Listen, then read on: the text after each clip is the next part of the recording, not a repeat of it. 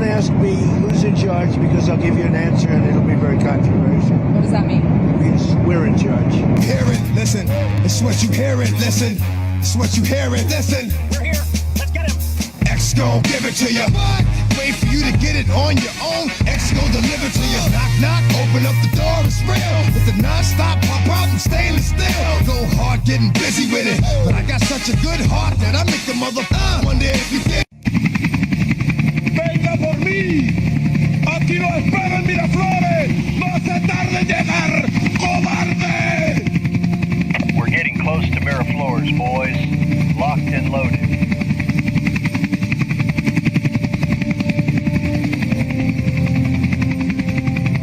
It's showtime, boys.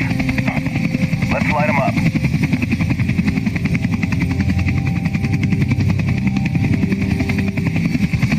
We're going home, boys. Package secured.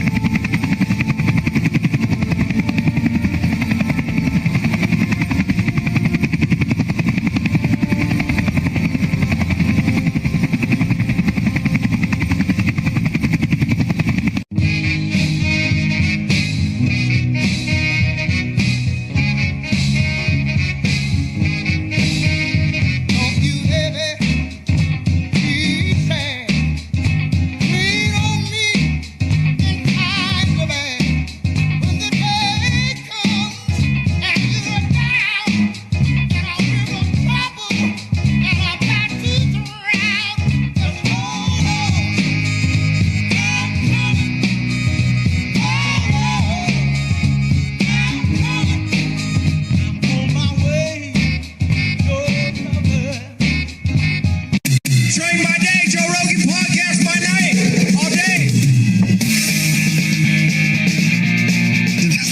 This is funny, Joe. I was right in the middle of taking a shit.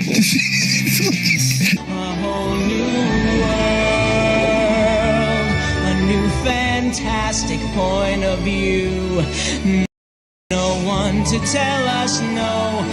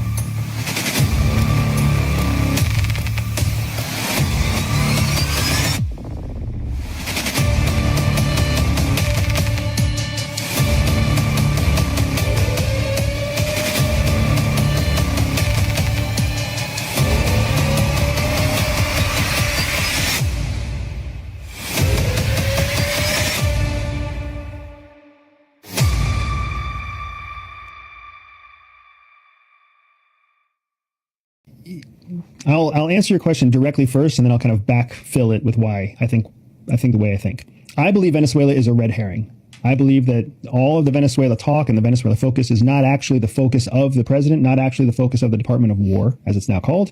I believe that that is all a red herring that's being given to us as a pill that we'll accept because we all kind of agree Venezuela's, we don't know anything about it. That's what we all really believe. We don't know anything about Venezuela except Maduro bad. And we all hate drugs. So if you can speak for yourself, Andrew Bustamante. No, so if you can, if you can affiliate Venezuela with drugs, then boom, yeah, of course we're against it. Rah, rah, rah. Let's blow up boats and let's show American power off the coast of our own country. I mean, who doesn't want to cheer for that? I lived in Tampa. It gives you a giant erection every time an F-22 takes off and you're like, fuck yeah, that's America, right? Like when you're standing in the field and there's Abram tanks that are driving by, the whole world rumbles and you're like, fuck yeah, that's America. Trust me, I get it. I get it. And now we get to do that off the coast of Florida. And of course, Texas and of course, Mississippi, Louisiana, we're all like, oh, fuck yeah, we're awesome because we get to do it here. We've been projecting that power worldwide. We don't get to rah, rah, rah when it's, off the coast of Israel. But here it's different. So all of that to say, I believe Venezuela is a big red herring. Now, why do I believe that that's a big red herring? When you look at the actual evidence, the objective realities of the claims that are being made, we're fighting a drug war against narco-terrorism or narco-terrorists, right? The term narco-terrorist has an actual definition, right? And that definition for a terrorist has to be the use of violence to gain a political change. That is what's required of a terrorist. They must use violent, lethal attacks in an effort to force political change. Narco-terrorists would just be drug-funded or drug-related terrorists. That's the definition that's out there for everybody to look up. Well, the cartels aren't doing that. The cartels aren't using violence, particularly not violence against the United States, to change politics. That's where the argument comes from recently that they're trying to say, oh no, Maduro weaponized cocaine. He weaponized cocaine specifically to attack Americans. Even if that was the case, what's the political change that he's trying to drive? Because that's the important part about a terrorist. They have to be driving a political agenda. Secondly, only 15% of all the cocaine at most, only 15% of the cocaine that enters the United States comes through Venezuela. 100% of it almost is created in Colombia. But then a small fraction is sent through Venezuela and then shipped up to Puerto Rico, where it goes into the American postal system, and then it can be shipped all over the United States. A small percentage. Upwards of 90% of all cocaine goes through Mexico. So why are we focused on Venezuela? If we're trying to fight cocaine, why wouldn't we focus on Mexico? Why are we focused on Venezuela? Venezuela's president, Nicolas Maduro, was told by America's president that safe passage for him, his son, and his wife would only be guaranteed if he resigned quickly. China has given several polite warnings to the United States, but they are pretty much sitting this one out, just like Russia. In fact, Russia, which is Venezuela's #1 financial, diplomatic, and military backer, has started evacuating droves of its Russian citizens from the country. What's the message? Who did you have in mind when you said F around and find out globally? Well, I referred also to the Iranians and their nuclear capabilities. The president said they will never get a nuclear bomb. The Iranians didn't believe it. He acted. He said the same thing about Maduro. He acted. He said the same thing with the Houthis. He acted. Southern border acted.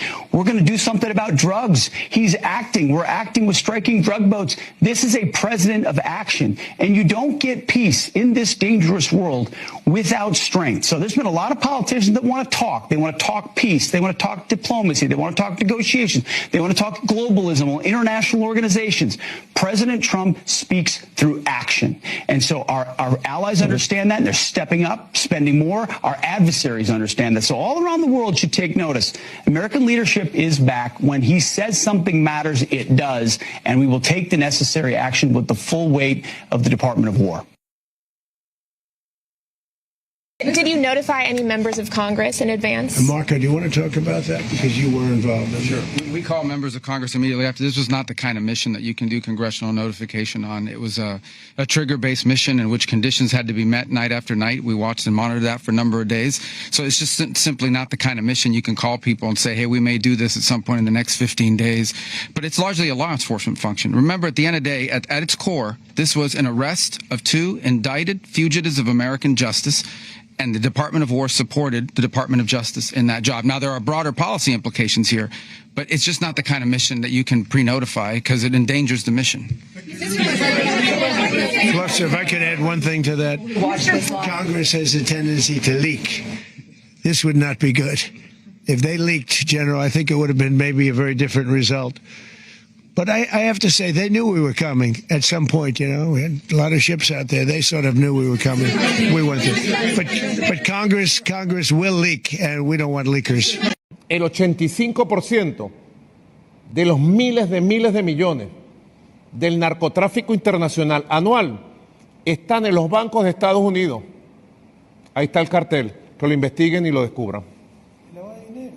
El lavado de dinero. Mira, yo estaba viendo los datos que dio la vicepresidenta y creo que son más de 500 mil millones de dólares anuales que están en la banca de Estados Unidos, en los bancos legales. Si ellos quisieran investigar un cartel, que investiguen el cartel en el norte, porque allá es que desde Estados Unidos que se dirige todo el narcotráfico de Sudamérica y del mundo, porque también dirigen el narcotráfico del opio, etcétera, etcétera. Es en los Estados Unidos que están las mafias, que están los verdaderos carteles. I don't think that the European Union gets to determine what international law is. They certainly don't get to determine is how the United States defends its national security. The United States is under attack from organized criminal narco-terrorists in our hemisphere, and the president is responding in the defense of our country. I do find it interesting that all these countries want us to send, and supply, for example, nuclear-capable Tomahawk missiles to defend Europe. But when the United States positions aircraft carriers in our hemisphere where we live, somehow that's a problem.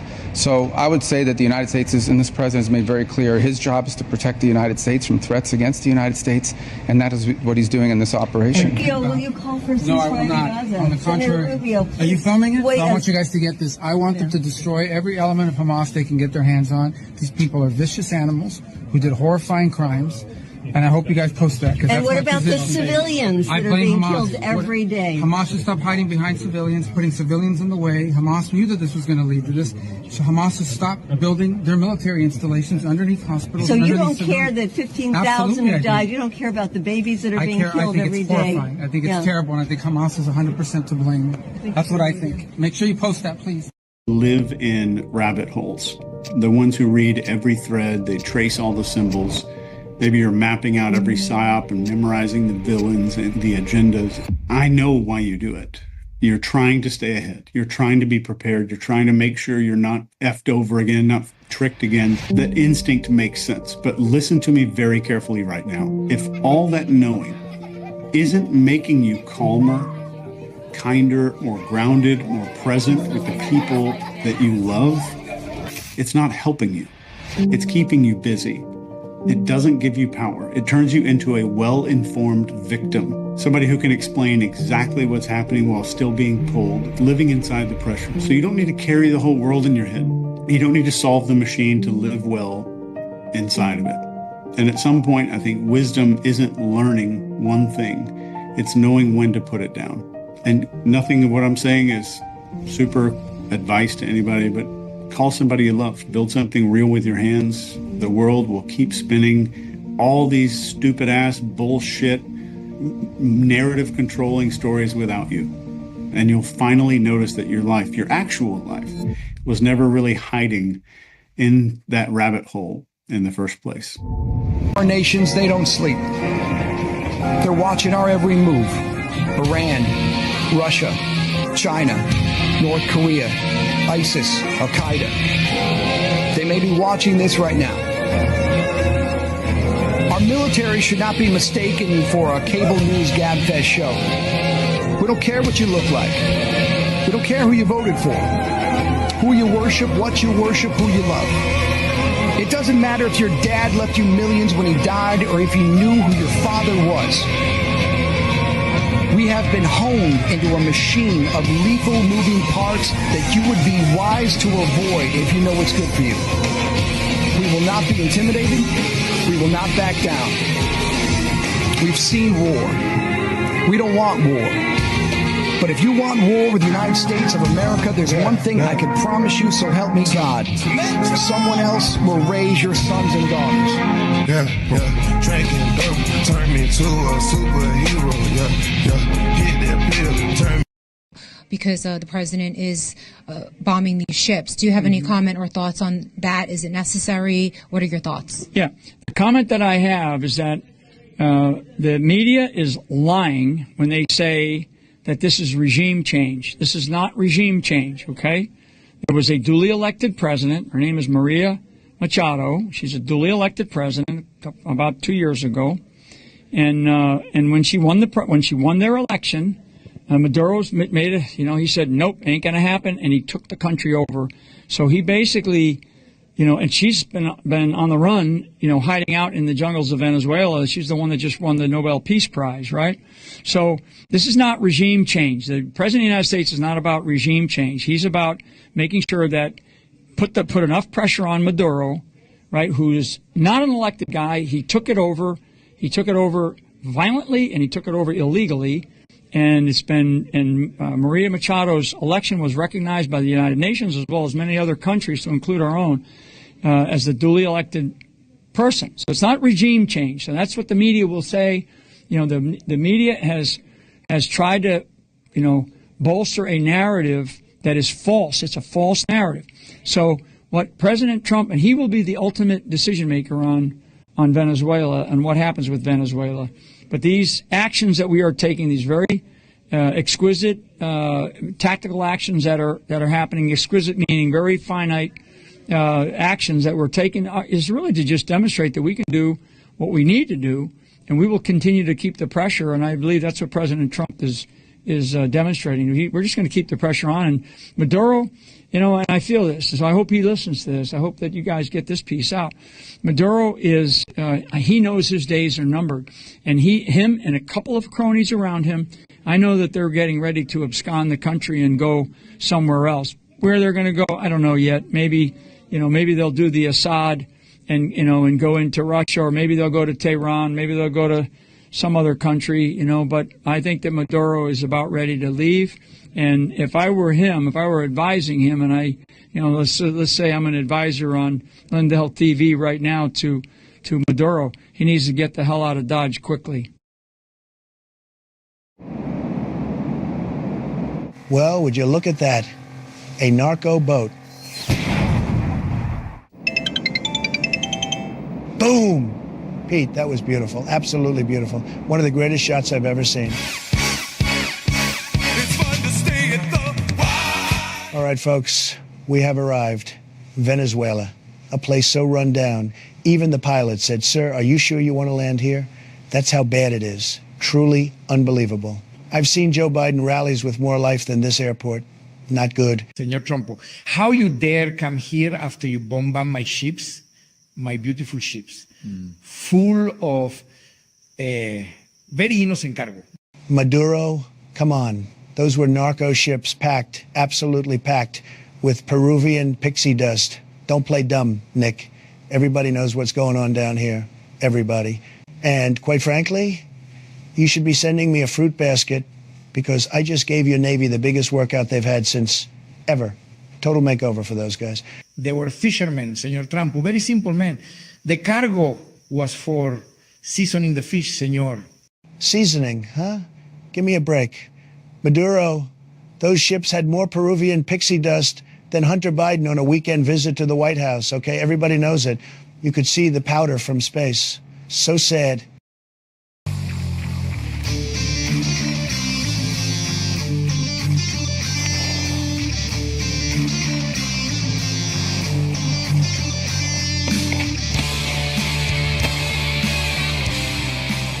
So we're here. We're at the lodge for what I'm calling Escape from the Swamp.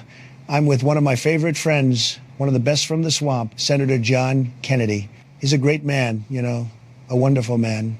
It's a pleasure to be here, Mr. President. Look at us, like ants in a sugar bowl. Where else would you rather be than right here, right now? Nowhere. Absolutely nowhere. Nowhere else but here. We've escaped from the swamp, and we're on the crisp ski slopes of the Finger Lakes in lovely New York State. I'm from New York, if you didn't know. The Finger Lakes. Isn't that where the Bidens are from? The Bidens. They're from the swamp. The slimiest of all the swamp creatures. The absolute slimiest of them all, believe me. I've never been on the slopes until today, but I'll tell you this, Mr. President. When I was young, my mother told me when you have hypothermia, you don't strip naked and run in the snow. You know what else she said? Listen closely now. Never eat yellow snow. Look over there. It's none other than Sleepy Joe. Sleepy Joe Biden. What are you doing all the way out here, Joe? Shouldn't you be on the beach sipping a Mai Tai? Boom. Perfect shot. What a shot, folks. Are you ready to step into the world of the Maestro? The Maestro map from Deep State Mapping Project lays out the complete 40,000-foot view of the special operations behind the mega phenomenon. From that fateful ride down the golden escalator to the plan for America's new golden age. And the Star Trek future we've only dreamed of. This is the full debrief of 45 to 47, here to help you comprehend the true mission of the Maestro and explain it to your liberal extended family. We're getting rid of all of the cancer. Get the Maestro map. Is the Cuban government the Trump administration's next target, Mr. Secretary? Very quickly. Well, the Cuban government is a huge problem. Yeah, the Cuban government is a huge problem. First of all, so is that a yes? Cuba, but I don't think people fully appreciate I think they're in a lot of trouble. Yes, I'm not going to talk to you about what our future steps are going to be and our policies are going to be right now in this regard, but I don't think it's any mystery that we are not big fans of the Cuban regime, who, by the way, are the ones that were propping up Maduro. His entire internal security force, his internal security apparatus is entirely controlled by Cubans. One of the untold stories here is how, in essence, you talk about colonization, because I think you said Dulce Rodriguez mentioned that the ones who have sort of colonized, at least inside the regime, are Cubans. It was Cubans that guarded Maduro. He was not guarded by Venezuelan bodyguards. He had Cuban bodyguards. In terms of their internal intelligence, who spies on who inside to make sure there are no traitors, those are all Cubans.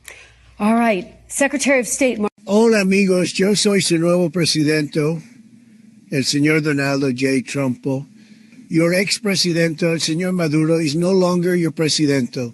He kept talking shit, and fucking around, though, and he ultimately found out, though. Anyway, we're going to make Venezuela grande again. Mucho grande. El bigger y el better than ever before. We're going to drill, baby drill. We're going to have a big, beautiful fiesta, all the tacos you want. Mucho mariachi, sexy mamacitas, and delicious margaritas. And President Trump is going to be el DJ, okay? Muchas gracias, muchachos. Y let's make el Venezuela grande again.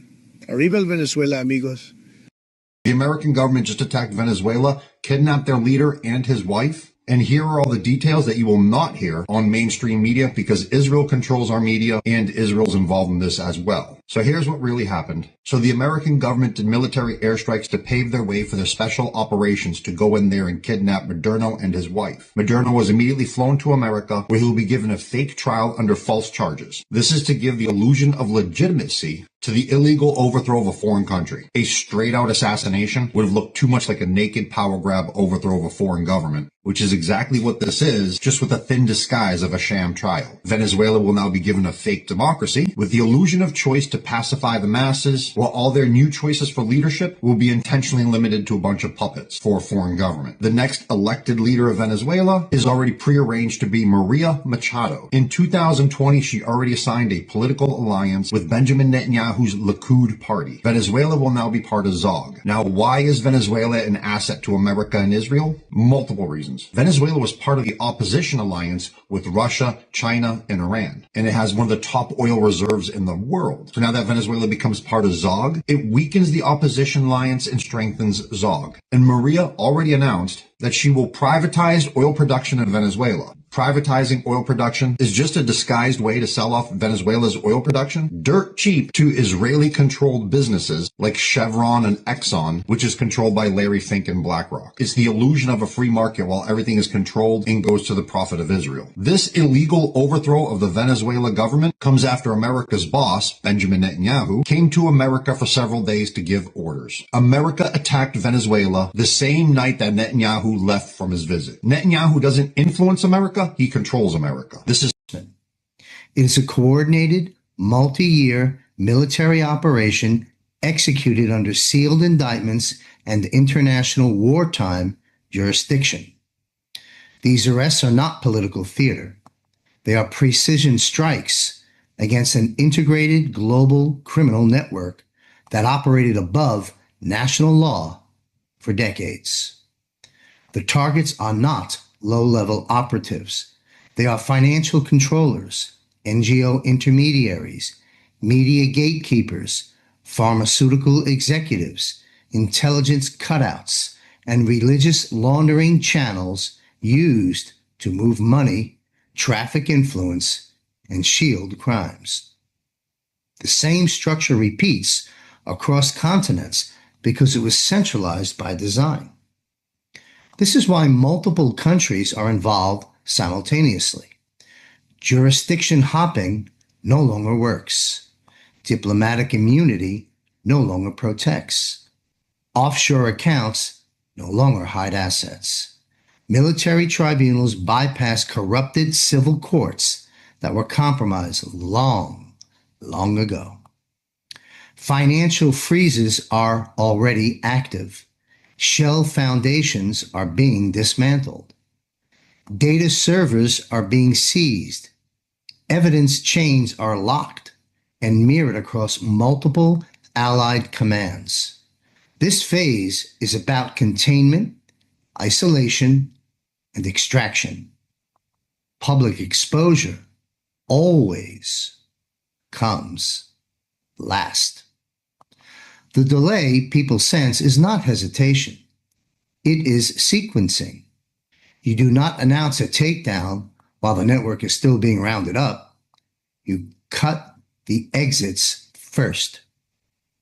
This operation is synchronized with global financial restructuring, asset recovery, and institutional collapse prevention.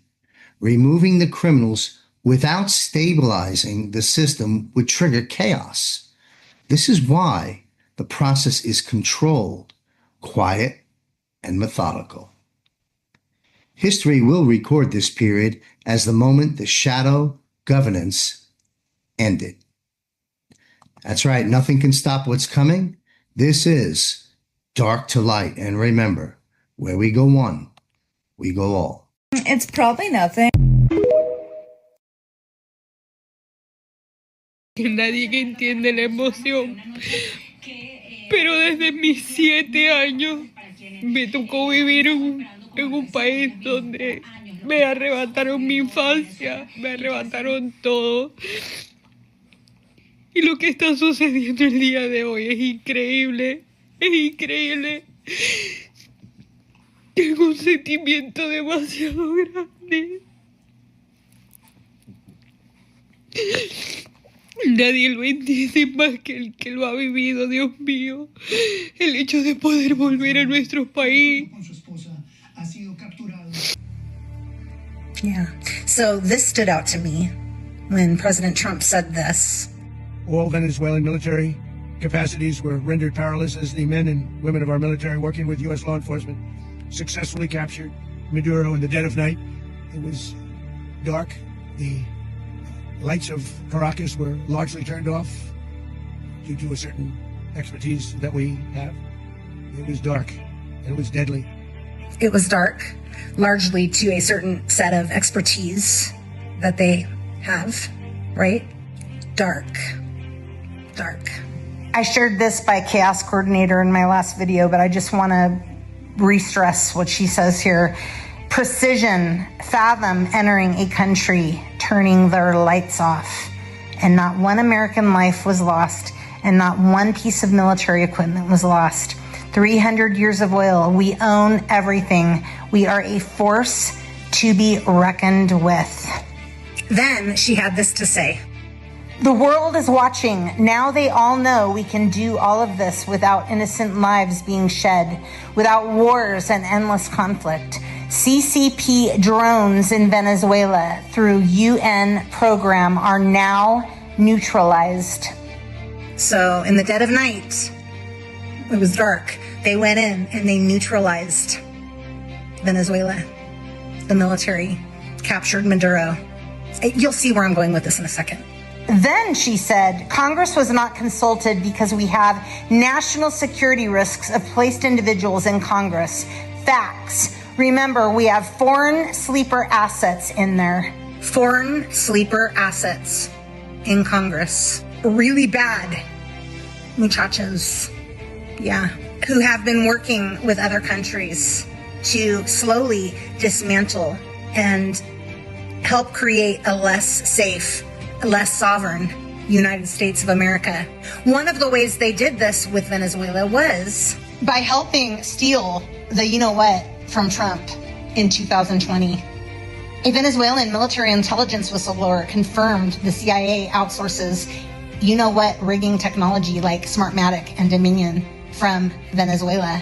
Sidney Powell has been saying this since 2020. Here's the video. I can hardly wait to put forth all the evidence we have collected on Dominion, starting with the fact it was created to produce altered voting results in Venezuela for Hugo Chavez, and then shipped internationally to manipulate votes for purchase in other countries, including this one. It was funded by money from Venezuela and Cuba, and China has a role in it also. We have staggering statistical evidence. We have staggering testimony from witnesses, including one who was personally in briefings when all of this was discussed and planned, beginning with Hugo Chavez and how it was designed there, and then saw it happening in this country. As soon as the state shut down on election night and stopped counting, those are the states where the most egregious problems occurred. occurred. We also need to look at, and we're beginning to collect evidence on the financial interests of some of the governors and secretaries of state who actually bought into the Dominion systems to line their own pockets by getting a voting machine in that would either make sure their election was successful or they got money for their family from it. Well, for fraud this serious, I think even if the states are stupid enough to go ahead and certify the votes where we know the machines were operating and producing altered election results, then they will be set aside by the fraud also. I mean, we are talking about hundreds of thousands of votes. President Trump won this election. Yeah, see, so many were working alongside of them to make all of this happen. You know what I'm saying? And remember, Maduro was not the president of Venezuela, and his regime was not the legitimate government. Maduro was the head of the Cartel de los Soles, a narco-terror organization which has taken possession of a country.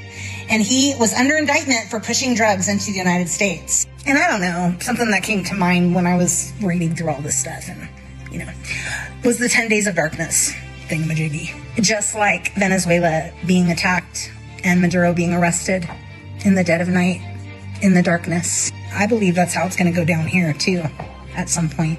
In the dead of night, in the darkness, when all of the corrupt mofos are least expecting it. One by one, all of the chess pieces are being knocked down. They're going after the big fish right now that helped sway certain things in this country, certain outcomes, certain demographics, certain financial means through certain substances that certainly hurt a lot of Americans and children. And it's not going to go unnoticed. And there will be consequences. But in order to make those consequences stick, you have to go about it a certain way first. And that's what we're seeing take place right now. And they're not done. It's not going to end with Venezuela. President Trump is slowly taking power away from all of the corrupt countries that have been working with globalists within our country. They want to destroy the United States from within. Well, they've got another thing coming. And piece by piece, they're being annihilated. So, to all of the doubters out there, to all of the doom and gloomers, to all of the what's taking so long people, President Trump, God, I love him. Such a badass. He's strategically going to remove them one by one in the dead of night, in the darkness. Just saying. To take over the Venezuelan oil industry. Well, we don't need to. First of all, let me go back up. We don't need Venezuela's oil. We have plenty of oil in the United States. What we're not going to allow is for the oil industry in Venezuela to be controlled by adversaries of the United States. You have to understand, why does China need their oil? Why does Russia need their oil? Why does Iran need their oil? They're not even in this continent. This is the Western Hemisphere. This is where we live. And we're not going to allow the Western Hemisphere to be a base of operation for adversaries, competitors, and rivals of the United States. Have specific oil companies? We also want to see that oil and the proceeds from it. Hold on. We want to see the oil proceeds of that country benefit the people of Venezuela. Why have 8 million people left Venezuela? 8 million, the single largest mass migration probably in modern history, left Venezuela since 2014 because all the wealth of that country was stolen to the benefit of Maduro and his cronies in the regime, but not to the benefit of people of Venezuela. You know how destabilizing 8 million migrants is? The number one fear that Brazil has, that Colombia has, that all these countries in the region have about what's happening in Venezuela and our involvement is they're afraid of another mass migration event. That's what they fear. This is deeply destabilizing stuff. It's not going to continue to happen. They are not going to come from outside of our hemisphere, destabilize our region in our own backyard, and us have to pay the price for it. Not under President Trump. Let's talk big picture. About 25,000 ballots that were not printed from the official Dominion PDF ballot. In other words, the printing process, appearance, is completely different than what you would get from a first-generation PDF printing. We had approximately 25,000 ballots that were not created from the PDF that is used for the election process. So in other words, the election provider comes up with ballots, and it's specific to a geographical area, because the person that lives in this neighborhood might not be voting for the same people that live in that neighborhood or another neighborhood. So here in Maricopa County, from memory, you had 5,012 or something like that, just over 5,000 different permutations and combinations to the ballots. Then that's multiplied by 2 because there's a Spanish version that's available for each one of these ballots, but it's the same ballot with the same people, just in a different language. So we've got we'll just say 5,000 different ballots for now that are created ahead of time, and those are created in PDF. Now, the big reason why is that you have a third party send out mail-in ballots, so those have to be created in advance.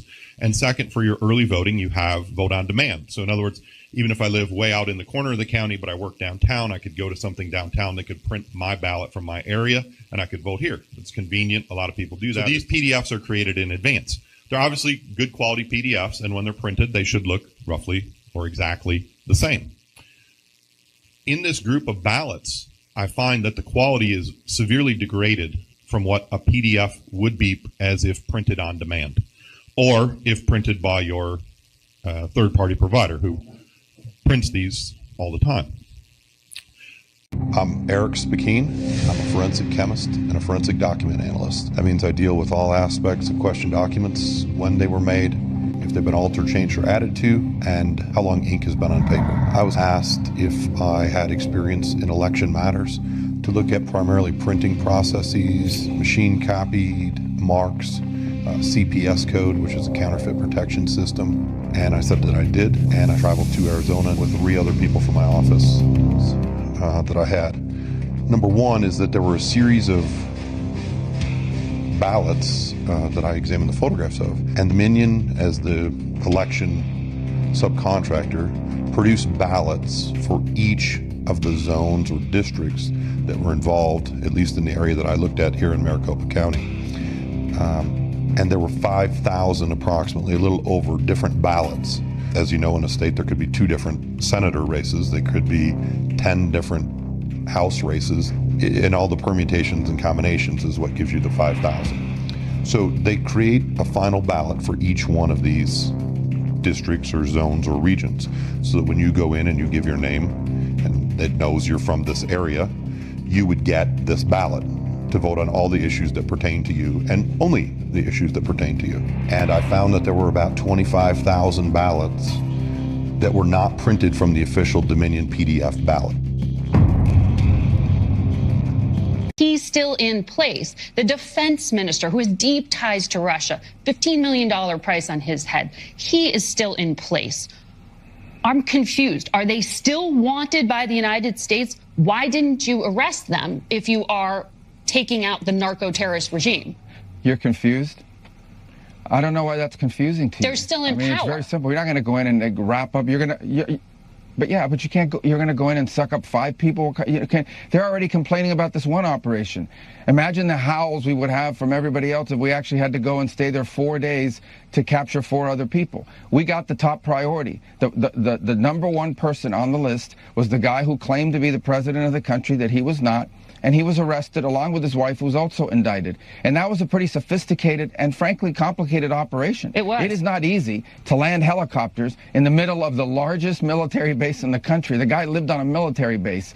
Land within 3 minutes, kick down his door, grab him, put him in handcuffs, read him his rights, put him in a helicopter, and leave the country without losing any American or any American assets. That's not an easy mission. And you're asking me, why didn't we do that in 5 other places at the same time? I mean, that's absurd. I do think this is one of the most, daring, complicated, sophisticated missions this country has carried out in a very long time. Tremendous credit to the U.S. military personnel who did it. It was unbelievable, and tremendous success. And today, an indicted drug trafficker who was not the legitimate president of Venezuela, who we don't recognize, the Biden administration didn't recognize, 60-something countries don't recognize, the European Union doesn't recognize, and many countries in Latin America don't recognize. He was a indicted drug trafficker. He was arrested.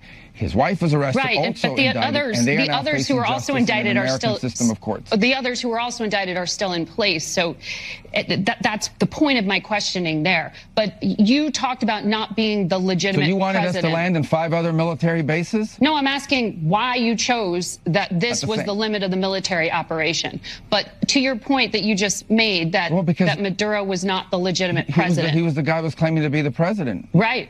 Well, the He was the opposition. top target. Is Trump evil after all?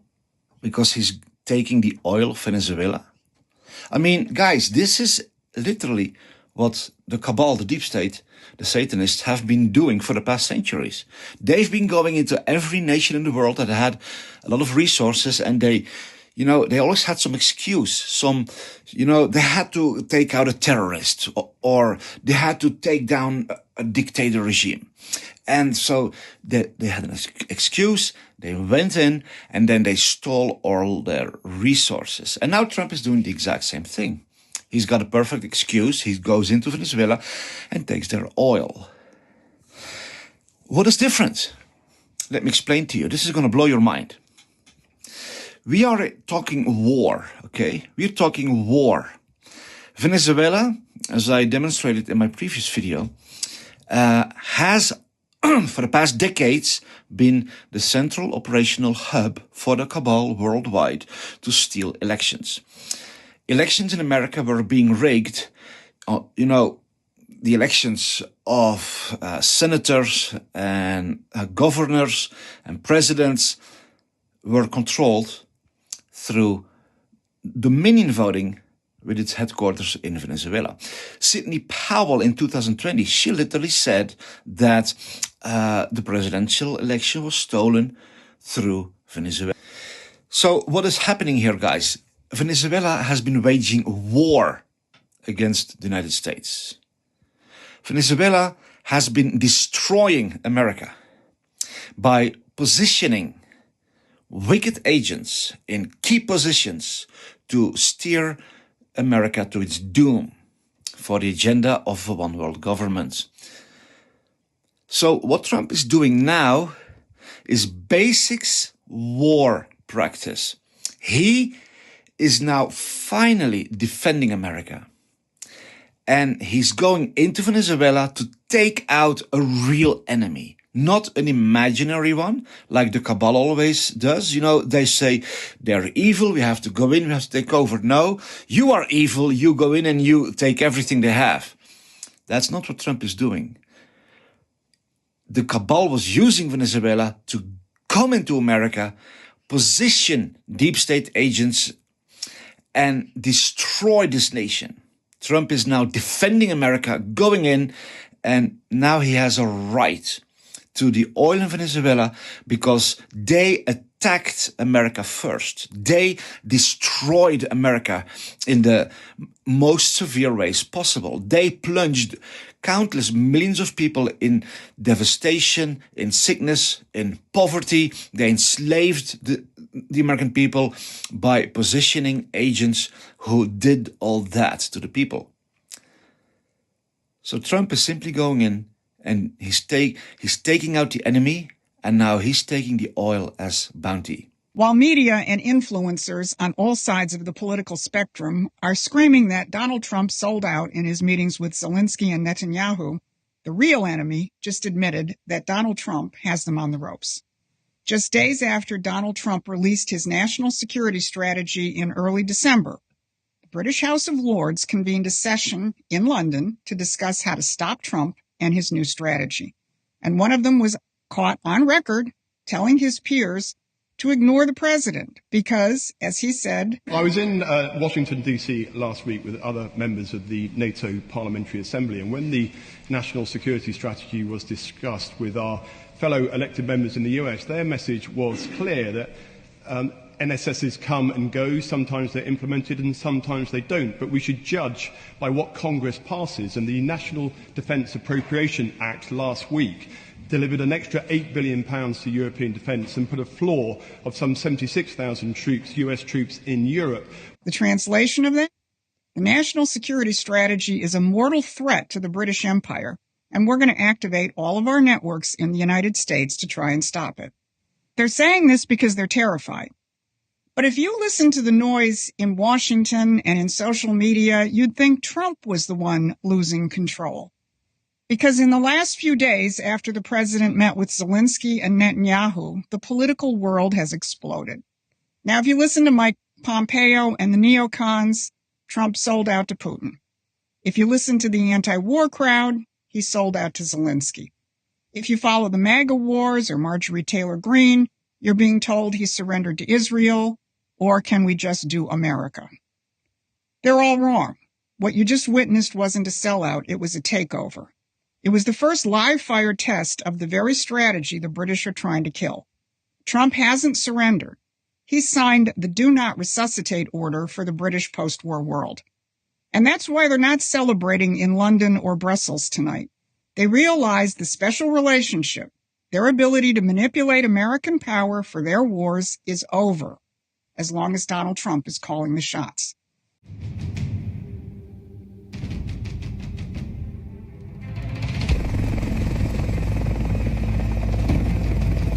Minnesota, beautiful state, cold as heck. They said, sir, it's negative 40. I said, still higher than Tim Walz's poll numbers. I'm here because billions have vanished, and nobody finds things better than me. Found Hillary's emails, found Atlantis. Very easy, actually. Just had to think, which I do very well. Now I'm finding Minnesota's stolen money. Okay, first of all, Learing, L-E-A-R-I-N-G. This is a learning center that doesn't know how to spell learning. And Tim Walz gave them $4 million. $4 million. I wouldn't give them $4 for a dictionary. Hello? Anybody teaching kids in there? Any kids to teach? I see a tumbleweed. There's actually a tumbleweed rolling through the daycare in Minnesota. Mr. President, welcome to Minnesota. Beautiful day. We've been working tremendously hard on this fraud issue. You betcha. Working hard, Tim? The only thing you've been working hard on is losing. You lost 49 states. I didn't even know that was possible in modern times. Well, actually, we lost about 30. Felt like 49. And speaking of losing, you lost $18 billion. How do you lose $18 billion, Tim? I lose my car keys, maybe my reading glasses, not $18 billion? Now, that's not entirely accurate. You know what is accurate? Ilhan Omar's brain is as empty as a Somalia daycare center. Mr. President, we've been conducting audits and implementing new oversight. Audits? Tim, the building is called Quality Learing Center. They can't spell learning, and you gave them millions to teach children. What's next? A hospital run by people who spell it Sir Curry. Look at this place. It's emptier than Tim Walz's list of accomplishments. There's nothing here. Not a crayon, not a toy, not a tiny chair, just sadness and fraud. This is the saddest thing I've seen since Kamala tried to explain what a Venn diagram is, and it probably cost taxpayers $50,000. Believe me, folks. Mr. President, the federal government handles immigration and visas, not the state. Tim, don't start with a federal government thing. You're the governor. You govern. It's in the name. You can't just take a nap while people steal billions. I didn't back down from my promises, and I've kept every single one. This current administration had made hope possible.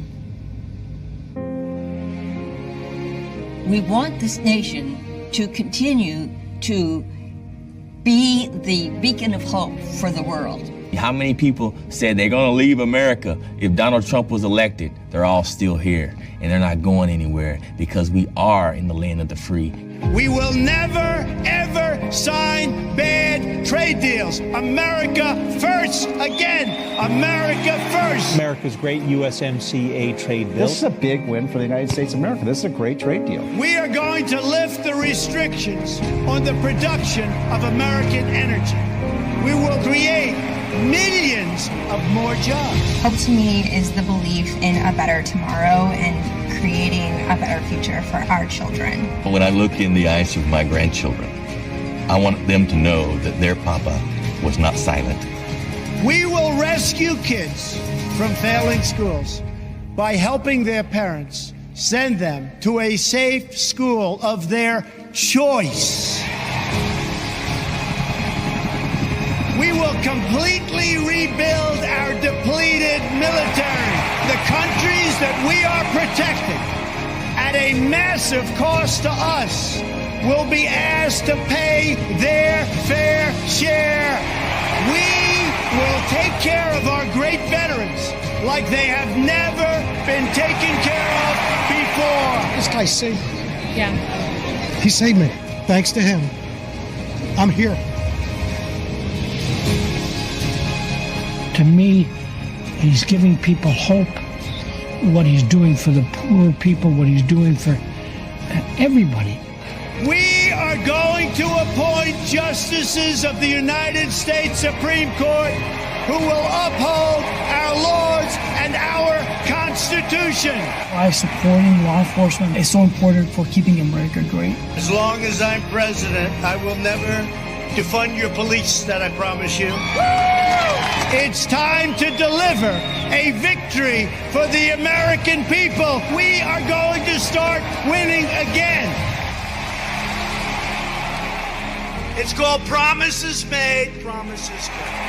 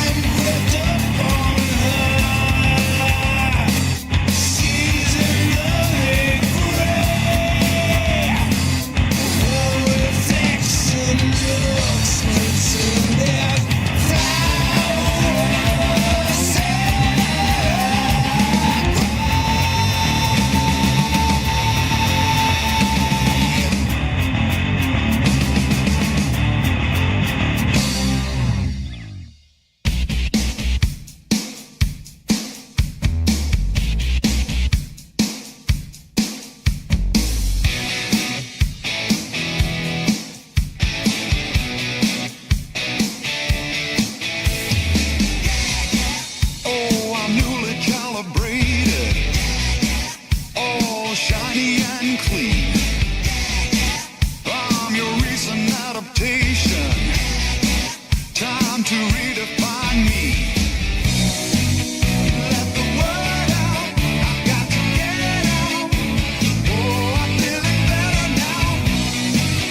Break the news out. I've got to get out. Oh, I'm feeling better now.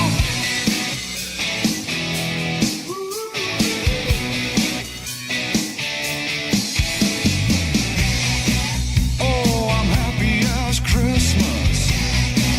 All wrapped to be seen. I'm your recent acquisition. Time to celebrate me. Let the word out. I've got to get out. Oh, I'm feeling better now.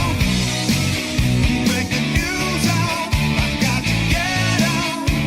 Oh, I'm feeling better. The world's done shaking. The world's done shaking. The world's done shaking me down. The world's done shaking. The world's done shaking. The world's done shaking me down.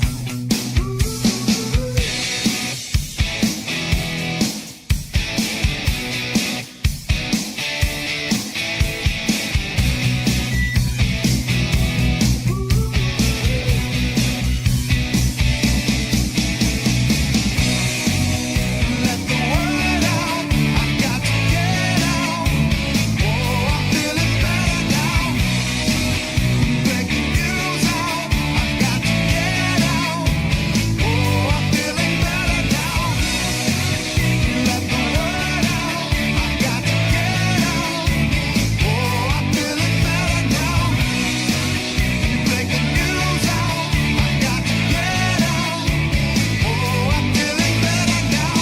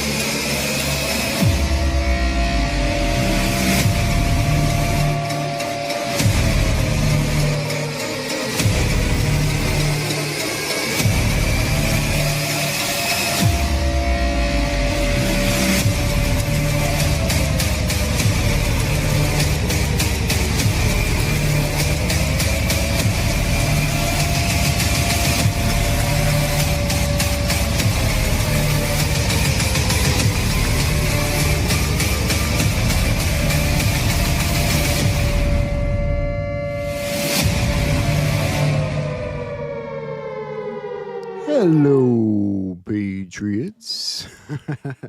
Welcome to Patriot News Broadcasting. Good to see you all. I hope you had a good weekend. I got a little bit of rest, tiny bit. I'm still tired, poor, broke, hungry, but you know, we're living, aren't we? We're alive. It's been a fairly busy day, so we're going to take a look at everything like we always do. Did you guys miss me last night?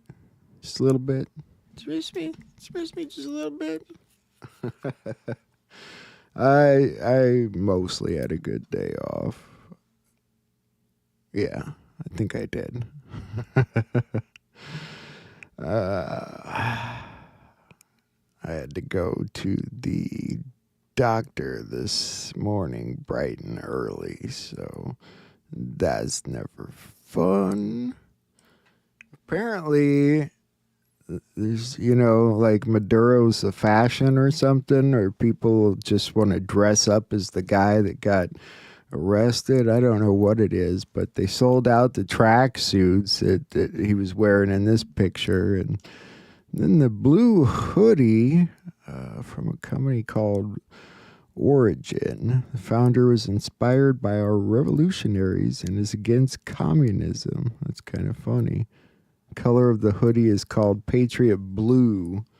Maybe that's a little common there. I don't know.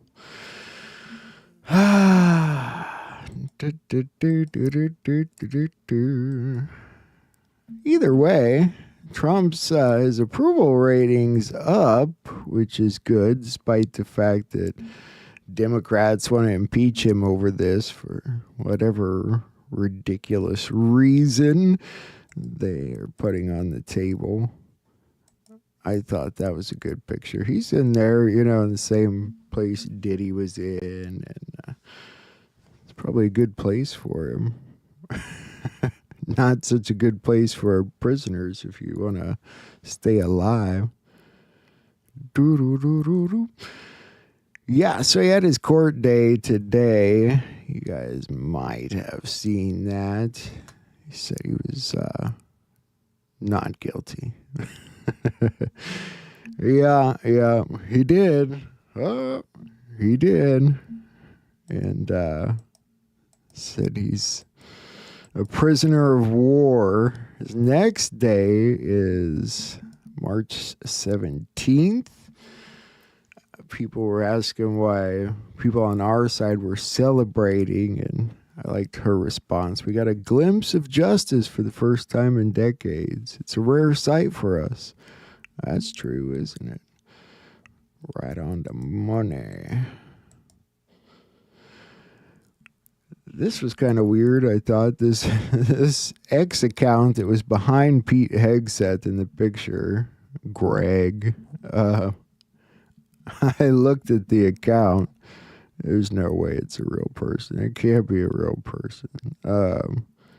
It's making fun of people on the left that are bashing people on the right, or whatever terminology you want to use.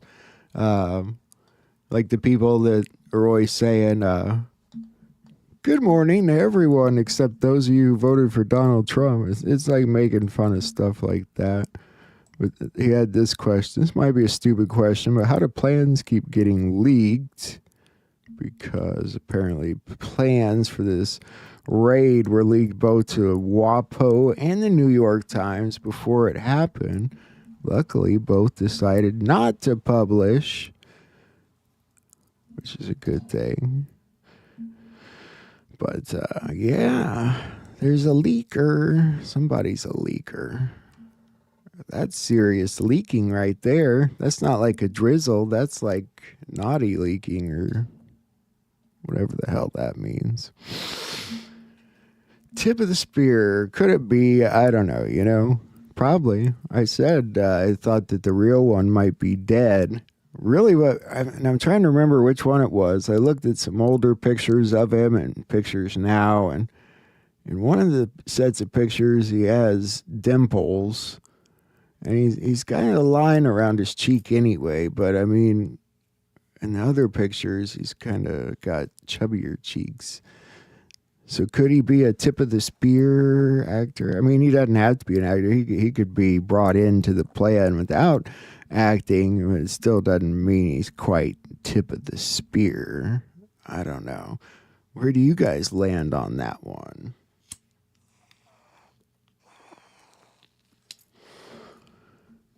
And some things, for Mr. Flynn. As this issue gets deeper examination, people will wake up to what this is really about. To take over the U.S. requires more than the phony, fake Russiagate bullshit. It required far more and vastly deeper levels of corruption and traitorous actions. As this comes to light, heads should roll. Enough is enough. What's this about? Oh, yeah, the leak. Oh, no, it's not about the leak. It's about Smartmatic. Sorry. Yeah, the Venezuelan whistleblowers. We've kind of known about it for a while, but it's going to get big. There's a lot of people talking about the election stuff now, especially Sidney Powell, of all people.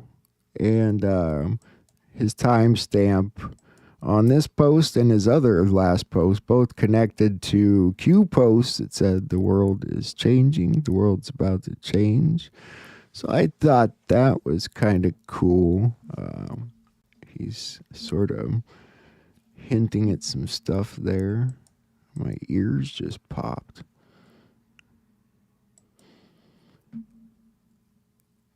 I like this post. You didn't think there was no plan, did you? Sidney Powell knows.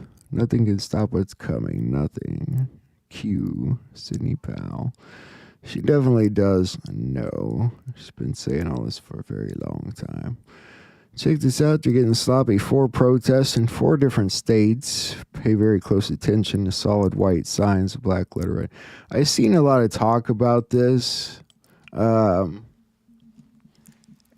And it doesn't mean that this wasn't set up by NGOs, but these protests weren't just spur of the moment that I know of. I'm pretty sure they were all planned for the day that they came out and announced that Maduro was arrested. They didn't know he was going to be arrested, but they were planning protests for that day anyway, as far as I had seen. But the signs do tell you they're all connected. It doesn't matter. Maduro Jail in the Southern District in New York, same place they held Diddy, Ghislaine Maxwell, and Sam Bankman-Fried. Will he get Epstein there? I don't know. George W. Bush could have done the exact same thing, to Osama bin Laden and Saddam Hussein. There's no need to spend $10 trillion invading Iraq and Afghanistan in 20 years and thousands of American troops dead. The goal was huge profits for the military-industrial complex. Indeed. Trump keeps referring to the capture being the first wave. I don't quite know where that comes from, but it reminds me of the conversation about the first arrest, and it says, I'm celebrating the scripted scene of Maduro's capture because it will serve as a primary vehicle in exposing the stolen 2020 election, the USG-sanctioned border invasion, and CIA drug running. A lot of people are making the assertion that this is the first unsealed indictment that Q refers to and drops 3716, 3717, which will trigger a mass population awakening, and that his arrest is serving to verify action and confirm future direction. I have to disagree. 4566 makes it very clear that the mass population awakening will be associated with crimes against children. One leads to another, to another, to another. One leads to many. Crimes against children equals the common denominator. No matter the political affiliation, left or right, mass population awakening. Have faith in humanity. It's not to suggest that Venezuela has not been a major hub for human trafficking for decades, but the inherent shock that will force the public to face the reality of industrial-scale crimes against children seems to be pointing at an individual or individuals that the normies idolize, not someone who has long been identified as a tyrannical dictator. As we all know, these different tentacles of evil are connected in this satanic tapestry. So it's a certainty that once Maduro starts to sing, it will lead to future events, specifically revealing who he worked for and to what ends. But I don't think we've arrived at the event which will trigger a mass population awakening. Yeah, makes sense. It all makes sense. I could agree with that. And that's exactly what we were talking about on Saturday. The stolen election stuff. It will be really big. And I know people are saying, well, Pam Bondi's not charging him for that. And it's kind of beside the point. I have a feeling that's part of the stuff he's bargaining with and won't get charged with, and probably because I think that might have more to do with Cuba and China, but I'm not sure. And that's sort of what the one guy was talking about in the intro. This operation in Venezuela mirrors Putin's objective in Ukraine as it pertains to NATO encroachment stemming from Europe and Xi Jinping's plan to reunify Taiwan with mainland China. We know that these three have been working together this entire time to destroy the New World Order, but it may very well turn out that the optics we are being presented with the mutual opposition to the aforementioned agendas of each of the world's superpowers will lead to the Nessun Dorma World War III scare event. I think it's all but certain that it will, and the blowback will land on the Zionist, a.k.a. some of all fears as the walls continue to close. Yeah, I don't know. All right, let's move forward. We'll talk more about that later. People kept sharing the picture of him with his thumbs up. Military genius and partner coordination at its absolute finest. Venezuelan liberation from the worldwide deep state intelligentsia communities is now underway. That's from SG Anon. When does a bird sing? That's the first indictment post, though. That's the one they don't think it is. I agree. Here's that Patriot blue hoodie. I would think Patriot blue would be a little darker, but like I said, President Trump talking a lot about election fraud now. During the 2020 election, trucks of ballots were coming in from a third-party company called Runbeck for over a week after the election in Arizona. The witness claims she was there until the 10th, and they were still coming in, and has no idea where the ballots originally even came from in the first place. Since 2016, elections have been using Runbeck, especially Maricopa County.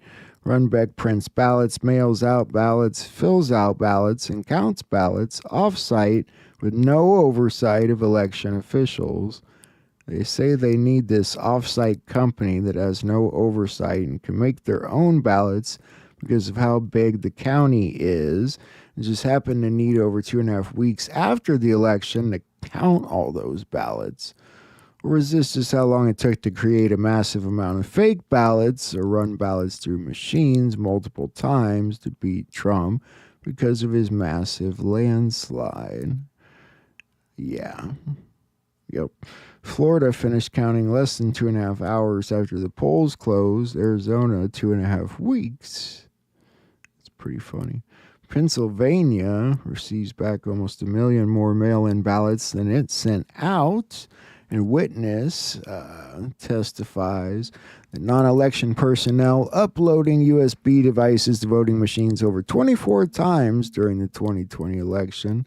Allegheny and Philadelphia County received back 2.5 million mail-in ballots when it only sent out 1.8 million.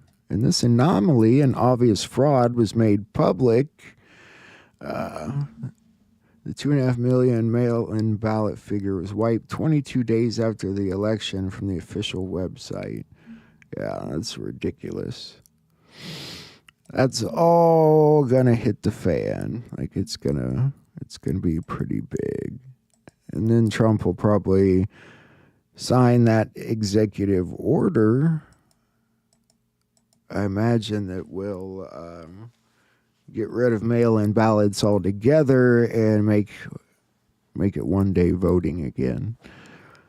So this was kind of interesting. The other day, Greece completely closed its airspace after what's being called a failure of all communication systems. It's a total lockdown, no flights in, no flights out. And in the middle of U.S. military ops, missing presidents, oil tankers, the move, and missiles flying, are people supposed to believe this is just a coincidence? Probably not. It's not normal.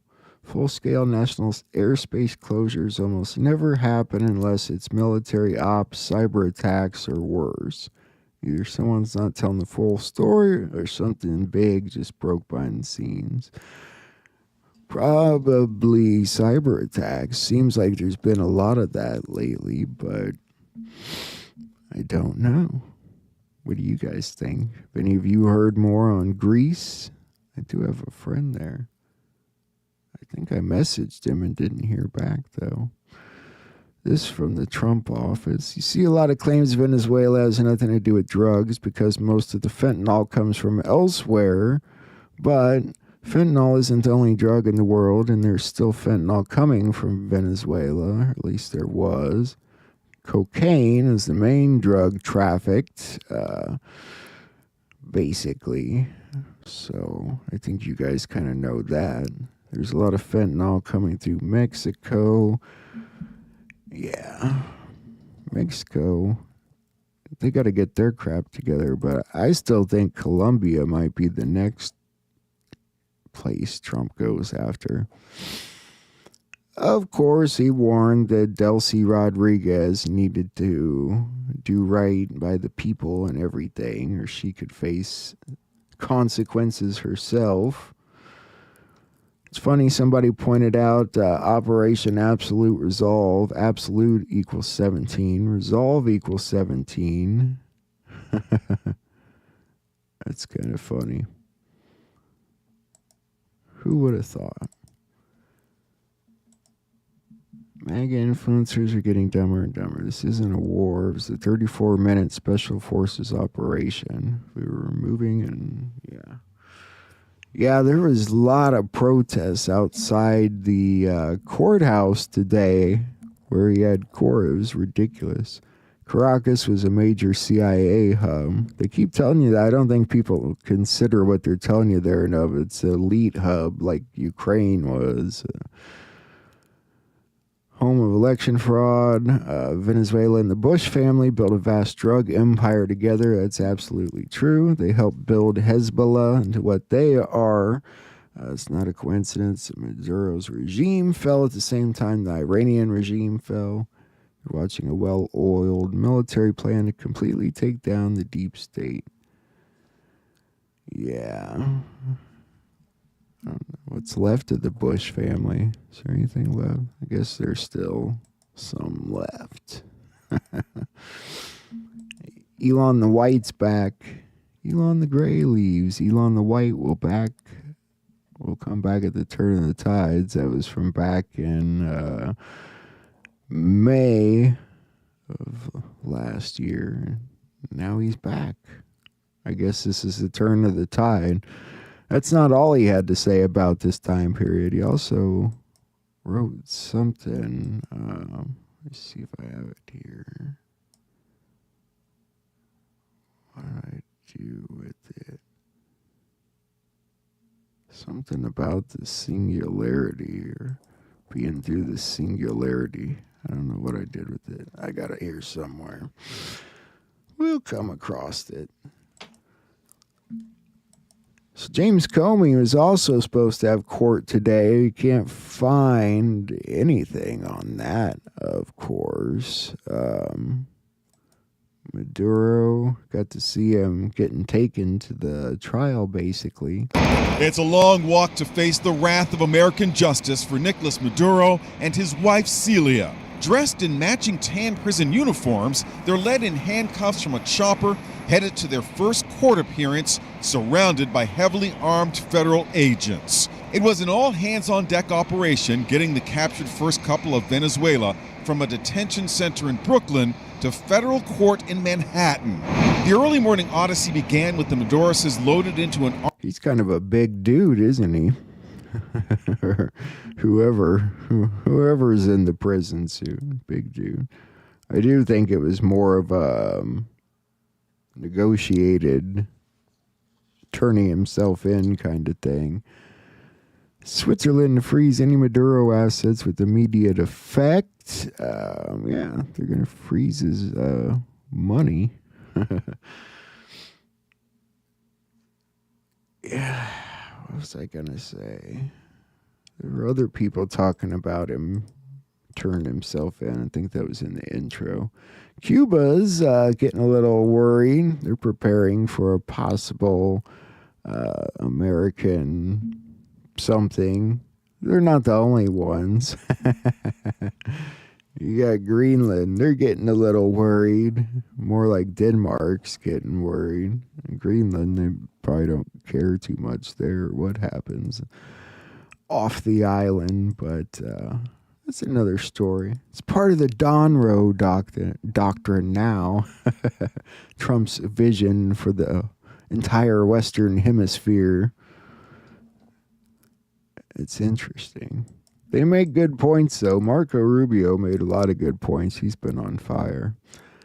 Venezuelan police did order, anyone that was caught negotiating or helping the United States or whatever, leakers there, to be arrested.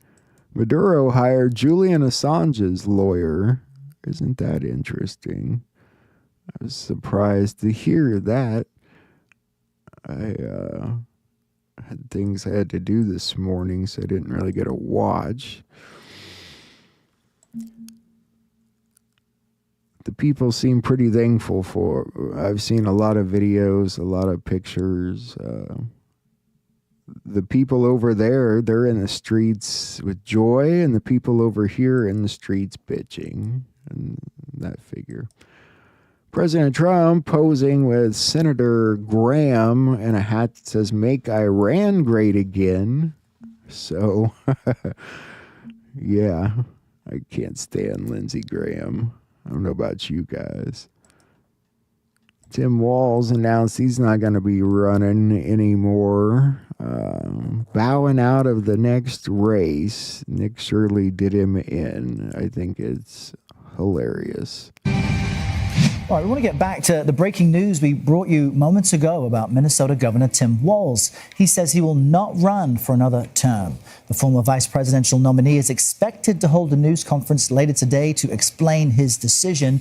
CBS News political reporter Hunter Woodall joins us from Washington to discuss this. I'm sure he held said press conference, but who wants to watch a press conference with Tim Walz? I mean, really, I'll take their word for it.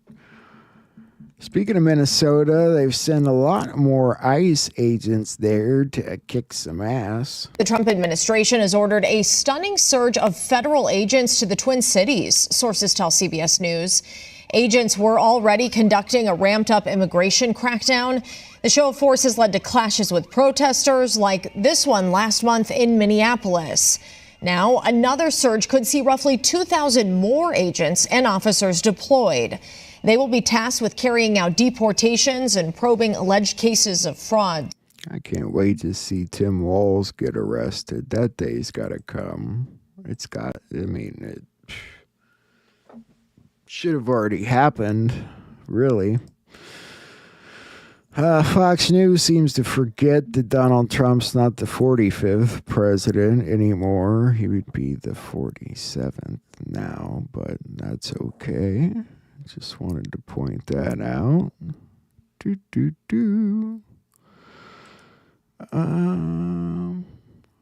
U.S. Department of Labor says Patriots are in control. We've never given up our fight to put America first. Or posting some Q stuff.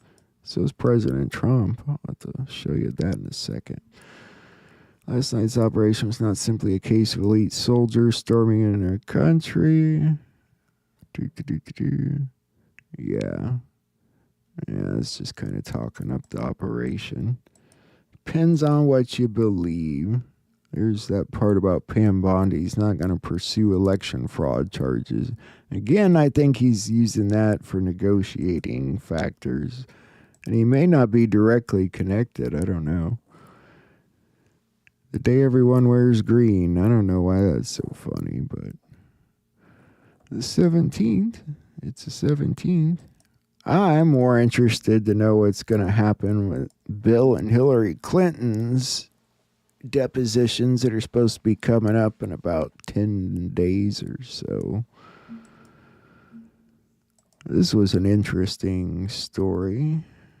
The Minneapolis Hilton canceled ICE's reservations that they had. Hilton Hotels has launched a coordinated campaign in Minneapolis to refuse service to Department of Homeland Security law enforcement when officers attempted to book rooms using government emails and rates. Hilton Hotels maliciously canceled their reservations. This is unacceptable. Why is Hilton Hotels siding with murderers and rapists to deliberately undermine and impede Department of Homeland Security law enforcement from their mission to enforce our nation's immigration laws?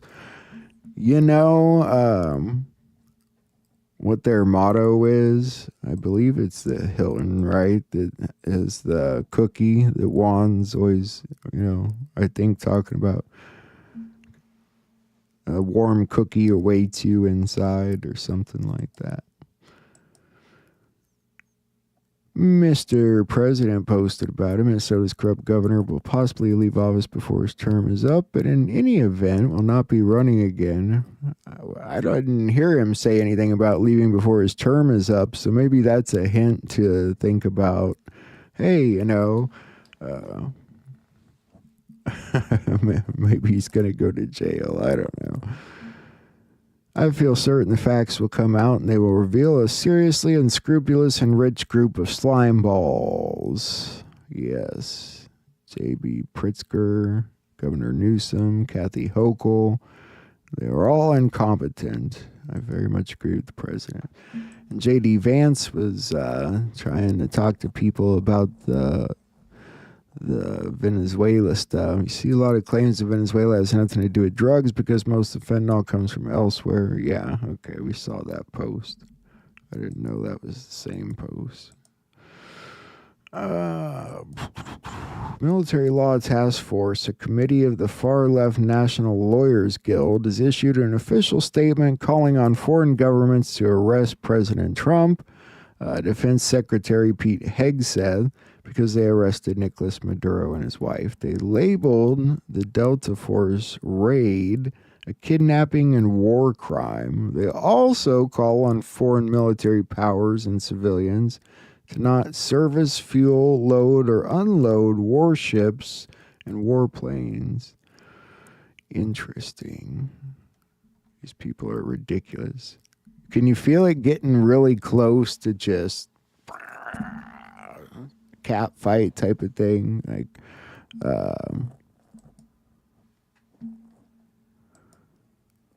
what else is March 17th? There's something else besides his court date and St. Patty's Day. Can't remember what it is now. Dan Bongino, now a civilian. Good to see you all. I missed you. Thanks for working on thanks for everything while we worked on cleaning up. Trump team is not kidding around. It's another worldly experience from the other side. He's determined and focused, and having been around quite a few presidents, this one broke the mold.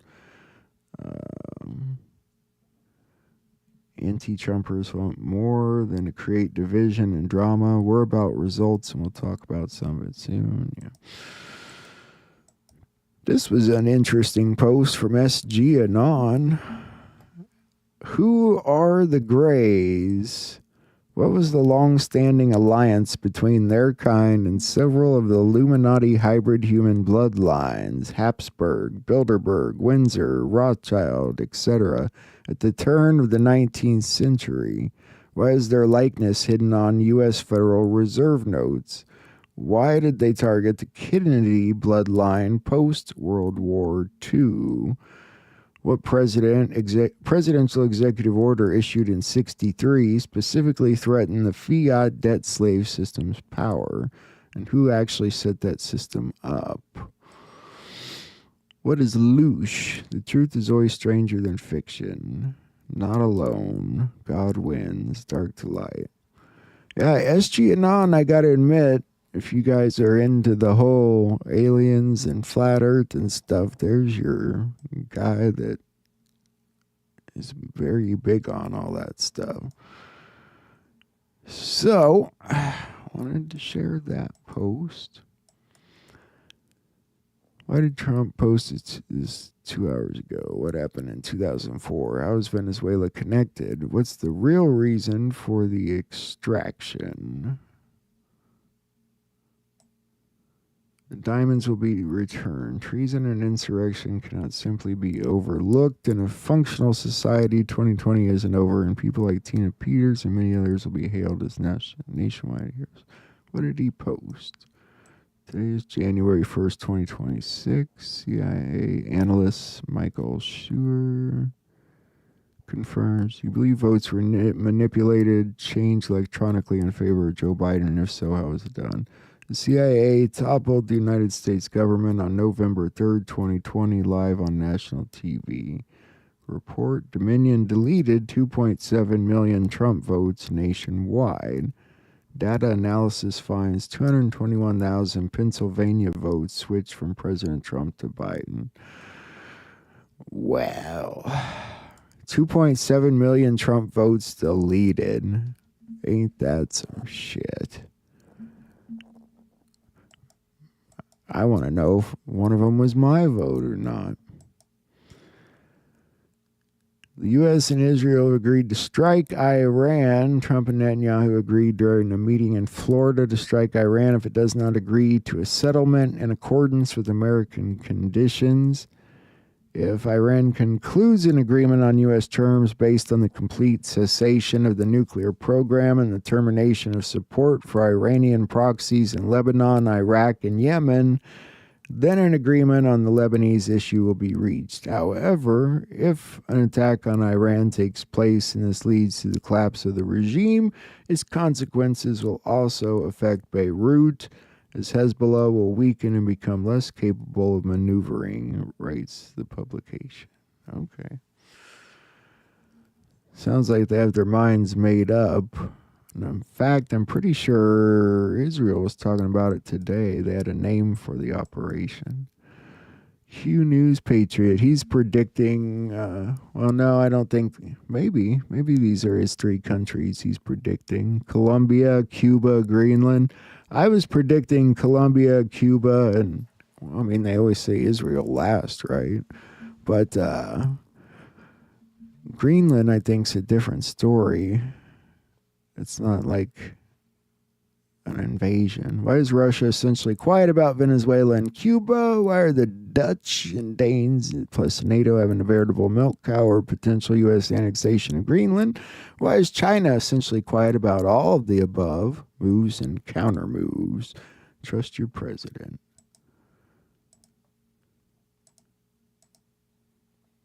The Pentagon, Pete Hegseth is going to demote retired Senator Mark Kelly, demoting him from the rank of captain, slashing his retirement pension, and issuing a censure for reckless misconduct.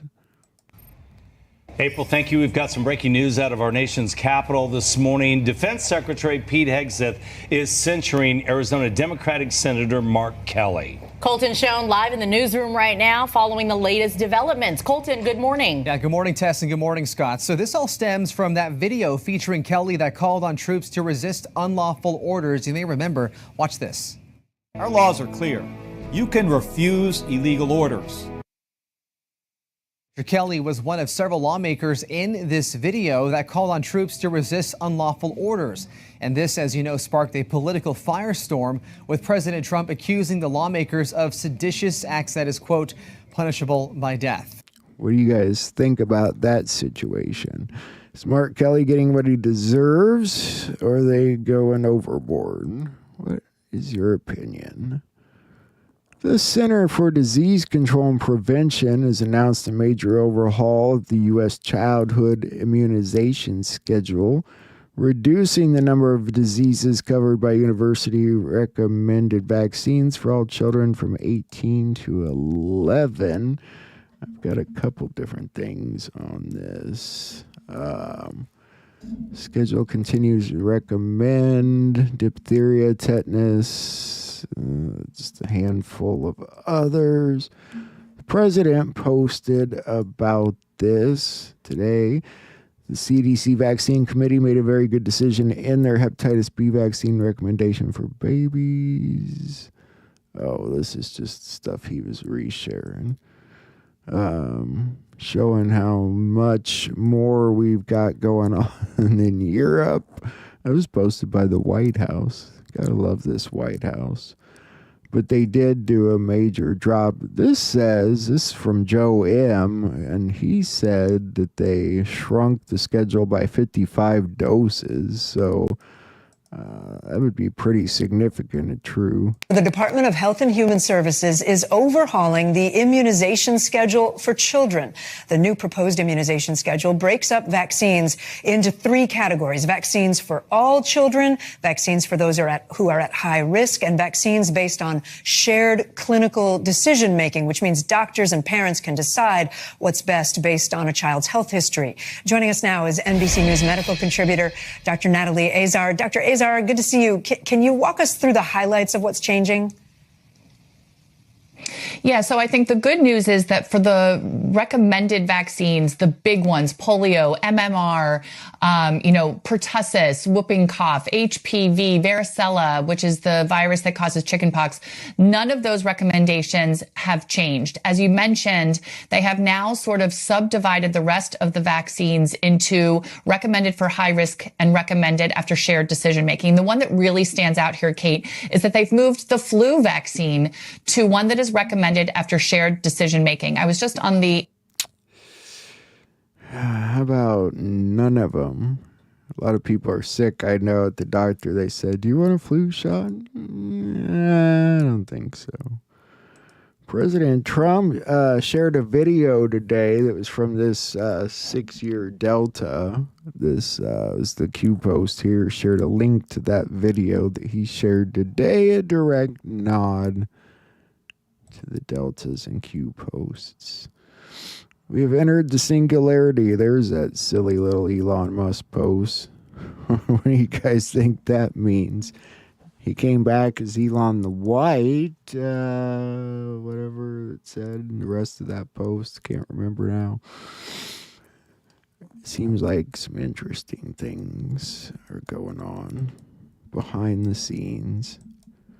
And this person tried to break in J.D. Vance's home today. The Secret Service is confirming one person is in custody after a security incident at the home of Vice President J.D. Vance. The break-in at the VP's Cincinnati home happened overnight. The Secret Service says an adult man was taken into custody for causing property damage. That includes breaking windows on the exterior of the personal residence. Both the Secret Service and Vice President Vance's office confirm he and his family were not home at the time of the incident.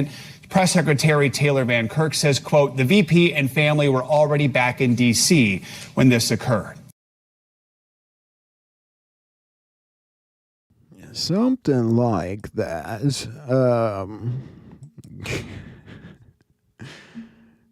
Man, woman. I don't know what the hell. Yeah, I thought it was too, Christy, I gotta admit. Man, woman, man. I guess you're not supposed to know these days. So again, Greenland, they're saying an attack, like we would attack Greenland, would be the end of NATO. Maybe that's what we do want. Oh, I don't want to talk about Greenland now. I just say this. We need Greenland from the standpoint of national security.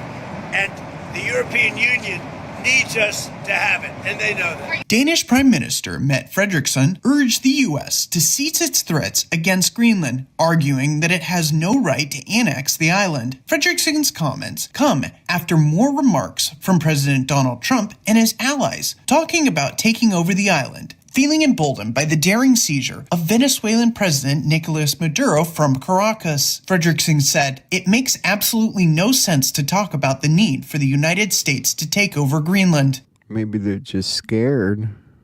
Maybe they're getting scared. I don't know. It's more of an annexation. It's not the same situation. Mike Walls, UN ambassador, said there's no war against Venezuela or its people. We're not occupying the country. It's interesting they make clear that This was more of a law enforcement campaign. A surgical law enforcement operation facilitated by the U.S. military against two indicted fugitives of American justice, narco-terrorist Nicolas Maduro and Celia Flores. Colleagues, Nicolas Maduro is responsible for attacks on the people of the United States, for destabilizing the Western Hemisphere, and illegitimately repressing the people of Venezuela. I wouldn't want to have to do his job at the United Nations today. I think they're close, Gary, because the Corporation for Public Broadcasting officially disbanded. Yeah, it's the guy from Colombia. He's calling Trump a coward and telling him to come get him, a little bit like Maduro did, so makes me wonder. No me amenace, aquí lo espero si quiere. No acepto invasiones, no acepto misiles, no acepto asesinatos, acepto inteligencia. I don't know what he said, but he looked pretty important with that pen in his hand. Gotta try and look. Oh, these people. In Paris, they found 10 people guilty of cyberbullying Brigitte Macron for calling her a man. Guess you can't call your first lady a man anymore, at least in France. You can still do it over here, though. Why would you? Our first lady's not a man. In Arizona, a suspicious package that tested positive for explosives led to the evacuation of the Arizona Supreme Court. Let's get back to our breaking news that we first told you about at the top of the hour. DPS and the ATF are investigating a suspicious package at the state Supreme Court building. A court spokesperson says that their mailroom received a package that tested positive for homemade explosives. Jade Cunningham is live at the scene. And Jade, what can you tell us? Hey, good afternoon, Trem. Yeah, so we are here right now at Madison and 15th Avenue. You can see that there is still very much an active situation, all the different law enforcement agencies responding to this situation. You can see that the road is blocked off here at 15th Avenue. In fact, we're hearing that there is a perimeter that's been blocked off, a 1 to 2 block perimeter surrounding the state Supreme Court building that has been closed off. And that also includes the buildings and other businesses that are in close proximity to that. You know, we're hearing the Department of Ed is shut down the Capitol Center building, which is right next to the state Supreme Court building. I got to admit, I don't know how that situation ended, but I'm going to assume they disposed of it and they'll be looking for another January 6th pipe bomber type situation. They'll be looking at cameras and hooded people running around. There we go. Operation Iron Strike. That's their new military operation, Israel. Yeah, they're so gonna attack Iran. You watch. It's just what they do. It's just what they do. From Rubber Duck, January 2021, 2 days after J6, Lieutenant General Thomas McInerney met with Donald Trump in the Oval Office and spent about 20 minutes answering reporters. This is what he said. James Comey was guilty of selling the software and application Hammer and Scorecard to the DNC backed by China. Both Antifa and U.S. Special Forces were mixed into the crowd on January 6th. Nancy Pelosi's laptop was extricated by U.S. Special Forces, or extracted. Washington, D.C. is captured under direct supervision of Mitch McConnell, Nancy Pelosi, Chuck Schumer, and Mayor Muriel Bowser. Okay. U.S.-based multinational companies are now going to be exempt from global tax. Let's look at this. Trump issued a memorandum stating that the OECD's global tax deal has no force or effect in the U.S., effectively pulling the country out of the multilateral agreement. More than 149 countries have agreed to adopt the 15% global minimum tax to reduce base erosion and profit-shifting practices. While the Biden administration supported the OECD's Pillar 2 framework, Congress never ratified it into law. Trump's memorandum instructs the Treasury Secretary to develop protective measures or other actions against countries that impose discriminatory or extraterritorial taxes that target U.S. companies. I think that would be a good thing, but some of the people that have been stranded after the Maduro thing are finally getting out of the Caribbean, or trying to. And as we've mentioned, the military action in Venezuela is slowing travel. Many people just trying to get home after the holidays had their flights canceled or rebooked. Yeah, the chaos at so many airports, especially in the Caribbean, is finally easing up after the FAA reopened the restricted airspace. News 4's Megan McGrath is live at Reagan National Airport with the very latest on all of this. Oh, does that mean airplanes can fly over Venezuela again, or is that probably not a good idea? Probably just not a good idea to fly at all. Like I told you, flus are bad. They're saying it's the highest level in the past 25 years. I don't know why they do the flu shots personally. It seems like it just keeps mutating. What flu-like illnesses have reached the highest level in the U.S. in 25 years? That's according to updated numbers released today by the CDC.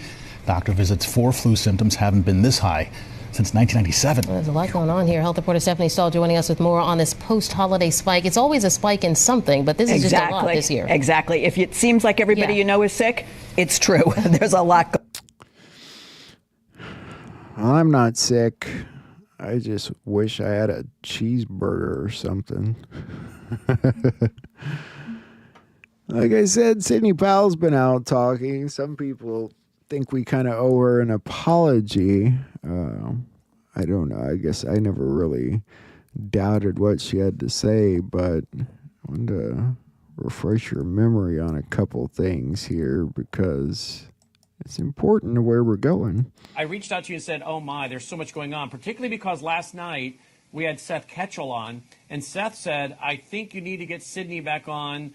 I think she's got some breaking news. And you also sent out an email alert today. You do have some breaking news tonight, right, Sidney? Yes, we sent out 2 email alerts. One has the contents or some of the contents of the government patents that I believe we discussed briefly last week that show that starting in at least 2003, the government itself developed an interest in and funded patents that will both real-time audit an election, allow them to manipulate the votes in an election, and inject false voters and false identifications for voters, as well as generate an algorithm that can predetermine the results of an election depending on the way they want it to come out. And those are at defendingtherepublic.org. You can go there to sign up for our newsletters. And the full patents are posted on the website now. So that was a 2006 DOD patent, correct? Yes, the patents were actually issued, I think, in 2006 and maybe one in 2009, but they were applied for and provisional patents were granted much earlier than that. And the research probably began much earlier than that, too. And then we've also identified, thanks to some patriots who brought it to our attention, video that was done back in 2004 of a man who actually testified in front of a House Judiciary Committee field meeting in Ohio about having written an algorithm himself in the year 2000 at the request of a person in Congress who wanted an election rigged.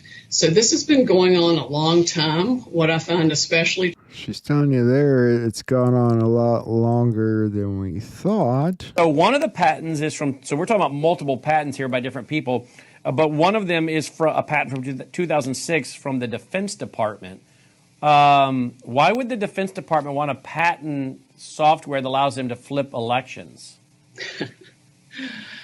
Yes, that's a good question, isn't it? Do you know which division inside the Department of Defense? Is it one of our intelligence divisions inside the DOD? No, at one point, there are actually 2 patents that are key. One in 2005 for dynamic auditing of elections that allows them to monitor it real time. And that was done with the National Institute of Health, which I don't exactly understand. At least that's what it says. And of course, these patents even admittedly say they will develop uses beyond, what they say in the patents themselves. So I think there's a lot of room there for people to use them however they want to be used. But then the one that allows them to calculate an algorithm to come out with a predetermined result of an election is the one from 2006. I love how they patent that stuff, monitor the elections in real time. Bunch of ridiculous cheats. Frauds. Cheats.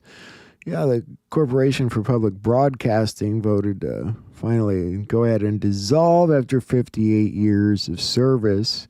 It's just one little kink in all the mainstream media stuff that's going to continue to fall to pieces. I think we'll see the end of cable television soon, frankly. And of course, that little old slave country, North Korea, tested some hypersonic missiles. At least that's what the media says. They did show some video, pictures. I don't know what you call it. Picture video? It's a video of pictures with no sound. Look at the rocket. Rocket Man.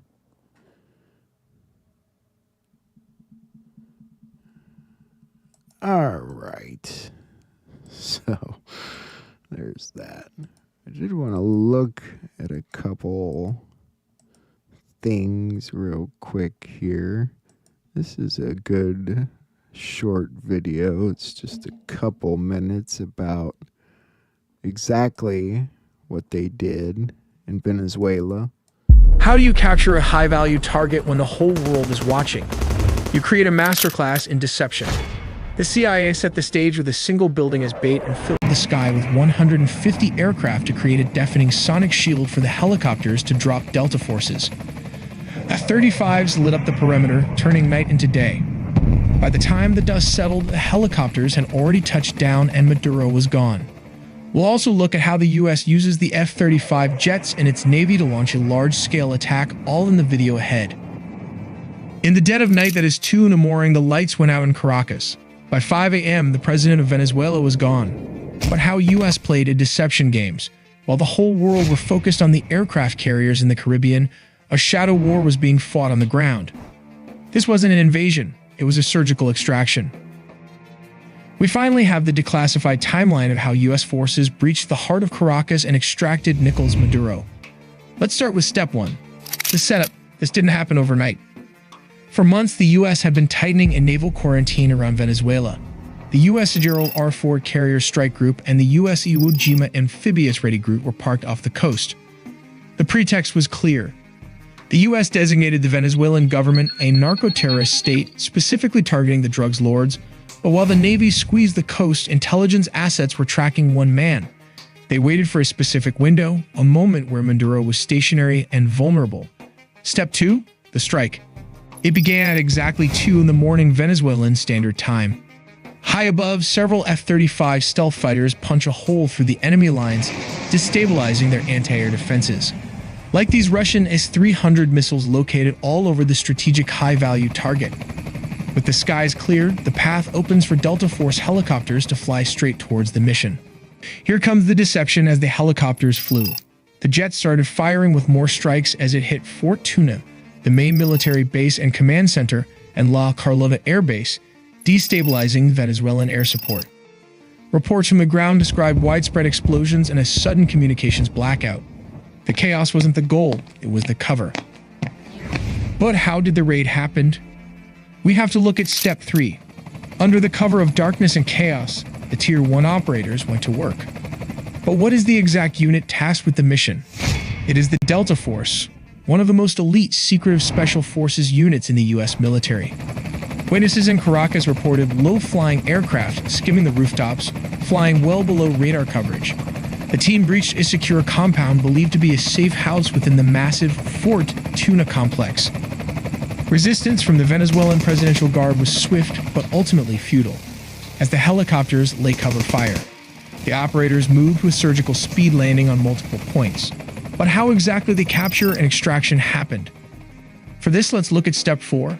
Specialized helicopters hovered over the objective to insert the assault team. While dozens of attack helicopters laid down suppression fire, the Delta Special Forces descended and started the search for the high-value targets. How did they find him? Simple. The CIA had planted spy inside Nicolas Maduro close circle.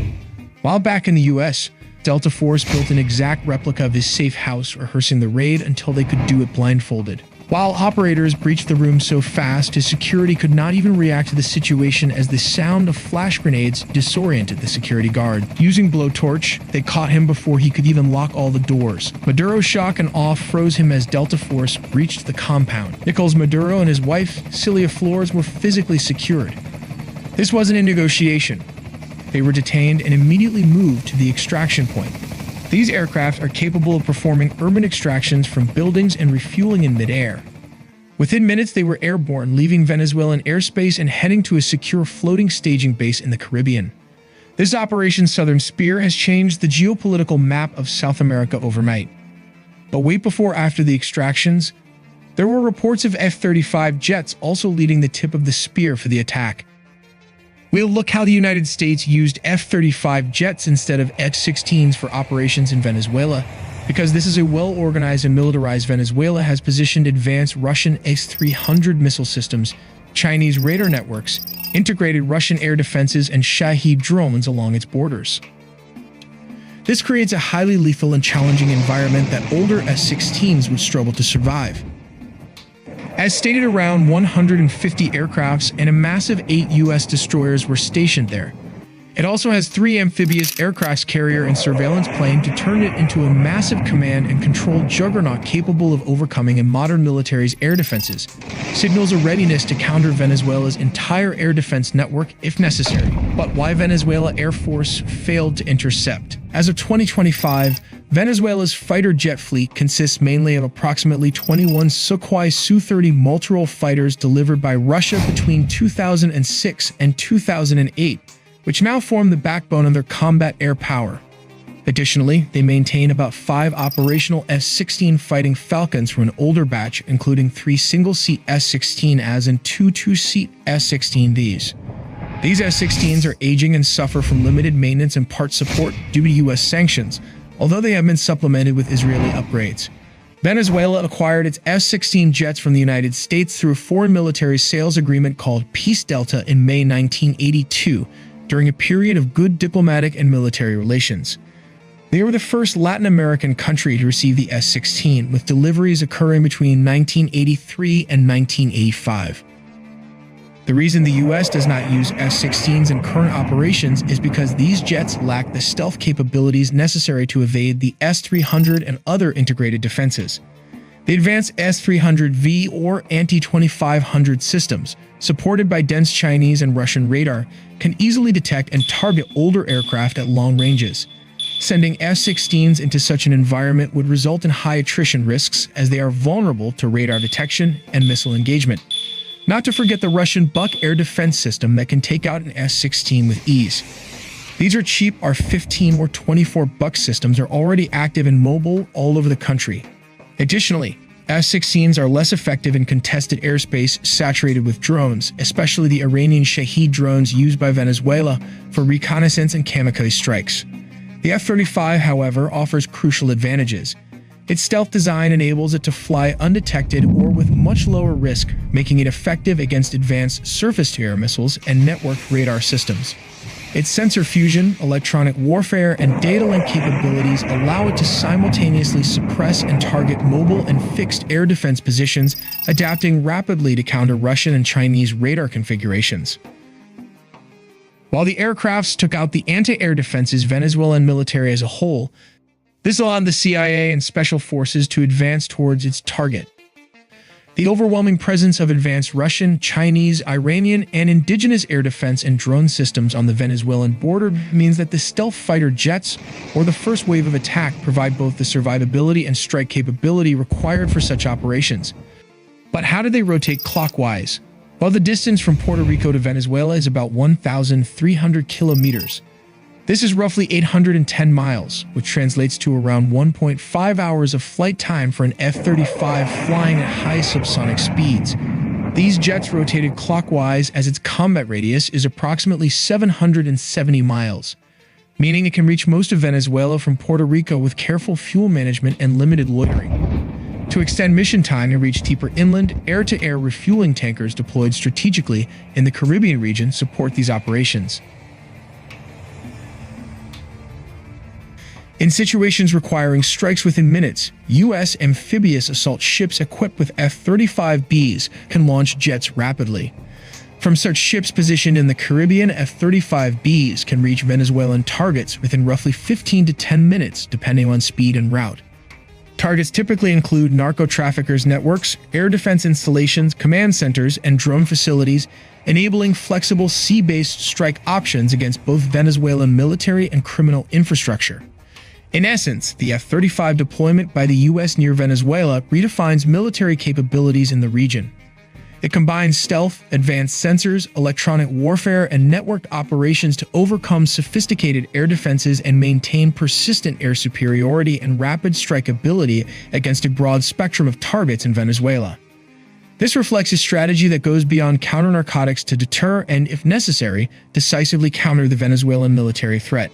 We also made a deep dive into the sea, air, and land components of the nuclear triad, so subscribe for more videos to not miss a beat. So, I thought you guys might like that little play-by-play of how things were done. All that being said, I think that's all of our news, so we're going to look at some things tonight. Get some perspectives of everything happening. I've been waiting to hear what Lieutenant Colonel Boese had to say, so that's where we're going to start tonight. And I'll be in a chat with you. The real reason you're stiff after sitting.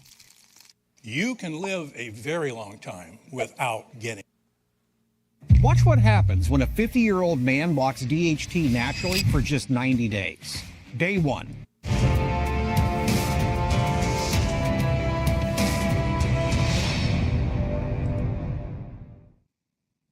January 5th, 2026. Happy New Year, everyone. I'm John Michael Chambers, and welcome back to Boese Briefs. And thank you very much for joining us again. What a year this will be. This program publishes every other Monday at 6 p.m. Eastern, where Lieutenant Colonel Ricardo Boese weighs in on current events. Please share these episodes and subscribe for free at jmcbroadcasting.com, and be sure to follow me on my Rumble channel. All right, Ricardo will be joining us in just a moment, but I want to talk a little bit about 1871. That's right. Copper Hayes blasted on the scene some years back in Great Britain news and woke the world up to narratives that people like me and others were discussing years back. You were not born to be a corporate asset. You were born as a living spiritual sovereign being. The moment of birth was hijacked, not to protect you, but to convert you into an incorporated entity inside a debt-based controlled system. Understanding this distinction is the first real step toward reclaiming sovereignty. Birth certificates. Birth certificates were not documents of life. They were instruments of incorporation.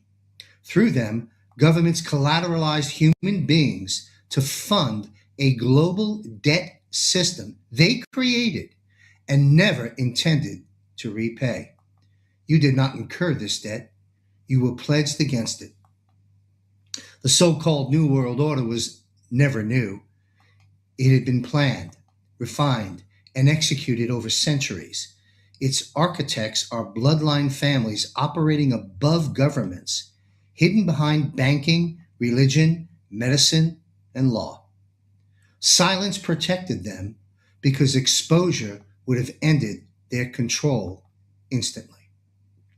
The COVID operation was not about health. It was a control event, a coordinated global compliance test designed to enforce obedience, inject dependency, and accelerate population reduction. The objective was clear: shrink humanity from billions to a manageable remnant. To understand, you only need to go back 152 years. The Organic Act of 1871 was not administrative. It was a hostile takeover. After the Revolutionary War drained the United States Treasury, global bankers stepped in with loans that came with conditions. Those conditions allowed infiltration of government, courts, banking, education, medicine, and churches worldwide. Every major war was financed the same way. Bankers funded both sides, controlled the outcome, then collected nations as assets. This is not theory. It is their business model. The Act of 1871 was a treasonous violation of the original Constitution. It dissolved, it dissolved the congestion in my throat. It dissolved the constitutional republic and replaced it with a corporate entity operating as the United States of America Corp. The gold fringe on the flag signaled jurisdictional change. The country was no longer sovereign. It became commercial. Common law, rooted in natural and divine law, was replaced with maritime corporate law. Legal language was weaponized. Statutes, policies, mandates, and regulations replaced true law. Consent was presumed. Obedience was enforced. Maritime law is administered through the Bar Association, a foreign corporate registry, not constitutional authority. This is why courts function as debt collection venues, not just forums. So the British Crown and the Vatican sit at the top of this hierarchy, using corporate America as enforcement arm for global control. This structure only works as long as people believe that it is legitimate. All right, that belief is breaking.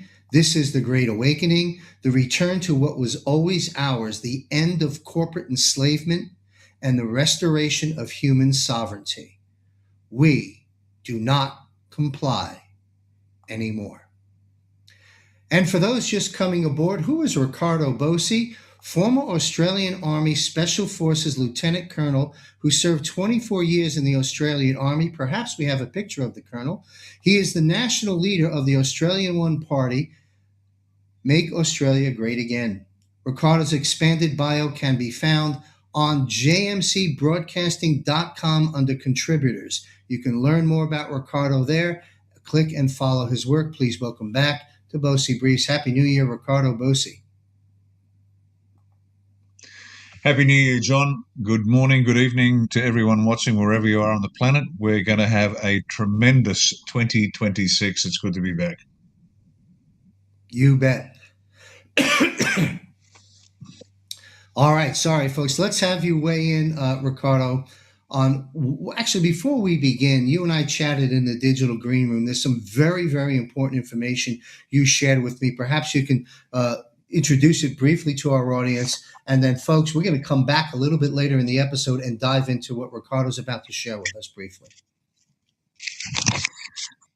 Okay, so you'll notice a couple of weeks back we spoke about. Where are we? There we go. We'll get there shortly, folks. There we go. The national security strategy, which I described as the White House in terms of communicating to the people what's going on. And we did a piece on that. That's worth a read. It's a very easy read, so I strongly recommend everybody get that. And once you've done that, here's the second document to come out. This is, there's the second document to come out. We'll get there. No, Bloody hell. There we go. There it is. There we got it. Okay. There we go. The Financial Security Oversight Council Report 2025. Now, it sounds like a dense, bureaucratic government document, which it is. It's exactly what it is. It's a tough read. However, this is it was described as the Declaration of Independence financially. This dismantles the mechanism by which the globalists have financially and therefore politically, militarily, and economically controlled the planet. And DJT and his team have left the committee in place, but have redirected its efforts. But we'll talk about that at the end. This is critical to understanding why. One of the reasons why it has taken so long to get where we want to be. You know, people keep saying, rip off the Band-Aid. Well, that's great, but you need the forensic, detailed work to dismantle the means by which our adversaries have been controlling the planet. Anyway, I'll just give you a brief overview at the beginning, covering some points in the covering letter. And that covering letter, in fact, is sufficient for most people to read. But if you're a policy wonk and you really like the detail, read the document and you understand exactly how we're going to be in much better shape coming up. Thank you. We look forward to jumping into that. I certainly do, and learning more about that. We had a few stellar drive-by issues take place over the holidays here. Let's have you weigh in on what I consider to be the collapsing central bank system before our very eyes. I'd like our audience to watch this brief clip. We'll call it the AI guy, the Asian AI guy, and have Ricardo weigh in. Please, to my producer, run this brief clip. That the banking system is insolvent. We just received the official data from the Federal Reserve Bank of New York regarding their overnight reverse repurchase agreements, the repo facility. One of my patients came to me worried about this shampoo he'd seen online. He said, For this morning, Friday, December 26th. And the number that just flashed across the terminal is not a typo. It is not an error. It is a confession. $17,251 million. In a single morning, in the quiet hours just after the Christmas holiday, the too big to fail banks tapped the Federal Reserve's emergency liquidity window for over $17 billion in cash. Now, you need to understand what this means. You need to understand what the repo market actually is. This is not the window where healthy banks go to get a loan to expand their business. This is not where you go to get capital for a new project. The repo facility is the pawn shop of the last resort. It is the emergency room for a heart attack. If you are a healthy bank with a balanced book, you do not touch the repo facility. You trade in the interbank market. You borrow from your peers. It is a badge of honor to avoid the Fed's window because going there is a signal of weakness. It is the walk of shame of the banking world. So, why would the masters of the universe, the entities that supposedly control the global economy, need $17 billion in cash at 8 o'clock a.m. on the day after Christmas? Is it for payroll? No. Is it for operational expenses? No. They need it because they are bleeding to death. They need it because they just received the biggest margin call in the history of the commodities markets. Connect the dots. Look at the timing. It is impeccable. Yesterday, silver gapped up. Overnight, it teleported to $77. The banks are sitting on short positions that number in the hundreds of millions of ounces. They sold those contracts at $30. They sold them at $50. They sold them at $70, thinking they could tamp it down like they always do. They thought they could spook the retail investors, trigger the stops, and buy it back cheaper. But the retail investors didn't sell. The Chinese industrial buyers didn't sell. The vaults were empty. The price didn't go down, it went vertical. And right now, silver is trading at $77.16. Do the math. Every single dollar that silver rises creates billions of dollars in losses on their books. But there is a difference between unrealized losses and a margin call. For months, the banks have been hiding these losses. They mark them as unrealized. They pretend that the price will come back down, so they don't have to acknowledge the hole in their balance sheet. They kick the can down the road. But the COMEX clearinghouse doesn't care about your accounting tricks. The exchange doesn't care if you think the price will go down next week. The exchange cares about solvency right now. When the price moves $5 against you in 24 hours, the clearinghouse computer spits out a number. It says, you're underwater. Post the cash to cover the risk, or we liquidate your position. This morning, that computer spat out a number, and that number was evidently $17 billion. The clearinghouse called the banks and said, pay up. And the banks looked at their ledgers, looked at their liquid cash reserves, and realized the terrifying truth. They didn't have it. They are illiquid. They are insolvent on a mark-to-market basis. So they had no choice. They gathered up their U.S. Treasury bonds, the only collateral they have left, and they ran to the Federal Reserve. They pawned their treasuries for overnight cash just to keep the lights on, just to prevent the clearinghouse from forcibly closing their short positions and sending the price of silver to $200 instantly. This $17 billion is not a stimulus check. It is a tourniquet. It is a desperate attempt to stop the bleeding before the patient dies on the table. And think about the day. It's Friday. In the banking world, bad news is always buried on a Friday. Banks fail on Fridays. Regulators seize assets on Fridays. The fact that this liquidity spike happened on the Friday after Christmas, when nobody was supposed to be watching, tells you everything you need to know about the severity of the crisis.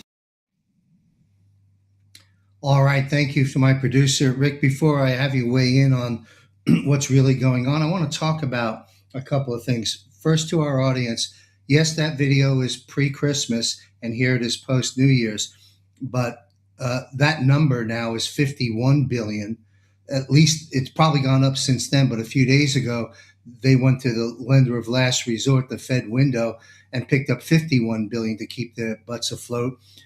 So I just want to make note of that. Second thing is this. I'm not an expert in matters that granular, but I've been looking at this stuff for 30 years. Okay. And obviously technology and things have changed.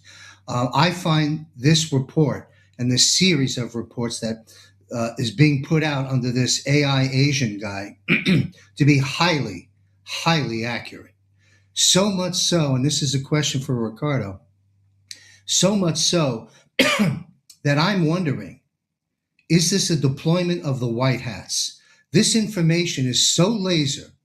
This information is happening in real time, publishing a couple times a day or every couple of days, keeping us up to date, allowing us to see the implosion of the central bank system. I've put comms out to a few people to see where we can source the true content of this series of videos. I'm waiting for feedback. And to our audience, you can, if you know or have some ideas, send me an email, john@jmcbroadcasting.com. Rick, before we get into the content of the central bank collapse and what's happening with the silver issue, what's your off-the-cuff take on this? This AI-driven, incredible content that's coming out. Who do you think might be behind this? I mean, I'm just curious. We've got no audio. I've got no sound on Ricardo. Okay. How about this? Is that better? We got brilliant. As soon as this guy turned up, I followed him with great interest because few people have the detailed knowledge to deeply understand exactly what he is saying. But it's clear that much of what he was saying was accurate enough if you have I guess, a moderate understanding of banking, and few people do. But a lot of what he was saying was true. And the more I followed him, I thought, okay, this makes sense. This is logical. I get it. Yes.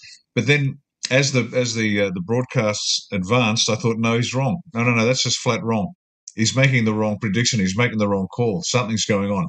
So at first I thought, okay, this looks pure white hat. Then I thought pure white hat, a little bit of black hat. And at that point I went, I'm going to stop now and just watch. I'm going to stop. I'm not going to make any predictions about the source of this. It is incredibly persuasive. And I looked at it as a weapon system. You deploy the weapon system and you want to see its efficacy. And if it's effective, particularly if you're doing a bait and switch, then you build up a high level of trust. And then when you've got to develop that trust, you shift the people in the wrong direction. And that's what I saw happening. And since we'll be talking about silver shortly, I'll explain why in a moment where I could tell that something wasn't quite right. So very persuasive, accurate, informative. And then there were just every now and then there'd be something that wasn't quite right. And it was that the conclusions he came to, and there were a number of these videos, a couple of conclusions and recommendations he came to that alerted me to be very leery of this particular individual. So again, white hat, black hat, who's to say? We need more data to see down the track the effect of what this individual AI report is saying. and where it leads the people, because the test will be, if it's leading the people astray, you'll know that it's nefarious. If it's guiding the people in the right direction, well, then that's a better thing. But that's the best I can do at this stage. Well, thank you. I'm glad you weighed in on that. I haven't watched too many of the subsequent videos, snippets of one or two since, so I had not yet detected what you have just raised as an issue of concern. And the term bait and switch is very, very powerful here. So I'm going to do one of two things. I'm going to stop watching them, or more than likely, I'm going to continue and see if I detect what you're talking about, because thus far, certainly in the first one and the events that have followed since have been accurate. Those are the mechanics. We know they've been selling naked shorts and trading, controlling and manipulating the price of gold and silver forever. And now they're caught. And we see that by the prices of silver in Singapore, the prices of silver now in China, the COMEX not. But I'll be paying attention, and I'm glad you raised that point, and so should our audience, if this is a sort of a bait and switch situation. But let's jump into the aspect of what is happening. We have. You're not going to believe what this shampoo does to your hair. I've seen men go from this thin, patchy, receding to this visibly thicker, stronger, healthier hair in just a few months. I'm Mandy, trichologist with almost 10 years of experience. And when I first saw these results, I had to see what was behind them. Spartan works by blocking DHT. That's the hormone that causes follicles to shrink and eventually stop producing hair. But unlike harsh treatments or pills, this one's gentle enough for daily use and doesn't cause irritation. You just wash your hair like normal, and over time, your scalp starts to recover. Less itching, less shedding, and real regrowth you can see. If you've been watching your hairline creep back or your crown thin out, this is the upgrade your routine needs. Have silver at almost $75 an ounce. The banks are panicking. It's been said, I don't have any finger proof, that two of the banks that pretty much went upside down last week was Bank of America and Citicorp in speculation world, but were bailed out by the overnight lending at the Federal Reserve window. What's happening here, if you want to break it down for us? I see it as a white hat operation. I see the clutches coming off the control over gold and silver. I see Melania wearing a silver dress at Mar-a-Lago and Trump singing "Hi-Ho Silver." I don't know. What do you see? Let me just kick off with we were advised, and I've been saying this for years, so you can check the record. We were advised, what's this, 26 now? So 7 years ago, maybe. Now, this is not financial advice. I'm not authorized to give you financial advice. Your decisions are your decisions. Everyone's individual situation is unique. I've got to say that as a requirement. But we're advised over 7, 8 years ago, maybe now, that silver will reach parity with gold and then in the coming years exceed it by a factor of 3 to 4. Let me say that again so you get it very clearly. That silver will reach parity with gold and then exceed gold by a factor of 3 to 4.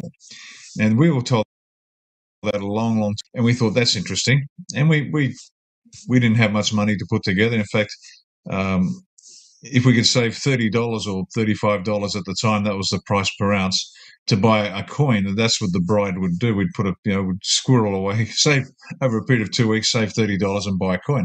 And bit by bit, we thought, well, if it works, great. So let me just put that out there.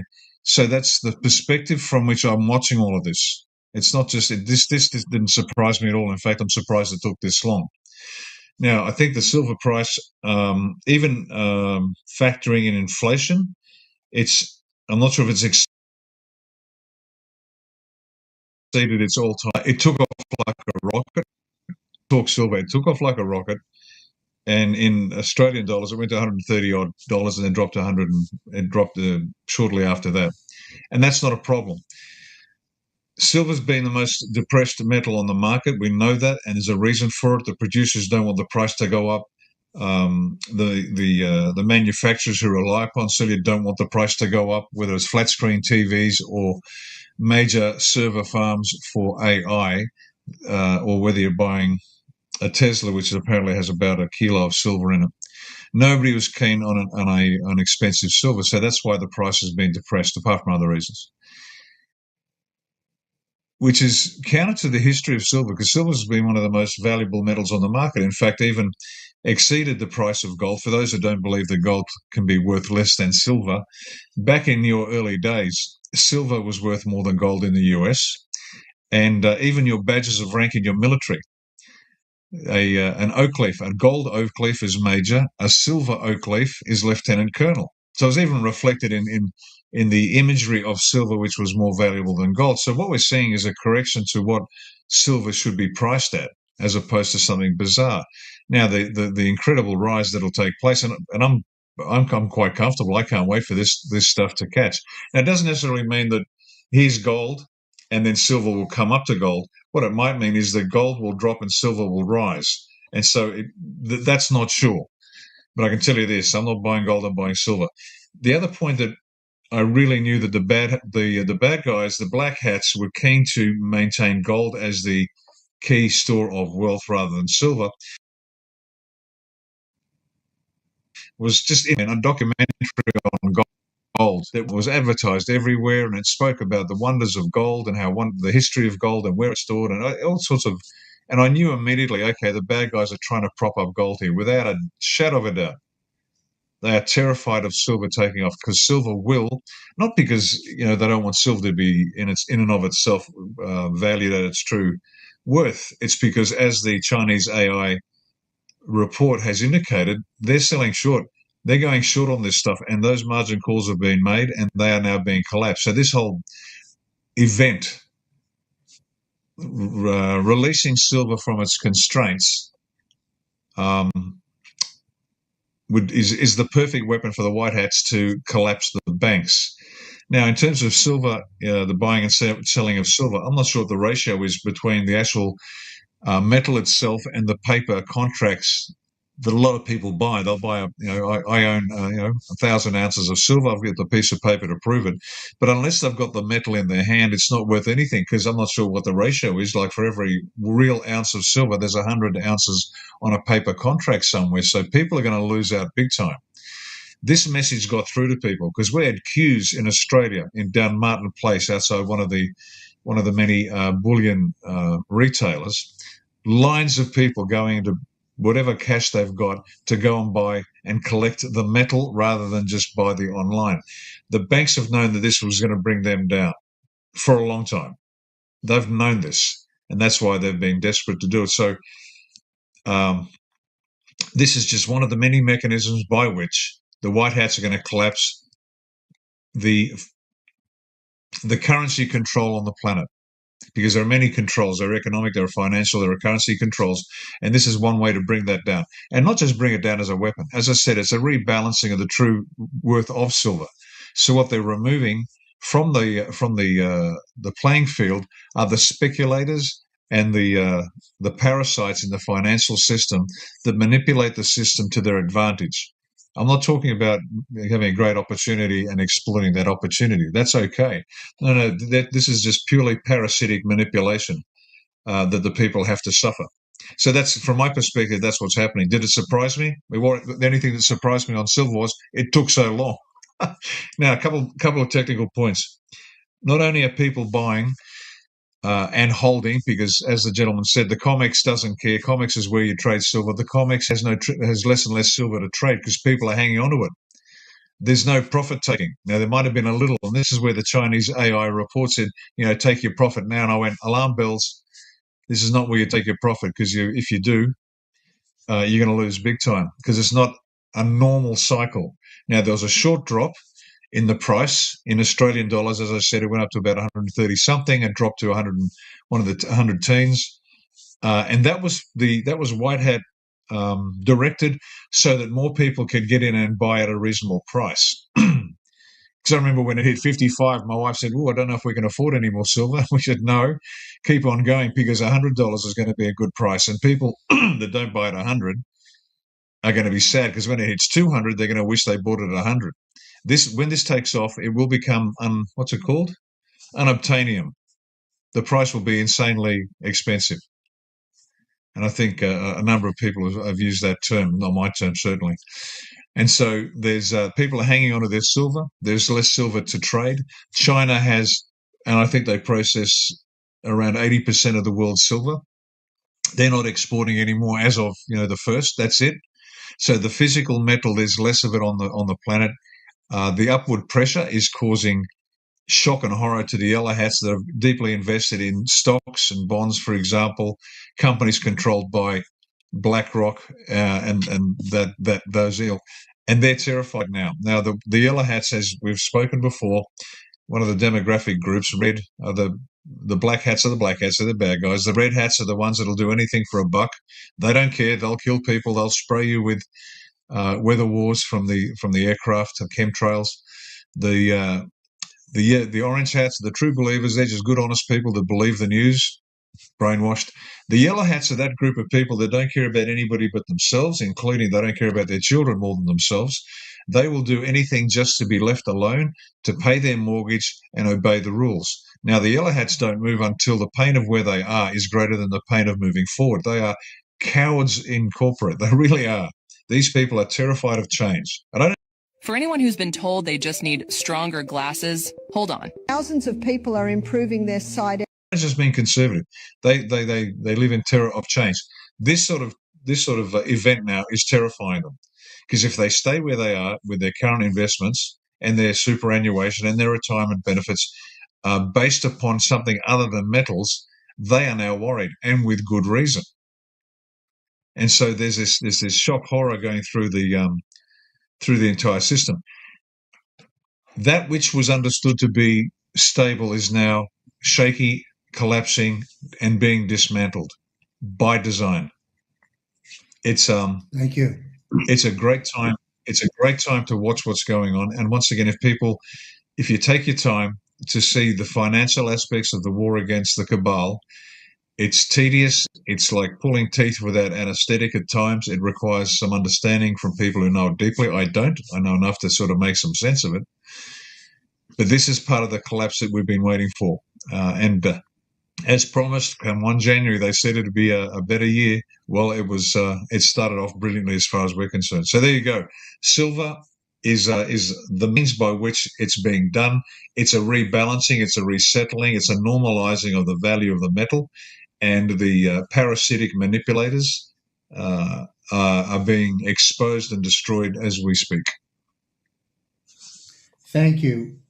Great takeaway here. You mentioned earlier on, the white hats are collapsing the currency control mechanisms. That is so well said, and that basically summarizes it. A couple of quick follow-ups before we get into Iran and Mamdani and some other issues. I've only seen a few portions of a few clips of the AI guy. And as I said, I was impressed with the information and found it accurate. I did not hear him say, take profits. That would be a red flag for sure. I would put this out to our viewers. Here's my soundbite. The central bank system, as Ricardo just stated, the white hats are collapsing the currency controls, restoring the power back to the people, bringing true value to God's money, gold and silver, as to what it really is worth now that the controls are coming off. To sell now, in my opinion, is to hamper the effects that the white hats are trying to create by collapsing the control mechanisms. This is not a time to be selling silver. It's a time, in my humble opinion, to be holding what you have, and if you're fortunate enough, to be acquiring more. Juan O'Savin, who knows a few things about currencies. I've mentioned this before. Perhaps some of our audience is hearing it for the first time. Juan O'Savin's been serving this nation since probably before the time of Ronald Reagan, but I know specifically during the time of Ronald Reagan, he and some others helped take down the Russian ruble, which led to the collapse of the Soviet Union. And Juan has, as you stated, Ricardo, plenty of growth ahead. Juan pegs a number at about $250, $280 an ounce. Some people have it higher than that. So let's move on to another subject. Yeah, way higher than that. So, folks, all I'm saying is this, because we can't give specific investment advice, so forth and so on. But if you'd like to see the central bank system and the global cabal that controls the monies of the world squirm and run out of time, hold on to your silver. To be selling it would be feeding into their cause. In my opinion, mainstream news right now, all the financial channels, all the pundits, turn them off, ignore it, get down to the facts. And that's it on silver. And it's great news. And as you said, what a way to welcome in the new year. Now, this leads us into another subject in terms of new year.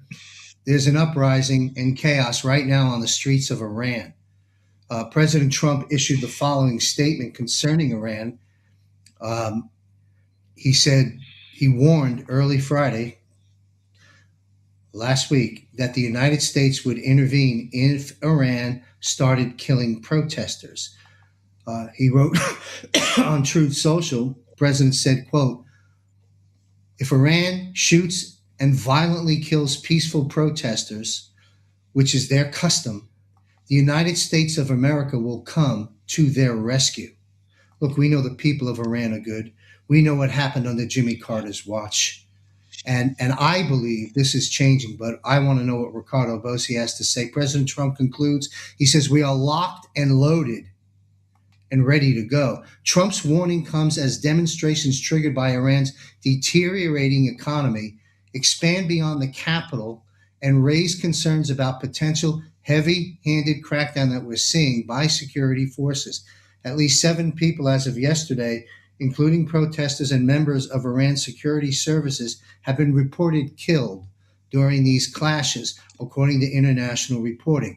So we have the president's statement. We see this mess unfolding in Iran. Nobody better than to talk about quagmires in war economies and countries than Ricardo Bossi. What's happening, sir?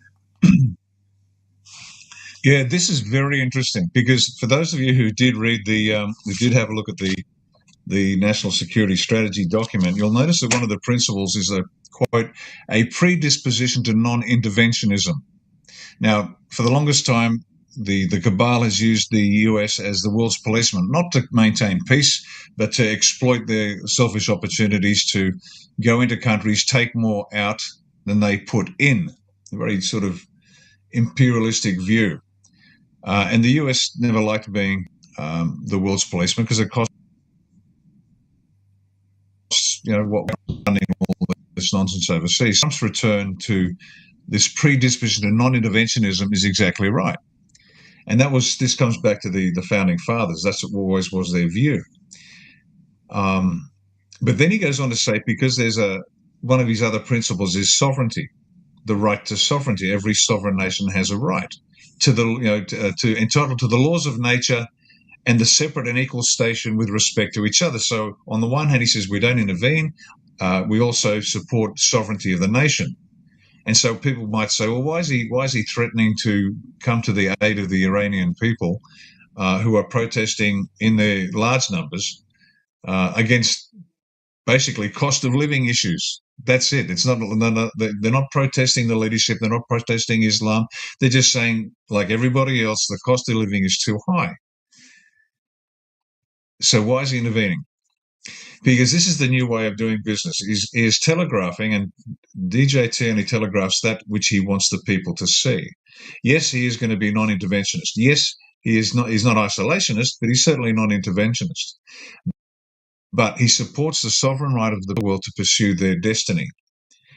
And he's letting everybody know, he's showing exactly what it was. What he's been doing bit by bit is been removing the blocks that have been used as the cabal as the big chess pieces. Well, he's been separating them. Bilateral agreement with Qatar, for example. An attack on Qatar is an attack on interest. And these bilateral agreements, he's been breaking down the blocks, which is just clever. And now he's also saying, having broken down the blocks, we're going to make sure that people have their right to their sovereignty. And we don't intervene on small things, but this is pretty big. And he's using Iran because Iran has been the bugaboo, the problem in the Middle East for the longest time. Yes, they're Muslims, but you got the Sunni and the Shia, and the Sunni is Saudi, and 90%, 95% of Muslims are Sunni, and the Shia are the Iranians. They're Persians. They're different. It's a different brand. And so they've been a difficulty for the world, and they have been backing terrorism for the longest possible time. And so this is another way of making sure that slowly, bit by bit, the controllers of terror, the controllers of manipulation, the controllers of the planet, and these are low level. The nation states are actually low level, well below what John, you were saying earlier about the families and the Committee of 300 we've spoken of. These people are well below. So he's getting in there and dismantling the power structure of the world. This is another step in that direction. Bilateral agreements rather than blocks. Hi, my name is Robert Love. I'm a neuroscientist and I specialize in helping people prevent Alzheimer's disease with science. You may not know this, but a deficiency in magnesium is actually a risk factor for Alzheimer's disease. Dissection studies of brains of people who have Alzheimer's disease found that they had a less magnesium, so they had a deficiency in magnesium, and they had higher levels of aluminum. So exposure to aluminum and a deficiency in magnesium, both of those are risk factors for Alzheimer's disease. Magnesium is so important not only for your brain, but your overall body as well. Magnesium is involved in over 300 enzymatic processes in the body, from bone health, brain health, energy, muscles, relaxation. Really, really important. Well, there's two. And now intervening in the individual sovereign states when they misbehave. Now, this is a sign of the future. And I can speculate here. In the future, a nation that has slaves producing goods for Western export to the West by slave labor, poor wages, removing organs from people because there's a buck to be made in transplants. We will not do business with these countries. That the primacy of economic benefit no longer exists. We need to engage with the world on more than just an economic metric. We have to be a moral people. This is A1's words, but this is what DJT is doing in practice. You behave yourself or you will see the wrong end of our anger. And so this is, again, it's a precursor, it's a bit of a glimpse into what nation states can expect if they misbehave, if they are not good global citizens. Now, we engage with China, one of the most despicable nations on earth, with their slave labor, the removal of organs for export. We know that. But everyone buys cheap because this has been part of the cabal's plan. Back in 1980, a Senate Estimates Committee in Canberra, Australia, a Senate committee, produced a report called the Economic Implications for Australia of a economic, oh dear me, I've forgotten the word. It was about the dismantling of our manufacturing to advanced third world countries to let them benefit. But this was part of the global plan to deindustrialize the West, to industrialize China, and they become the manufacturing country for the planet, which completely stripped us of our independent sovereign capacity to manufacture. This is all part of that design. Well, now we're reversing that. We have to come back, become self-reliant as nations, become sovereign as nations. And this is DJT's thrust with his strategy. So please, ladies and gentlemen, if you've not read it, please read it. It is key to understanding what's happening, and that's what's happening in Iran.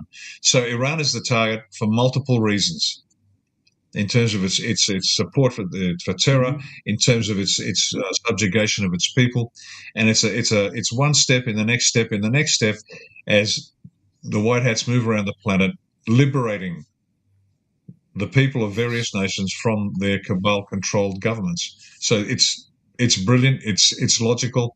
It is nothing contradictory in what DJT is doing. He's been telling us this, who have had ears to listen. He's been telling us this for a long time. He's now got it in paper. And so it's a very important demonstration to the world of what's to come. Thank you. Yeah. Would it be a fair statement to summarize, Ricardo, that for the benefit of everyone listening, that we should be prepared over the up and coming months, certainly even perhaps next few years, as the geopolitical landscape gets shifted around based on these controls being shifted, to see events of sorts happening in other nations to transition from what they have into what we're heading at? Iran isn't going to be the first country or the first story. Would that be a fair statement? Absolutely. Oh, without a doubt. This is going to roll on, this liberation. And it is. And I said it before, and it is. Independence Day 2026 is not just going to be for the United States. Independence Day hopefully will be Independence Day for the globe and as many countries as possible. Not all, because this will take time. This countries it'll take months. For other countries it'll take years. For other countries it might take decades, because the hurdles they have to overcome are quite significant. But for the Christian West, this should be quite quick in political time. Not quite quick. It's not going to happen in the next few weeks or months. No. There's a lot of time involved in rebuilding our nations. But yes, this is exactly right, John, what you've said. Expect to see more. We will finally begin to see peace on earth as much as humans can possibly achieve it, like never before in history. Excellent, beautiful, credible information. And I want to talk briefly about all my friends in New York who are going a little bat crazy right now since their mayor swore on the Quran. What they expect. We'll talk about Mamdani issue in a moment as an operation and look at it from Ricardo Bossi's lens. And then I'd like you to close out the broadcast with your forecast, the good, the bad, and the ugly for 2026. But before we go there, this might be a good time, Ricardo, if you can educate me and our audience about the content in those books that you've been alluding to. I think it's a great place to interject that right now off the heels of the currency issue and the Iran issue and the control mechanisms. I know you have something you can share with us. Yeah, okay. You're talking about the Financial Stability Oversight Council. Yes, sir. Okay, let's go to that. Just give us a second. We'll share screen. We'll be right with you. You bet. Yep. Let me know when you've got that on the screen. So Have you got that? No knee-jerk reactions, folks, to moves with Trump and Venezuela or Iran. Everything's happening, as Ricardo always says, with precision by design in the operation. Michael, are you prepared to pull up the screen for Ricardo? I don't know how that works. I'll leave it up to you, gentlemen. Ricardo, can you put that up on your screen? And We'll go full screen with it as we need to. Let me just bring that back up again. Here we go.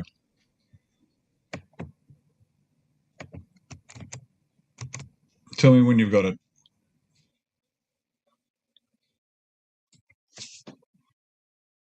Nope, not yet. Oh, great. Okay, there you go. All right, the Financial Stability Oversight Council, FSOC, FSOC, if you want to call it that, 2025 annual report. As I said, it sounds like a dense, impenetrable bureaucratic document. That wouldn't be an inaccurate description.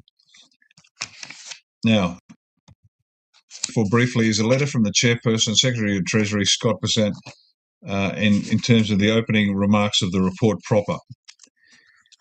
Now, this document, let me just give you a quick introduction. The Title I of the Dodd-Frank Act created the Financial Stability Oversight Council and gave it the purposes of identifying risks of the financial stability of the United States, promoting market discipline, and responding to emerging threats to the stability of the U.S. financial system.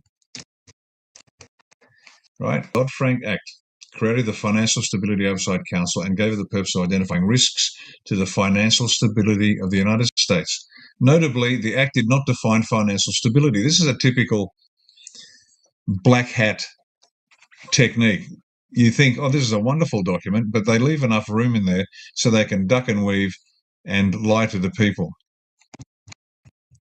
Historically, financial analysis has centered on identifying vulnerabilities in financial institutions or markets. So they narrowed their view in terms of financial stability to identifying the vulnerabilities in financial institutions or markets without much attention to anything else in the economy. So economic growth is critical to financial stability. So you've got financial stability as your objective. Let's have a look at what underpins financial stability. Economic growth is critical to financial stability. When economic output and incomes rise, debt burdens shrink relative to earnings. Loan performance improves and tax revenues strengthen the government's fiscal position. So good economic growth is good. Makes financial, regulatory, and supervisory policies generally do not account for the overall impact on economic growth. So what they call prophylactic financial, regulatory, and supervisory policies are those policies and impediments to performance that they unnecessarily sometimes impose upon businesses and individuals within the United States. And they don't account for the growth in the economy. Often, any cost-benefit analysis of a new regulation assesses the rule's costs in isolation. The cumulative burden of regulatory and supervisory regimes and For anyone who's been told they just need stronger glasses, hold on. Thousands of people are improving their sight every the interactions among individual rules are rarely considered. And this happens a lot of the time by design, also through incompetence. Here's another law, here's another law, here's another law, here's another law, and it becomes impenetrably impossible to understand, and sometimes by design. Tax codes for just about every country on the planet are exactly like that. It is by design. Continue. Economic security, as opposed to economic growth, that was the first one. Now, economic security similarly undergirds financial stability. Economic security similarly undergirds financial stability. Anybody working on short-term contracts knows that. In the national security context, the term economic security is defined in US law to mean the condition of having secure and resilient domestic production capacity. Let me say that again. In the law, when they have defined it, economic security is defined as secure and resilient domestic production capacity combined with reliable access to global resources necessary to maintain an acceptable standard of living and to protect core national values. So you can see now, this is far more useful as a term of understanding what should be the goal of the government in relation to financial stability. Secure and resilient domestic production capacity combined with reliable access to global resources. It is also core to financial stability. The fallout from the loss of the capacity to maintain the nation's standard of living can contribute to financial instability. I'll say that again, and I'm repeating this intentionally, ladies and gentlemen. The fallout from the loss of the capacity to maintain the nation's standard of living can contribute to financial instability. Conversely, the economic security requires that the U.S. financial system reliably provide the resources necessary to enable the real economy to support domestic capacity, American standard of living, and core national values. So, just those three slides. Summing all of that up is, instead of growth being the measure, which you'll see every night on the news, gross domestic product was, GDP means nothing to somebody who is working 2.5 jobs to try to just feed the family. Growth is irrelevant. If domestic production capacity is down, American standard of living is down, and core national values are being eroded. And that's exactly what's been happening for decades and decades and decades. And that is the beauty. And again, it ties to Trump's national security strategy, where it's got to be for the good of the people. It's got to be people-focused, people first. It's got to be for the workers, not for the, what was that term we used earlier? The manipulating parasites that use the financial system through all sorts of devices which have served no purpose other than to enrich the ones that know the rules.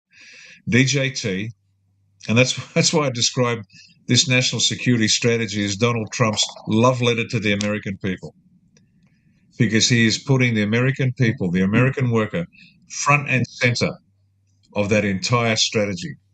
And it comes down to this, and again, a dense document, complex, and necessary, a necessary read though. The Financial Stability Oversight Council has been stripped of its corrupted, undefined activities, and DJT has focused like a laser.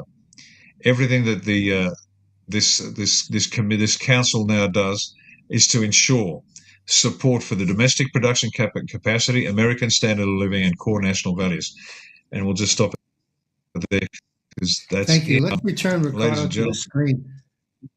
Yeah. Double screen Ricardo Bosi and I, please.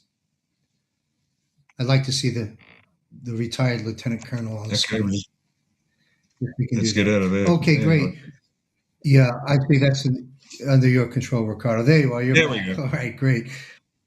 Well, thank you. Well, that's obviously important and critical information, and that's hook, line, and sinker off the heels of what we're talking about the global restructure. It can be said, in my opinion, that President Trump's legacy later will be having restored sound money, and then the ripple effects of that throughout the world, having restored election integrity, and the ripple effects of that throughout the world, and then not lastly, not in any particular order, but rescuing, saving, and rehabilitating the children, seeing that never happens again. I believe that this is the core legacy that President Trump and the White Hats will leave behind. Yes, sir. Yeah, and there's one to add to that, and I'm glad you mentioned those others because they're very real. But there's an expression I heard from a British comedian called Jimmy Carr. You don't necessarily want to watch him because he's highly intelligent, highly well-read, erudite, but his humour is gross beyond gross at times. So I'm not suggesting it's for everybody. But I heard an interview from Jimmy Carr, and credit where credit's due. He described this suicidal empathy that has penetrated the West through wokeism and the degradation of our traditional values. This suicidal empathy where we feel so much empathy for everybody else that we just want to die. And that's the other thing that DJT has begun to reverse and will completely reverse, because the other issues are very, very valid. But on a civilizational level, our adversaries, the lunatic left, the cabal, the black hats, everybody that is against what is good and natural, their greatest achievement was to imbue in the minds of the West this suicidal empathy where our lives are worth less than everybody else, that the criminal is better than the victim, that we should support murderous Islamic terrorists than Christians who are just trying to pray to their God. This is a significant achievement, and in fact, that suicidal empathy wraps up so many of the problems we've got. And I thank Jimmy Carr for crystallizing those unformed thoughts that many have in their heads about why are we dying, what is happening to the West. That's it. Suicidal empathy, and DJT's actions, as well as words, have begun to reverse that, and we can once again be proud to be American, be proud to be Australian, be proud to be Canadian, be proud to be a New Zealander, be proud to be British. Because these Anglophone nations are the bedrock of the future of this world. Now, other excuse me, I'm not excluding others because they don't have anything to contribute. They do. They really do. But what people have to understand is which civilization did the most and acted first to remove slavery? The British. They paid half their GDP to pay off the sugar barons who were hiring slaves, excuse me, to produce their sugar at no cost. So for all the whining from every other country on the planet, get stuffed. It's been the Anglophone countries that are the foundation of the future. If you don't like it, I don't much care, because if we weren't the best, then if we weren't better than the rest, which we are, why does everyone coming to our nations? So this isn't sort of obscene national pride or jingoism. This is just a fact. And they've succeeded in teaching and imbuing into the minds of the young in the West this suicidal empathy, which I just feel like grabbing them and waking up and saying, I'll tell you what, come with me to Afghanistan. I'll leave you there for a month. And you tell me whether when you come home, whether you want to be here or there. Let's go to any country on the planet. And I mean it, any country on the planet. And I'm not talking about, swinging through Dubai on the way to London and saying, I've been to the Middle East. You haven't been to the Middle East. You haven't lived in an Islamic country. So, that's one of the greatest legacies that DJT, it'll go unspoken, but that's what he succeeded in reversing, this suicidal empathy. So on top of everything you've said, which is absolutely valid. the best magnesium for your brain. If you're new to my channel, hi, my name is Robert Love. I'm a neuroscientist. I have a medical clinic in Florida where we are reversing Alzheimer's in our patients. You may not know this, but magnesium is absolutely essential for a healthy brain. Dissection studies of people who had Alzheimer's disease found that the brains of Alzheimer's patients had a deficiency in magnesium and they had higher levels of aluminum. So aluminum exposure is a risk factor for Alzheimer's disease, and a magnesium deficiency is a risk factor for Alzheimer's disease. Why? Well, magnesium is involved in over 300 enzymatic processes in your body. It's involved in brain health, it's involved in bone health, energy, muscles. Get it. But this poisonous idea that's been put into our children's heads and our children's heads, and we've been struggling to reverse, that will turn around, and DJT started, and we're deeply grateful to him for it. Great analysis. Thank you very much. And that leads me into Mamdani. Good segue. Here's this mayor of New York being sworn in on the Quran. There was a recent visit at the White House, which we had a chuckle about some weeks ago. Let's not play games with this, Ricardo. What is really going on with this Mamdani operation? What do you see happening besides the bond collapse in New York, which is going to hit them very hard, and lack of federal funding from the president as the game plays out? But what's really happening here? How bad will it get? And why is this happening? It's going to get bad, and it's going to get bad by design. People have to feel the pain. They have to really understand what it means. See, when I talk about Islam, I rely on the 5 years I lived in the Middle East, lived and worked in the Middle East with Middle Eastern nations, and not just the Emirates, but others. And I've traveled to other places as well and lived and worked with them. So I know what it's like. So I understand Islam better than I ever thought I would. And I listen carefully to what the Muslims themselves say about Islam.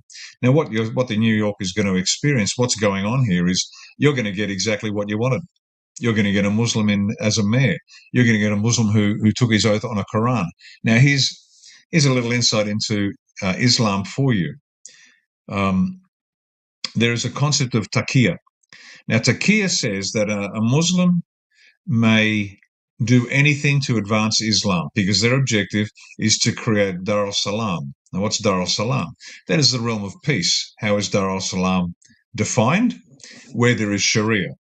So any country that has Sharia is Dar al-Salam. It's the realm of peace. Any country that doesn't have Sharia is Dar al-Harb, which is the realm of war.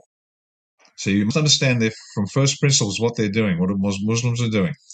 They want to convert the entire planet into Dar al-Salam, the realm of peace, which means they want Sharia everywhere. So that's what you're going to get. But they can advance. Every Muslim has to advance this global war to establish Dar al-Salam, which means, and this is what they teach, you may put your hand on a Quran as a Muslim. Put your hand on a Quran, and I've got one here somewhere. I should do it. And knowingly tell a falsehood, tell a lie. And if you're advancing Islam, then that's okay.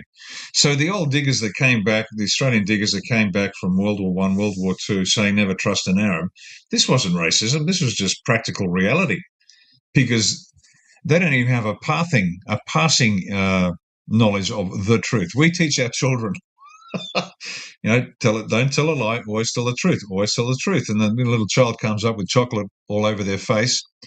And we ask them, did you eat the chocolate cake? And the child says, no, because they don't want to get into trouble. And then we teach them gently over many, many years to tell the truth. Well, Muslims are told different. The madrasas around the world, funded by the Saudis for many, many years, have been teaching exactly that. And so now what you've got in New York is a Muslim taking an oath on the Quran saying he's going to do all sorts of good things for New York, but he doesn't have to as long as he advances Islam. And you're going to see it. And this is what the black hats intended. And you're going to see it and you're going to feel it. And this is being replicated all around the world. These ridiculous directions from governments all around the planet. What you are seeing there, pick of any ridiculous edict from any government recently. You cannot, you've got to ban free speech in order to protect it. These nonsense lines like this, digital IDs, censoring, whatever. All of these are designed to show you what was intended and to make you feel the pain. Now, we've been saying this for the longest time. And Mike Flynn has been leading the charge of late. Demand of your president to stop this. Demand of your elected representatives, but they're not doing anything anyway. But are you in the US? Demand of DJT to take action. Mike Flynn's been saying it. That's the signal, folks. That's the little wink saying now is the time. Demand of DJT. That's why in Australia we are demanding of our Governor General to dissolve our corrupted, unconstitutional parliament, to establish an executive council for a period of 3 months to rehabilitate the electoral system, clean out the filth, and allow us to have a free and fair election and get back on our feet. Because our representatives, like your representatives, don't do what they're paid to do.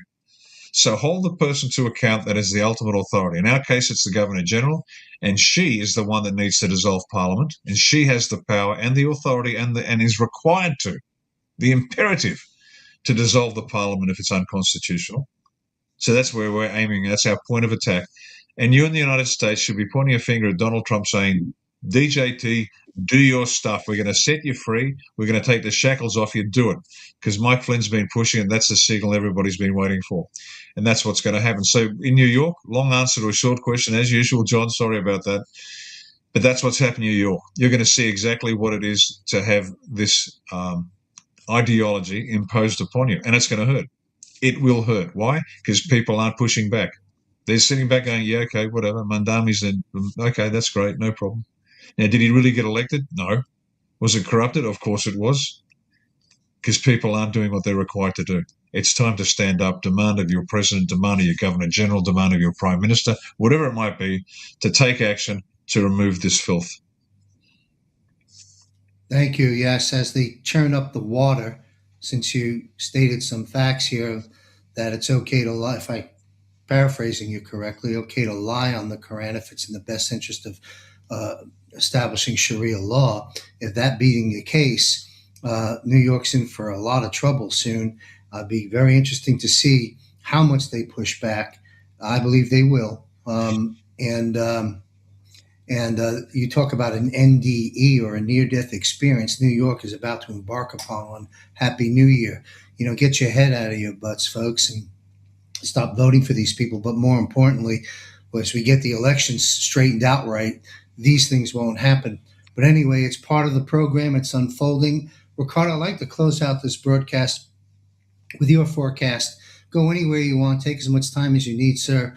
What's your forecast for 2026 for America and the world, the good, the bad, and the ugly? And I know that's a lot because there's so much going on, and you know it all so well from so many angles, but paint a good picture for our audience around the world. What's your forecast for 2026 for America and the world, the good, the bad, and the ugly? Well, let's go with the pain first. Well, there you go. There's a book to read, because what this year needs is leadership. And I mean leadership from the individual up. That's the only thing that can save this planet.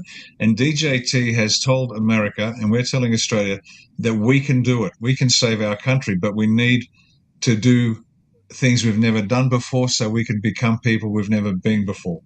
So I wrote the book, Greatness Awaits You, the 5 Pillars of Real Leadership.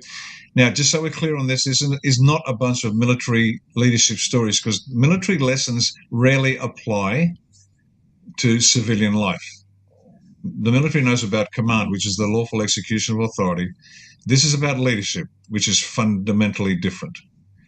And so this is about, it doesn't matter whether you're a single mum raising kids in a bad neighborhood, you're a coach of a team trying to get your charges to apply discipline to their training and not just rely on their natural skills, whether you're a chief executive of a company trying to get your people to innovate rather than just imitate, or whether you're the presumptive leader of a nation to lead your people to create a greater civilization. It's in its 5th reprint, so it obviously has some value, ladies and gentlemen. It's if you don't want to buy it, great, go to the library. I heard one story of a gentleman who went to the library 3 times to get it out and eventually bought a copy for himself. It's deceptively simple. It has depth to it, philosophical insight. Do you know there's a 2-ingredient recipe that's threatening Big Pharma's billion-dollar profits because it can fight dementia in just a few weeks? My God, what I'm about to tell you happened just a few days ago. If you're caring for someone who suffers from memory loss, please don't ignore this. Last week, my family had to make one of the most painful decisions of our lives, placing my grandmother in a nursing home because of her dementia. She didn't recognize anyone anymore. Her eyes were empty, lost, and caring for her at home had become almost impossible for our family. It hurts to say this, but we just didn't know what else to do until one of the nurses tried something very simple. 1 spoonful of honey mixed with and practical lessons. It's both the gentle art and the hard science of leadership. So grab that book. Now, 2026, there's going to be a lot of pain, as, for example, things like the COVID truth hits the country. That is now being exposed. The number of people that got jabs, I think the numbers certainly in Oz are not dissimilar, but in the US, something like at least 80% got at least one jab. The lies being revealed about the deaths, the cemeteries that are just filling up with dead people, replacing the falling population with forced migration from, in our case in Australia, India, where they're bringing in hundreds of thousands of Indians to replace the people that have died.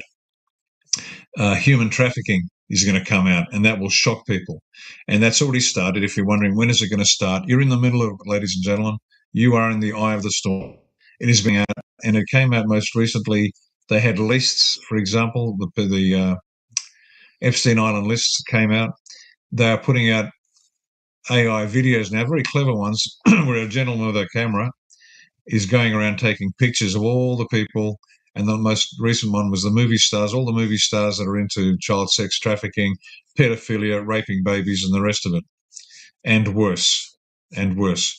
So if you watch, get on social media, ignore mainstream media, get on social media, and you'll start to see the truth coming out. This is just, and then there's also things like the Smith-Mundt Act.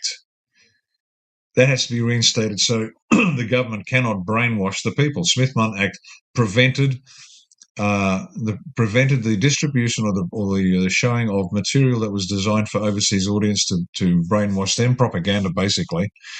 That was rejected, and that same technique was used on the people. Obama did that. That's got to be brought back in. The government should not be lying to the people. The people are sovereign. That's how it works. If you're sovereign, you should not be lied to. You are the source of law.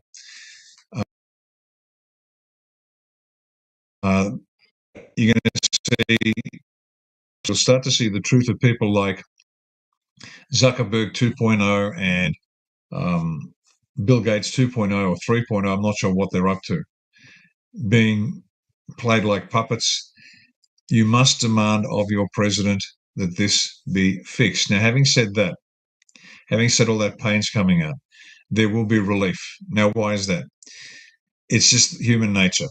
You can't just bury people with the truth and expect them to stand up once they've been beaten down, because we're experiencing as a nation, as a globe, a moral wound. What's a moral wound? It's when some belief of ours, deeply held belief, has been betrayed, has been injured without acknowledgement. It's the basis of post-traumatic stress. And so to relieve that, the truth has to be shown. And then the people need to receive some tangible benefits of this awful truth. That'll come in the form of really practical things like health modalities that will remove those injuries that have been inflicted upon them that make daily life difficult. And, I know what that's like because my wife's in a wheelchair with MS. That hasn't stopped her, though. She still works hard. She's the chief of staff of my organisation. But it makes life tough. And so health will be one of the priorities where people hopefully will start to see some benefit. Secondly, will be wealth, where financial constraints on the people are removed. For example, tax or rebates or whatever form it comes, that wealth is now returned to the people. So health and wealth would be a priority. And then what really matters is you've got to see the arrests. You've got to see the people frog marched down the front steps of whichever building they worked in manacles, charged, tried, found guilty, and then potentially executed or jailed. They have to see that. Now, this is what time frame has this got? Well, the only issue that needs to be dealt with is the time between the truth and some relief. Now, DJT promised the best of all parties for 4th of July 2026, the 250th anniversary. Now, that's for the US, but it'll be for all of us because the globe just cannot suffer beating after beating without some relief. And so what will happen is, my guess, by July 4, 2026, there will have had to have been a period of relief, so they are in a mood to celebrate. You can't take them up to July 3, beating them with the truth, and then say, hey, let's have a party. It just doesn't work that way. So the first quarter and second quarter, you'll see this reveal, the pain, the relief, retribution, and then the party. And now the work will continue after that. There's much to be revealed, and it'll be revealed at a pace that the people can process it. Otherwise, we have global psychotic shock, because some of this stuff is just horrific. And apart from the horrific stories about child sex trafficking and adrenochrome and the rest of it, you've got other foundational reveals that will come in time, which will destabilize people. Religion is one of the big ones. People hang on to that with white-knuckle grip. They believe what they believe. It gets them through. And what everyone on the planet, everyone, Christians included, will find out that what they were taught isn't actually true. It doesn't mean we don't have an example to follow or a God to pray to. We do. But we've hung on to the facade of religion rather than the true spirit of the religions. That's going to hurt people too. And this will take time. So it's going to be a bittersweet 2026, John, the way I see it.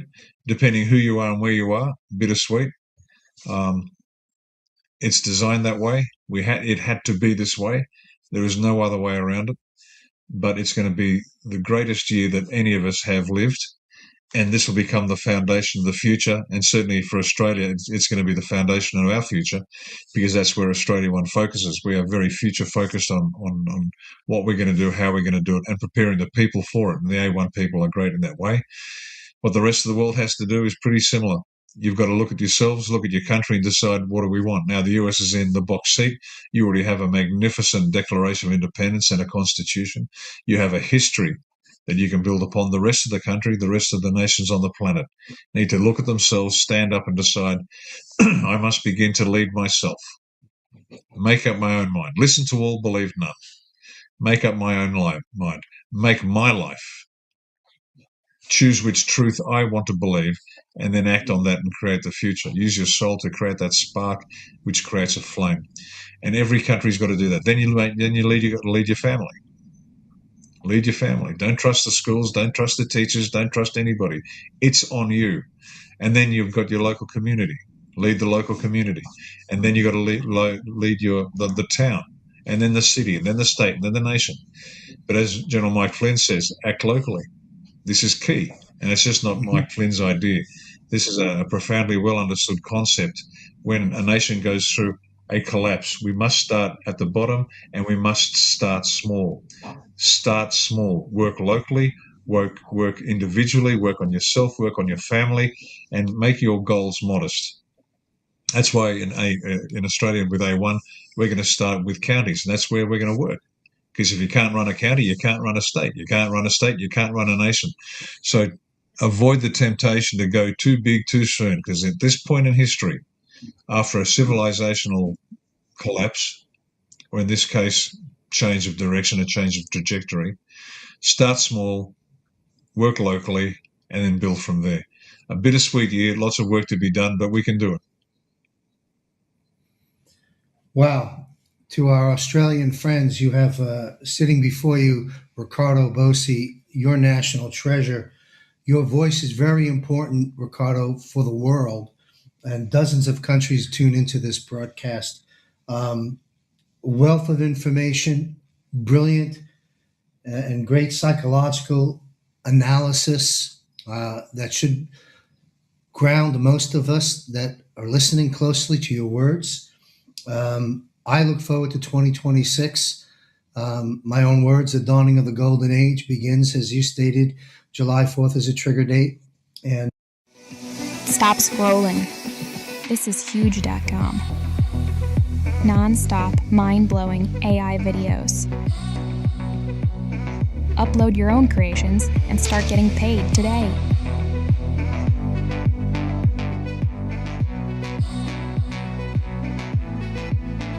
And I'm glad you painted the full picture, the good, the bad, and the ugly. So well said. And folks, join Ricardo and I in a panel. I think it's our 12th consecutive Global Defense War military panel. We're recording next week. It'll be published next week. Ricardo's on that panel, of course. We'll tackle these and many other issues that we did not get to in this broadcast. But I want to thank you very much for all the time you've given me on my broadcasting network in 2025. Look forward to the same, if not more, in 2026. It's going to be an incredible year. And best way for people to follow you, it's up on the screen, folks, www.australiaoneparty.com. And also, we're going to take a quick break. I'm going to show our audience some of our website. I've launched a page called Contributors, where Ricardo and others are featured there, a snippet biography, and a link to their platform as well. Ricardo, I want to thank you very much. You're always a breath of fresh air because it's the truth delivered at whatever the cost. And so I hope God continues to protect you and your wife and your organization and your family as you begin to make Australia great, if not again, at least perhaps for the first time. So thank you, sir. Happy New Year. We'll see you on the Global Defense War panel, where we're going to jump into all kinds of other topics. Folks, I'll be right back after this brief announcement. Thank you, Ricardo. The global financial reset is happening right now. The opportunities through this transition remain. If you guys are up for it, I've got some other stuff I'm just going to put on. I thought might be interesting to hear Derek Johnson's point of view from this interview. He's always a little more content in interviews. The real reason you're stiff after sitting. You can live a very long time without getting old. How this family can eat whatever they want. So, is that your mom? No, that's my grandma. Hello, everybody, and welcome to the Revival of America podcast. This is Jenny. I'm the owner and the host of the Revival of America. Happy 2026, everybody. I hope you guys had a great Christmas and a wonderful New Year. Out with the old, in with the new, everybody, right? We've got a great year ahead of us. A lot of work to do, a lot of stuff to come. So everybody, please, again, be careful who you listen to, who you follow. It's coming out like a force right now with these influencers and the so-called fake MAGA supporters. You guys, they just speak and you know who they are. So it's that obvious. So hopefully that will help many of you that have been struggling to find out within yourself who to follow and who to trust. So just still be careful, everybody, who you listen to, who you follow. There's a lot of stuff that's going to be taking place here in the year 2026 and moving forward. So, but a lot of good stuff, everybody. And I hope you all are excited about what we have witnessed with Maduro. This was huge. Get excited. Stay out of the noise because we have a lot of the influencers out there, screaming and hollering that this was not a good thing, what Trump did. Yes, it was, everybody. They're calling this like the neocon regime change 2.0. That's not what it is, everybody. This is bigger and deeper than just removing Maduro. The ties they're everywhere, to Cuba, to Canada, as you guys know, it's deep, wide, and entangled, you guys. So the removal is bigger than we know, and it's a great thing. So please stay in the positive, everybody. Stay out of the noise because we are seeing some amazing, amazing things happen. I'm glad to be back, everybody. We do have a week of shows lined up this week. Unfortunately, John Baxter was feeling under the weather today, so please say your prayers for him that he gets better, and he'll be back hopefully next Monday to do a show. So we have Derek today. We'll have SG on tomorrow at 7 p.m. Eastern Standard Time. And then Wednesday, everybody, we're going to have, Phil McConnell, of course. And then Dallas will be here at 3 p.m. Central Standard Time. So Field will be at 11 a.m. Central Standard Time. Dallas will be here at 3 p.m. Central Standard Time. And Captain Kyle, our favorite captain, he'll be here at 5:30 Central Standard Time to talk to us all about what is going on. So great things happening, guys. Get excited. Also, too, please, everybody, we are being listened to in over 100 countries. The podcast is growing wildly. Telegram over here, there's a lot of things going on over here in Telegram. So, but you know, my pages are growing organically. I'm not that one about the followers or the likes or anything like that. I'm about the message. So I want to bring the message to you guys. So if I'm bringing it to 5 of you or 5,000 of you, then that's what matters, because guess what? One of you will take the message somewhere and then it'll just go on and on and on. So, but we've got a lot of great things. I've got a lot of great things lined up this year, you guys, for the podcast. Super stoked about it. And I'm just really glad to be continuing standing here with you guys to be able to bring these wonderful guests to you. And I'm going to be bringing more guests, people coming on talking about the trunking industry, how vital they are to our food supply and many of our supplies in general. Just so many great things that I've been collaborating with people in the background. Super exciting, everybody. So the podcast is growing. But like I say, here in my Telegram page, you know, if you're here, I'm glad you're here. We welcome you here. But I do see a lot of people entering the channel. They're coming in requesting to be able to join. I let them in and then they leave. So when you do that, I remove you, because I'm going to tell you guys the scams are intensifying out there. I have heard some horrifying stories over the holidays of new scams that are coming up. So please be careful, guys. You really need to pay attention. Don't click on any links if somebody sends you something, they're pretending to be somebody you know, and it sounds all good. This is what I do, guys. I don't click on any links that I don't know. I don't answer any phone calls I don't know. I just block them. If you know it's a doctor or if it's a friend, make sure you plug them in your phone so you know that's that person. I don't answer any emails that, you know, unless they kind of describe themselves, who they might be, if they want to do a show or something like that. But you've got to be careful, everybody, because what I'm being told right now, this is one of the scams, is people are DMing you, emailing you, text messaging you, and talking like, say if it was me or one of your good friends, making it all sound well and good. And then the next thing you know, you click on that link, then they ask you just a few questions and they've got everything they need to know about you. So you guys are getting intense out there. So please protect yourself.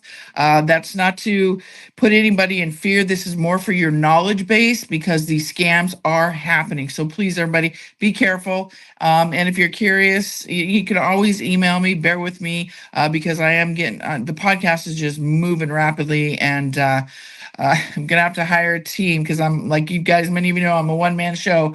But yeah, it's getting amazing. I'm excited for it, but please be careful for these scams, guys. But again, we are being listened to in over 100 countries. So if you come into the podcast late here, or you want to listen to us on another location, the podcast hosts are iHeartRadio, Spotify, Anchor, Apple, Google, Breaker, Pocket Cast, Podbean, Riverside, Amazon Music.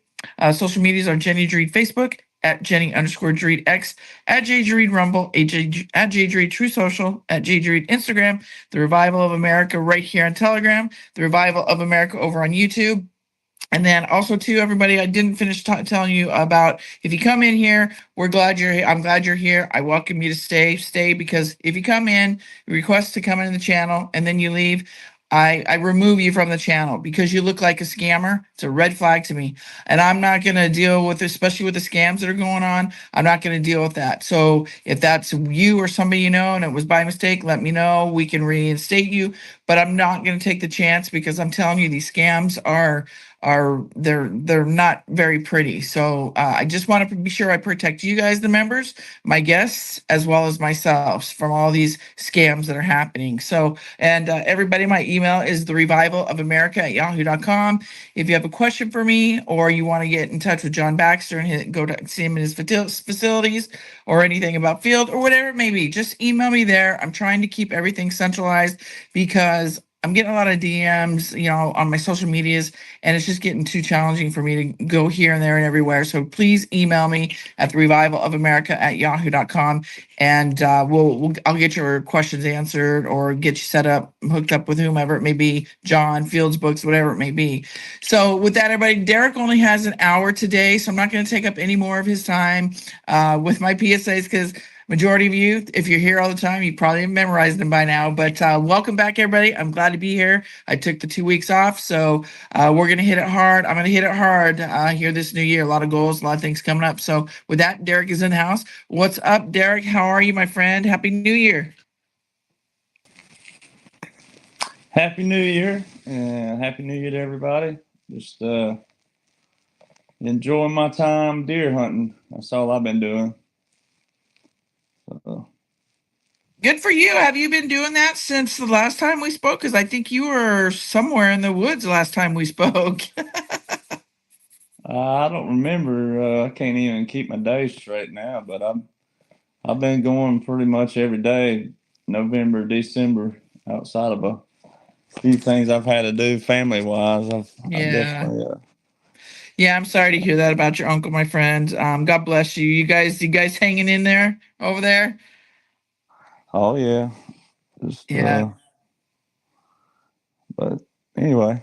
Well, so I was telling the audience real quickly, as obviously the Maduro situation is a great thing, great things happening, a lot of amazing things that we're seeing. But as we know, we have the naysayers, they always flip the script, go figure. But maybe in your take, because everybody, they love how you put everything into perspective and on an educational level, right? And it's not like. Do you know there's a 2-ingredient recipe that's threatening Big Pharma's billion-dollar profits because it can fight dementia in just a few weeks? My God, what I'm about to tell you happened just a few days ago. If you're caring for someone who suffers from memory loss, please don't ignore this. Last week, my family had to make one of the most painful decisions of our lives, placing my grandmother in a nursing home because of her dementia. She didn't recognize anyone anymore. Her eyes were empty, lost. And caring for her at home had become almost impossible for our family. It hurts to say this, but we just didn't know what else to do. Until one of the nurses tried something very simple. 1 spoonful of honey mixed with a natural homemade spice, almost forgotten through the years. We weren't expecting anything, but what happened left me in complete shock. My grandmother, the same woman who couldn't even remember her own name, looked at me, my dad, my brother, and spoke each of our names. Right then, with a strong, steady voice. She even said, "My head feels..."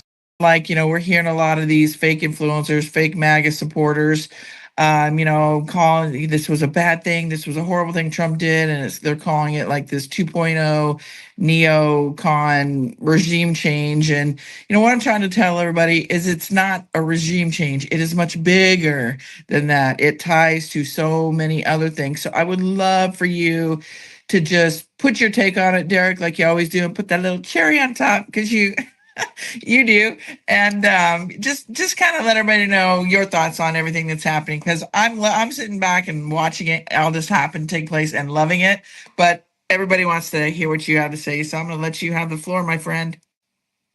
Well, you have to go back. I was just watching Tommy Tuberville, who I couldn't stand when he was a football coach, because he was Auburn's football coach, and he beat Alabama's ass 6 years in a row. But he's a winner. And he was just talking on Newsmax a while ago, and they were talking about the Mark Kelly situation. And I'm not here to talk about that, but I'm going to flip this and use it for this reason. This is why some people get tired of hearing the veteran thing and veteran this, veteran that, veteran this. You don't have to be a veteran to know what's going on. But if you are a veteran, you damn sure better know what's going on. So it's one of those things. And he was talking about how Mark Kelly is under a code. And that's the code that we talk about as veterans, the Uniform Code of Military Justice. That is military law. That's Title 10, Chapter 47. Title 10 is presidential. Title 10, your orders, all your orders that the military is currently under as we speak, especially Venezuela, all that. So you got to remember that everybody has to remember this. Even veterans have to remember this, even more so, but the whole thing's a military operation. Now, Venezuela is a specific military operation, but the law is already outlined that was invoked way back in 2020. Now, what you'll have is a lot of people. I heard this in 2022. Well, I heard it before then, but I heard this in 2022, 2023, 2024, 2025. Now here we are in 2026. And it's a combination of what President Trump said in 2020.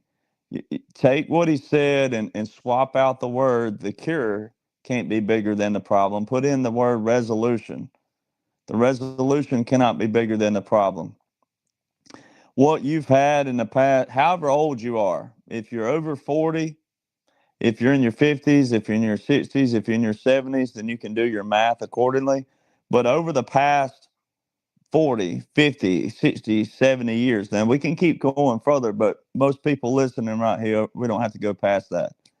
What you've listened to and heard and seen throughout your whole life is a bunch of people who use the verbiage, laws, and orders. They use it just enough to get by. They didn't enforce it completely and forcibly like they should have all these years. They should have suppressed and kept all the enemies around the world suppressed versus let them thrive and build and grow. And then sometimes to go in, they decimate them down, but that required what? Bigger military. And then it required defense contracts according to them. So all these things just kept getting bigger, bigger, bigger, bigger, bigger because of money, money, money, money. And they kept printing money and you kept paying for it tax-wise. That's why there's a tax for a tax for a tax. So when you look at all those things, that's nothing but what? Chaos. Well, that's what they wanted. And Tommy Tuberville just mentioned that a while ago, and you've heard me talk about it a long time and also post about chaos plus division equals power acquisition. That's what the swamp had. They like chaos. They like division because that's power acquisition. Of course, they're going to say a lot of things. Republican senators, Republican House representatives, Republicans, they've said all the things that got you going.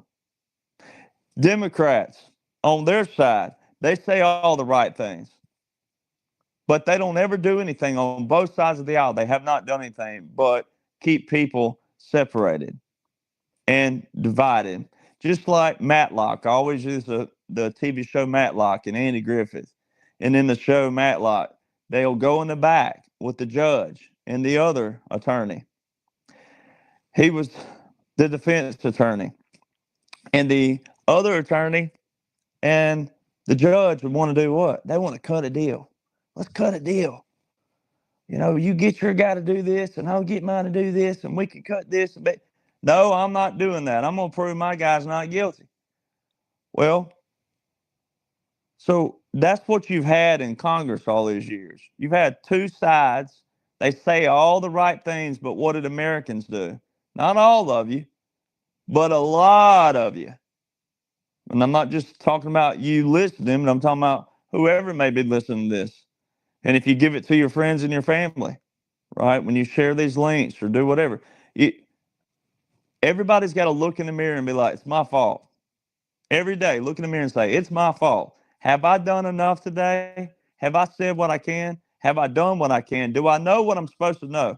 Majority of Americans don't. 68% of America can't name the three branches of government. So why are they bitching? Why are they moaning, groaning, fussing, kicking, complaining, whining, griping, yelling, screaming? Why? They can't even name the three branches of government. How can they make a structural argument or a structural debate? How? They can't even name the three branches of government. So, you know, right now, what it looks like with President Trump, even to the average Republican, they have no idea because they have no idea. So, you know, even if they have a good heart or, you know, they think they know, and even if they can't say it out of their mouth, maybe they could pass it on paper. But let's just say that there's Republicans out there. There's a lot of them like that. There's a lot who know, but they can't say it, but they could pass it on paper, meaning they could pass the test. Well, a lot of them would think that, okay, you know, what's taking place right now, it's a little bumpy, but it'll get better. Well, that's what they should think on a minimum. On a maximum, it's going to look like this because it's the first of the first president in many, many, many, many moons who have actually enforced the law to the full extent in every capacity. Not only that, but also had to juggle all your finance world, all the central banks, decentralize those, find the money, follow the money, track the money, get the money. All right. There's a multiple operations going on. And in 9 years, which we're working on 10, but I mean, it is crazy to think, even as a veteran, even every veteran that I know, even high ranking special operations, you know, collectively we knew we could do it. Individually, if you'd have came to us, you know, 5, 10, 15 years ago and said, hey, this is what we're going to do starting in 2016 and da-da-da-da-da-da, it'd have been like, whoa, you think we can do all that in 9 years? Oh, yeah. And that's what you've seen. So, you know, what happens is you have to build a foundation. You have to forget everything that you think you've known in your life. I'm not talking about your years of experience and what you've done as a personal person. I'm not talking about your faith and your religion, none of that. But you have to put what you think you've known in government aside, just for a moment, and then build a foundation on what President Trump's working with, because it's a 45-47. It's a strategic operation. That is a visual. And there's unique laws and orders that. Try this strange 10-second sugar hack to reverse high blood sugar practically overnight. It works so well that thousands of men and women are already using it from the comfort of their own homes. But did you know type 2 diabetes is a completely reversible condition? You may not know this, but the biological reason why people struggle with type 2 has nothing to do with how many carbs or sugars you eat. A November 2023 study from the University of Dorf in Germany found that there are these sticky protein-filled cells clogging up the part of the pancreas that produces insulin. So sugar builds up in the kidneys and is then forced back into your bloodstream, pushing your levels higher and higher. More importantly, these same scientists discovered a simple 10-second technique anyone can use starting tonight, which is now clinically proven to restore sugar levels back to normal regardless of your age or current condition, all without medications, injections, strict diets, or exercises. And it works like crazy. This natural bedtime hack is so confidential, the $90 billion diabetes treating industry is fighting to ban this video from the internet, as their entire business relies on your sugar levels never stabilizing as you get sicker and sicker, staying as a customer for life.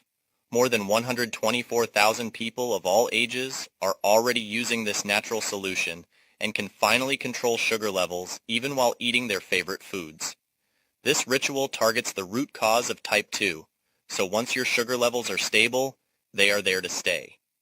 I encourage you to stop what you're doing right now and click the Learn More button to watch a short, free special video that shows exactly how you can use this ritual starting today to naturally restore and stabilize glucose levels and dissolve diabetic fat off your body for good. Remember, this has nothing to do with exercises, restrictive diets, injections, or prescription medicines. And it doesn't matter if you need to lose 10, 20, or 50 pounds of diabetic fat. Just imagine no more finger pricks or feeling tired all the time. No more dealing with unexplained weight gain and living without the fear of kidney disease or heart issues. Best of all, you'll finally be able to enjoy your favorite foods with your loved ones again. However, are in that dash, the 45-47, the whole operation, that you don't want to see anymore in many, many years. Not that we can't use them, but we shouldn't have to use them. And so, you know, that's why it's so humorous. It's atrocious in one way, then it's humorous in another to see how people respond and how they react. Because they don't have to like it at the end of the day, but guess what? You're not going to stop it, and you shouldn't want to stop it. Because it's the most biblical, monumental, historical operation known to man. And this is what every older veteran, but older veteran and men have always wanted for our nation. And it's happening. So when you look at Venezuela, that was all put into play in 2020. And all you hear right now is this is the humorous part. This is what should make you chuckle. Are all these, whether it's Republican, but it's mainly liberals. But if there are any Republicans out there saying this, then it's even more funnier for the fact that they say, "Oh, this is a war criminal, a war act," and there's no congressional authorization. He needs There is congressional authorization. And this is what I was talking about a while ago, where I heard people in 2020, 2021, 2022, all the way up. I've heard people say, well, that was 5 years ago. Doesn't matter. The 1798 Aliens Act is from 1798. How many of you are alive in 1798? None of you. None of us. Duh. But that law has been in place since 1798. Our Constitution. Well, if a law 5 years ago don't matter, the Constitution damn sure don't matter. Because the Constitution is what provided us to write the laws, to pass the laws. So that's what's humorous about it when someone says, that's 5 years ago. Doesn't matter. Has it been terminated? Has it been revoked? Has it been abolished? No. So that's what's backfiring right now on all the Democrats and the liberals, but especially the liberals and the rhinos. We can include them because it's a combination. That's why this stuff is humorous. See what President Trump said, be careful what you wish for. Well, in 1973, Congress overrode with the presidential veto.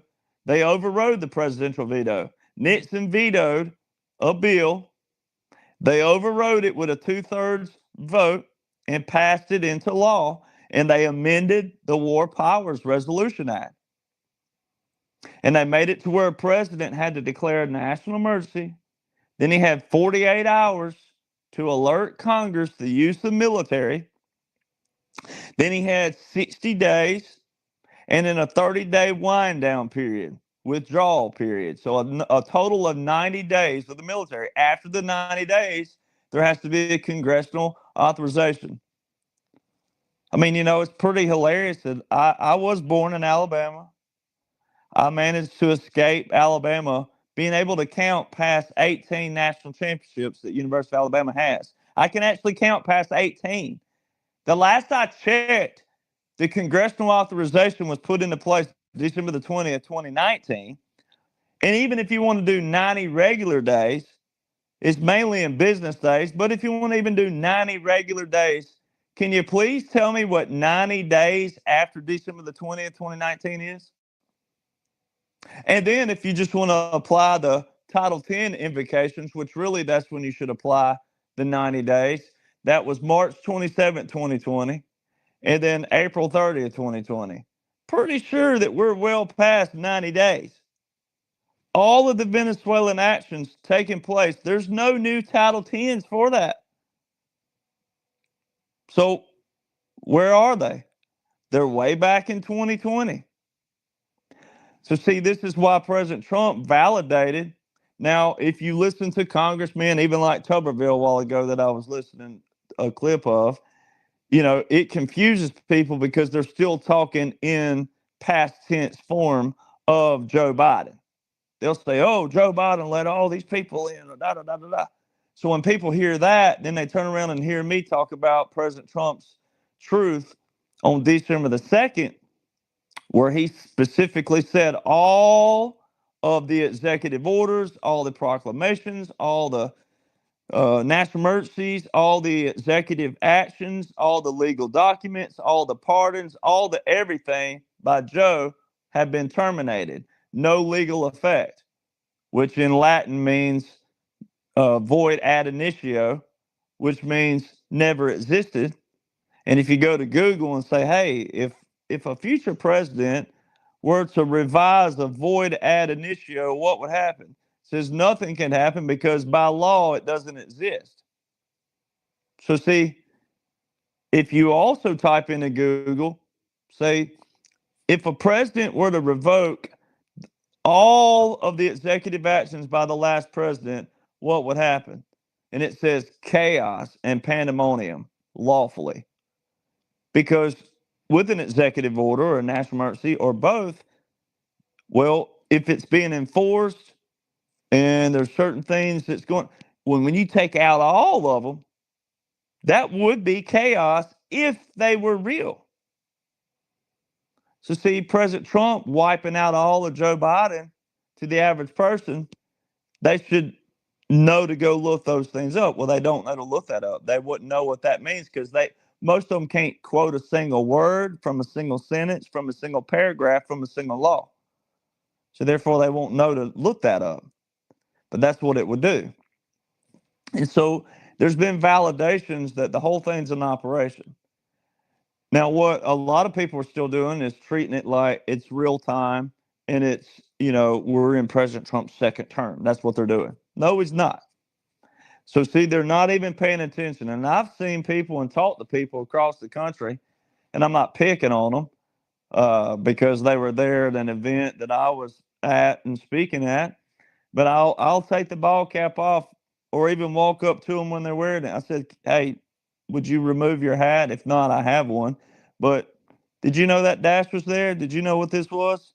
I've had people say, no, I didn't. I've been wearing this and didn't even know. So, and that's people who were at an event of mine. All right. So there's a lot of people walking around that have no idea. And, so at first it sounds far-fetched to people, but that's what 45-47 is. Also, the puppet government, the government in exile, which is irregular warfare, unconventional warfare. There's been a lot of commanders on LinkedIn. A lot of people forget about LinkedIn, but there's been a lot of commanders putting up their own posts on LinkedIn.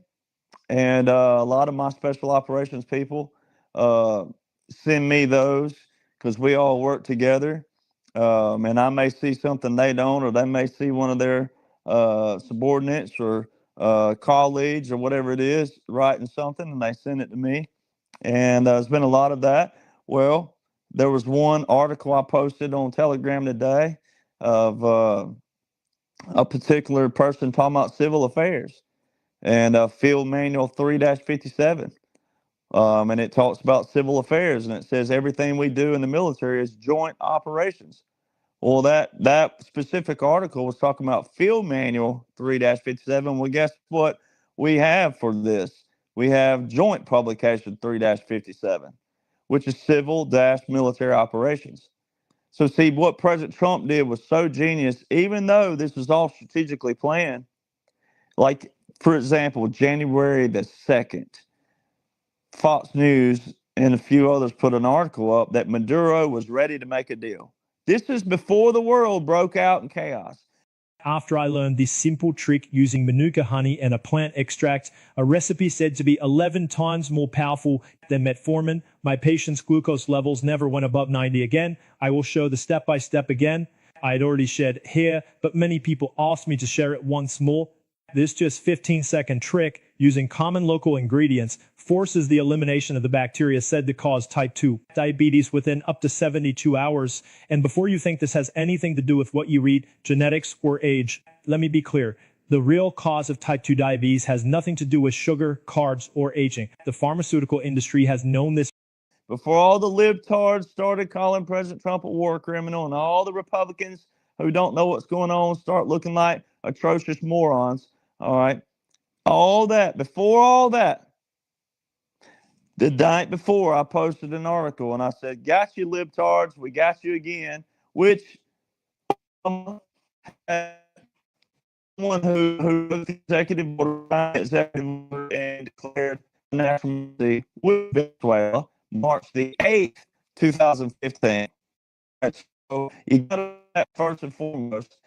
Every single action that President Trump has taken with the United States military has been a nation that has an executive order with the national from the swamp, either Derek, from Obama you're all the way right. back to Jim Carter. Derek, real quick. You're good at these rubber banding. Say something.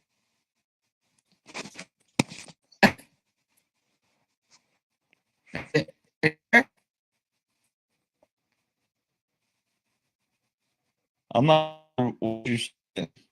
Yeah, I don't know if you moved or you sound great, and then you just started rubber No, banding. I haven't moved a bit. I don't ever move. So must be Okay, you sound good right now. So whatever you're doing, you sound good. Go ahead. every single action that President Trump has taken has been an executive order with a national emergency from either Obama all the way back to Jimmy Carter. What's humorous is Yemen. Yemen is one of those. We were bombing the hell out of Yemen last spring, and nobody was saying anything about it. I was the one that was posting about it. Me and a couple others were posting about Yemen. Like, where are you people at? Boy, y'all sure get mad about Ukraine. You sure get mad about Iran. You sure get about, but you don't even yet say anything because, see, they don't even know anything about Yemen. And it was all over the news, all over U.S. operations in Yemen. So, see, a lot of people prove how hypocritical they are straight out the gate. Because if you're going to be mad about one bombing, you should be mad about all of them. If you're going to be mad, you shouldn't be mad. But every nation that President Trump has taken action on is a nation that didn't do what? They didn't capitulate. They didn't do what they were supposed to do. And even though it's not new, it's looking that way to certain people. But all these are executive orders with national emergencies from Obama back. And then President Trump talking about the 8 wars that he's ended. Some of those were separate, like India and Thailand, all these different things going on in other nations. But most of them were in executive orders, national emergencies from Obama and back. So people got to remember that. So it's like the liberals. If you are friends with a liberal out there, I'm not. I can't get along with them. But if you are friends with a liberal, or if you have a rhino in your family who's saying anything at all, you got to remind them of that very thing. Do you realize that every single one of these operations are an executive order with a national emergency from Obama and back? And then why would Joe Biden, for the ones that thinks he was real, for the ones who just won't believe the dash, you say, well, your boy Joe. Or if it's a rhino, you say, well, why would Joe Biden continue all these 4 years in a row? Same thing with the tariffs. I mean, every way you slice the pie, for those that thought he was real, you'd say, well, Joe Biden continue all those. So see, once you get people in that corner, then you can turn around and say, well, it wasn't real, and this, and this, and that, and this is this, and that. But Venezuela was a regime put into place by the deep state, by the swamp. Venezuela ties into your Dominion system and your Smartmatic. And people have forgotten all about that. President Trump was lighting up Truth Social last night with all the voter fraud information. So all that's going to tie in. And Maduro, ready to make a deal, that article was put out January the 2nd, the night before all the chaos, what people thought was real. So it right there, it's humorous for someone who knows the whole thing's an operation. All this was pre-planned, strategic. It's already happened. This is just when they want you to know about it. And then Maduro wearing the Nike jumpsuit. Nike means just do it. So there's a lot of different comms in with that. Just do it. Let's get it over with. Here we go. All right. That's that. All right.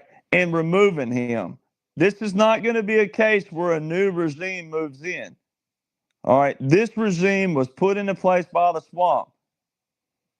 And it's one of the big ones taken out.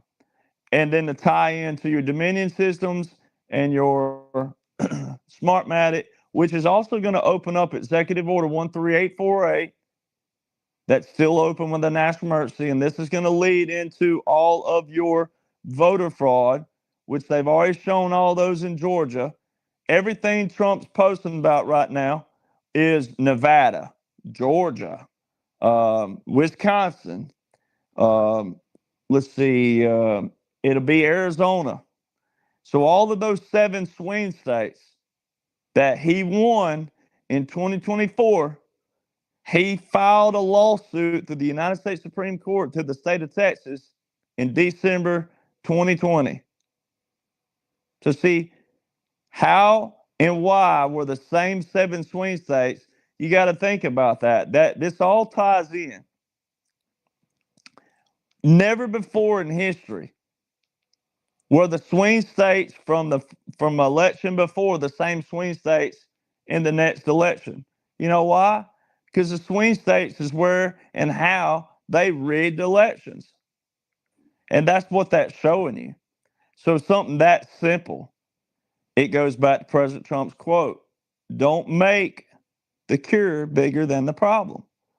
All right, so now all this is tying in. All of a sudden, they capture Maduro for the average person to see, and then President Trump's hammering away all last night and night before. He was hammering all over. I mean, you couldn't keep up with him. He was just posting about this fraud and this state and that state and this. It's all going to come to fruition. And Maduro's more than likely, I don't know how they're going to do it, but I have a pretty good inclination. But, you know, he's more than likely going to spill the beans on all that. But, you know, the whole thing's an operation.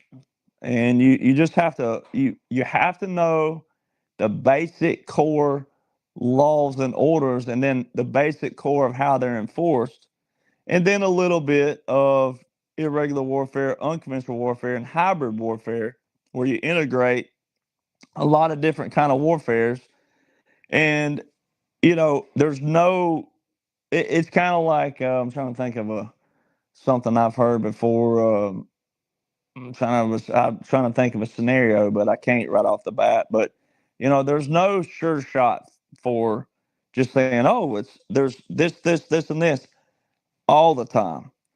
Every war is different. Every war requires different strategies and different game plans, and then it's kind of knowing what the enemy's going to do. It's like kind of like football. Anybody's ever played a game of football, X's and O's, it looks the same, and it is the same in a generic sense. You run the ball, pass the ball, and kick the ball. All right, but you got to pair up. You never know what kind of defense someone's going to be in. Then you can swap up your offense. They call it an audible. All right. And you say, well, the defensive backs are dropped back. They look like they're going into a Tampa 2. So why don't we do a this, and this? And then, but it don't always work, you know. So there's variables out there. And President Trump and the military have done that well. But most of this stuff is already. Try this strange 10-second sugar hack to reverse high blood sugar practically overnight. It works so well that thousands of men and women are already using it from the comfort of their own homes. But did you know type 2 diabetes is a completely reversible condition? You may not know this, but the biological reason why people struggle with type 2 has nothing to do with how many carbs or sugars you eat. A November 2023 study from the University of Dorf in Germany found that there are these sticky protein-filled cells clogging up the part of the pancreas that produces insulin. So sugar builds up in the kidneys and is then forced back into your bloodstream, pushing your levels higher and higher. More importantly, these same scientists discovered a simple 10-second technique anyone can use starting tonight, which is now clinically proven to restore sugar levels back to normal regardless of your age or current condition, all without medications, injections, strict diets, or exercises. And it works like crazy. This natural bedtime hack is so confidential, the $90 billion diabetes treating industry is fighting to ban this video from the internet, as their entire business relies on your sugar levels never stabilizing as you get sicker and sicker, staying as a customer for life. More than 124,000 people of all ages are already using this natural solution and can finally control sugar levels even while eating their favorite foods. This ritual targets the root cause of type 2, so once your sugar levels are stable, they are there to stay. I encourage you to stop what you're doing right now and click the Learn More button to watch a short, free special video that shows exactly how you can use this ritual starting today to naturally restore and stabilize glucose levels and dissolve diabetic fat off your body for good. Remember, this has nothing to do with exercises, restrictive diets, injections, or prescription medicines. And it doesn't matter if you need to lose 10, 20, or 50 pounds of diabetic fat. Just imagine no more finger pricks or feeling tired all the time. No more dealing with unexplained weight gain and living without the fear of kidney disease or heart issues. Best of all, you'll finally be able to enjoy your favorite foods with your loved ones again. However, the billion-dollar diabetes treating industry has already removed this special presentation from the internet twice before in a desperate attempt to protect their profits, so it's uncertain how long the information will remain available this time. Tap the blue Learn More button below before it's too late. Already happened. I have on file, and I'll have to go back and find them all, but I have all the aircraft when they were out in the Pacific Ocean, Coast Guard, multiple Coast Guard, and all kinds of helicopters way out in international waters. All right, and I have a lot of them going across back and forth from Colombia and Brazil and Venezuela all the way up, back and forth. So, most of this stuff's already been done. And people, that's why it's humorous to hear people yelling and screaming and kicking and cussing and fussing and all that about Venezuela, because of the fact that over on Southcom's website, April the 1st, 2020, you can read, it says 22 joint partners. It says location, Pacific Ocean, Venezuela. I mean, you can't get any more clearer than that. And it said began enhanced counter-narcotics operation. Began April the 1st, 2020. Where's the Western Hemisphere? Well, that's all the talk of the Monroe Doctrine. And what are they calling it? They're calling it the Trump-Monroe Doctrine. Well, that was from 1823, the Monroe Doctrine. And the Monroe Doctrine talked about the Western Hemisphere. And so all this ties in. And for the first time in all this time you've heard me speaking, that I sounded like a broken record. Think about all the podcasts and the talks I've done that sounded like a broken record. They're just now, Bernie Sanders has talked about it, and one other, Tim Kaine, I believe it was, they brought up the War Powers Resolution. The first time they're starting to tell people. And Bernie Sanders about the Venezuela thing said that Congress needs to reassert themselves. Reassert or assert? Which one is it? See, that's where people don't pay attention to terminology. Assert means they haven't done anything and they need to do something. Reassert means they've already done something and they need to do something again. He specifically says reassert, and then says they need an amendment to the War Powers Resolution to end this. Oh, that's alluding to what I talk about. Even though he goes on in his bullcrap little spiel, and it looks like a memo that he posts. See, what people do is they'll read all the other negative, and they'll see all the negative, and they can't see the hidden calm in there where he said Congress needs to reassert themselves and they need to amend the War Powers Resolution to end this. Well, that's alluding to Section 1550, which is the congressional authorization. So it's all leading to a head, right? Because it has to. We're still in a partial continuity government because the law shows that.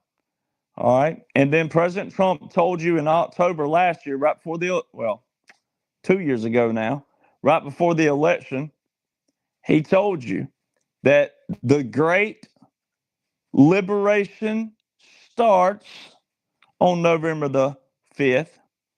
The great restoration starts on January the 20th. He didn't say it finishes. He didn't say it concludes. He said it starts. Well, restoration, most people think of restoration like an old car or something of that nature, old Coca-Cola machine. No, Restoration in military is specifically applied to a military occupation, military government, all of your puppet government, all of your occupied territory. It's in the law of land warfare. Very specific. And it's a tactic that we used way back in the 40s, the puppet governments and the government in exile. And just because it sounds far-fetched and old fogey, don't mean that it is. It's a tactic, and it allowed President Trump to have 4 years in, 4 years back as a government in exile, the military in complete control, and then 4 years in, and it not count towards his terms. All right. Even though Article 2, Clause 1, Section 1 of the United States Constitution doesn't say anything about term limits on the president. Nowhere in the United States Constitution does it say for Congress to put term limits on the president. So that's why so many people look atrocious when they want to use the Constitution. People talking about, I support the Constitution and I'm trying to defend the Constitution.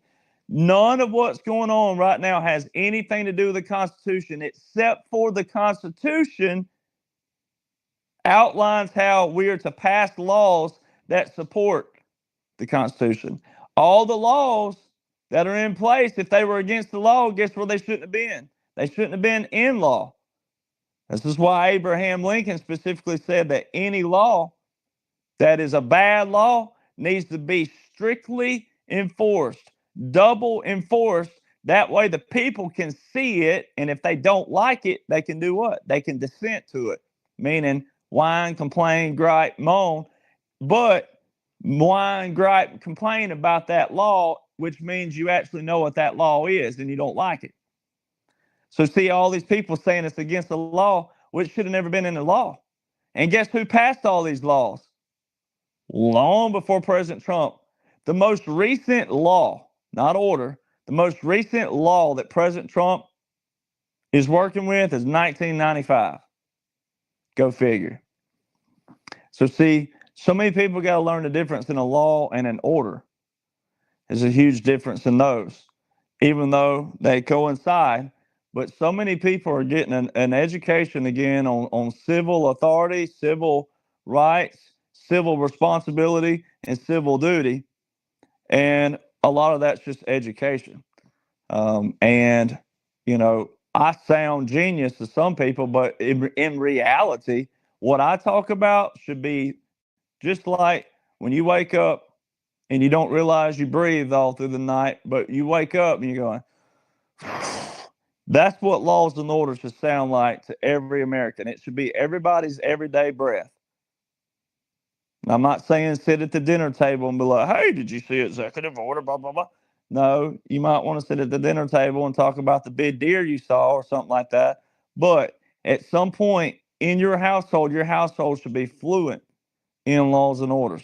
You don't have to be a lawyer to know the law. And hopefully we can get back to where we decimate that as well and get back to where common folk can be the law as well, like it used to be. If you could read the law, you could practice the law. That's the way it used to be. And not everybody wanted to read the law. So therefore, there weren't many lawyers because not many wanted to read the law and understand the law and comprehend the law and apply the law. So we can't have what we've had, though, because it's been chaos.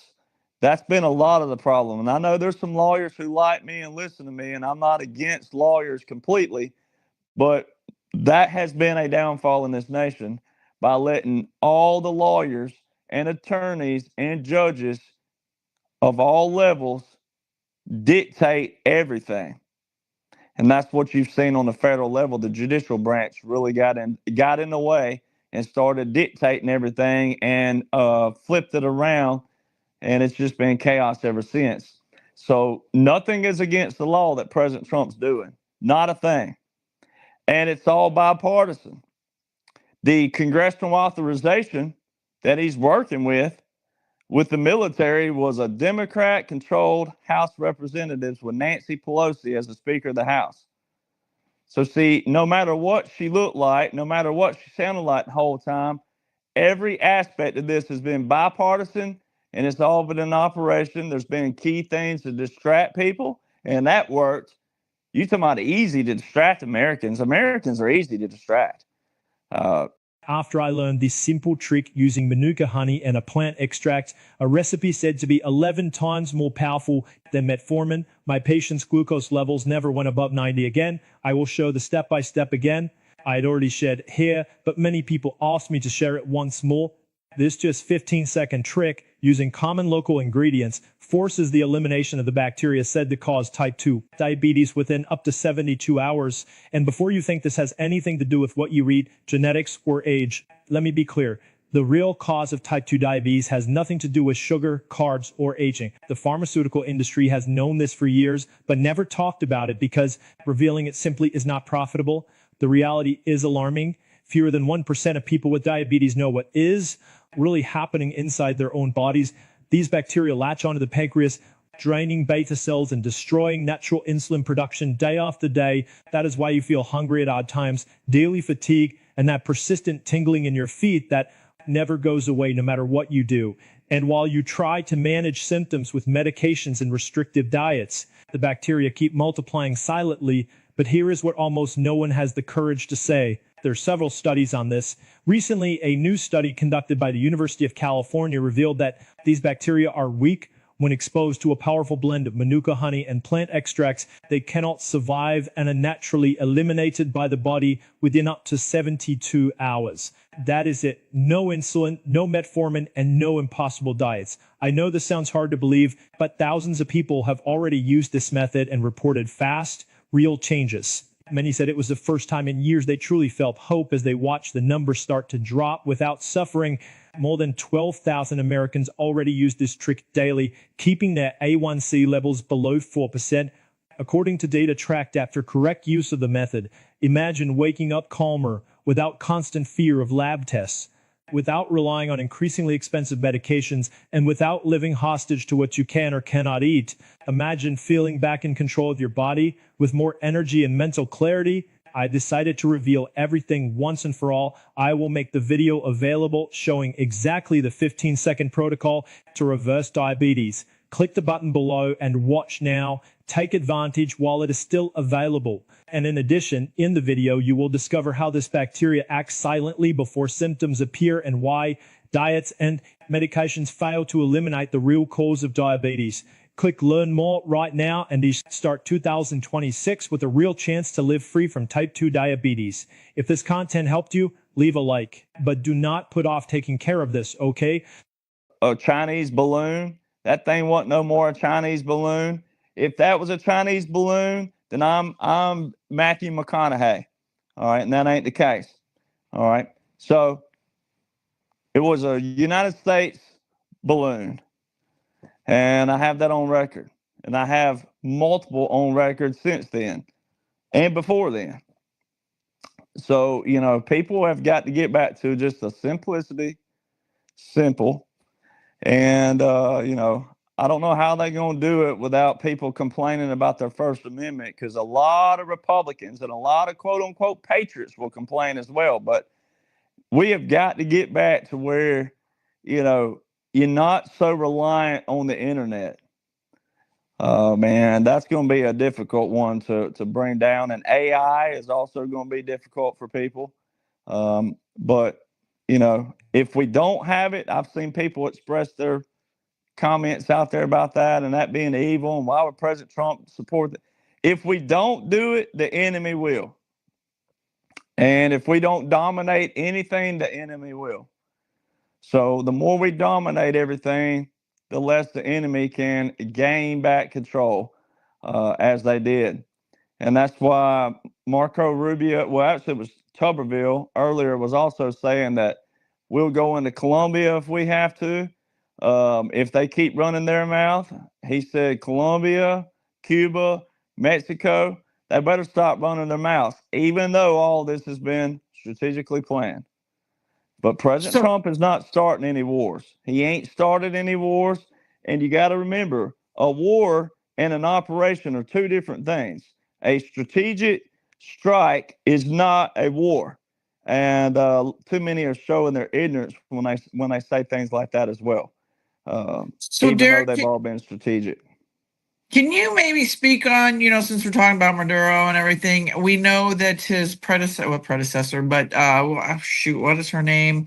The gal now that's the president took his place. How long it will take to have them remove her? Because we know she's all, she was kind of like, his little minion. So, I know she's agreed to work with the United States, but obviously she's got to be removed at some point too. What are your thoughts on that? Well, I don't know. I'll have to wait and see. I don't know what their strategic plan is on that. But you just have to let everything take its course and see what they do. Every nation has to be on their own, on themselves, just like the Indo-Pacific Agreement in 2019. That's another article that one of the commanders out there had done a article on about why the Indo-Pacific is so important, but also why the Western Hemisphere is also important. But President Trump, says every nation on their own. So, at some point, the people of these nations will rise up. And it's kind of like what I was saying to Americans, when all President Trump had to do was enforce the law as it's prescribed on paper. All right. And once that's prescribed, and once all your heavy operations like your trafficking rings and all the central banks and once everything is back on par, back on the way America's supposed to look, and the costs are coming down and all that, and then there's no checks and balance from the standpoint of like, oh, well, this one's high, but this one's low. And then in the past, which is still the past, but just making a reference here, in the past, you'd have like maybe, something would be high and its counterpart would be low. But then another president would get in and that would flip-flop. Well, what President Trump is doing is keeping it balanced and keeping it low. There's not going to be a high and a low here and then a high and a low in another category and a high. He's bringing it all down, right? Bringing it back to the way it's supposed to look. And when everything is back to that, and when people start seeing that in their paychecks, in their pocketbooks, in their 401ks, in their bank accounts, and then on their daily lives, when their gas to and fro, and things like that, when everything comes to that quell, which it is and it will, all right. But when everything is there, people are going to see what they have. They're going to like it. And then for the future's sake, they're not going to want to go back to anything else. But see, everybody has to be educated on all those terms first to know what you're witnessing, to know how all those operate and function. So every nation has to do the same thing. I mean, that's the same thing that we've talked about with Iraq and Afghanistan. Iraq and the Afghanis, especially the Afghanis, Iraqis were a little bit more friendly as far as want to fight for their nation a little bit more. But most of those men over there, they don't want to fight for their nation. They don't want to fight. That's why they showed the visual they showed with Afghanis. Most of that aircraft, even though it was all central casting and all that was a blow up, that's all part of hybrid warfare, is using blow up aircraft, meaning inflatable, all right, not real, inflatable tanks and all this other stuff. But the visuals of that, most of that aircraft were men. And every woman should be pissed around this nation, because every man, like my grandfather and those generations and back, it was always women and children first, all right, on anything, with anything, no matter what it was. And I know we all laugh about the Titanic, but it still paints another picture. Old Jack, he could have got on that raft with her. We all know that. But just for sake of argument, he let the girl on there, right? And he froze to death, yada, yada. If you've never seen the Titanic, don't worry. I just saved you 3 hours. You don't have to watch it. That's what happens. So, all right, he was being a gentleman. He died for the woman, right? Well, that is the visual they were showing everybody.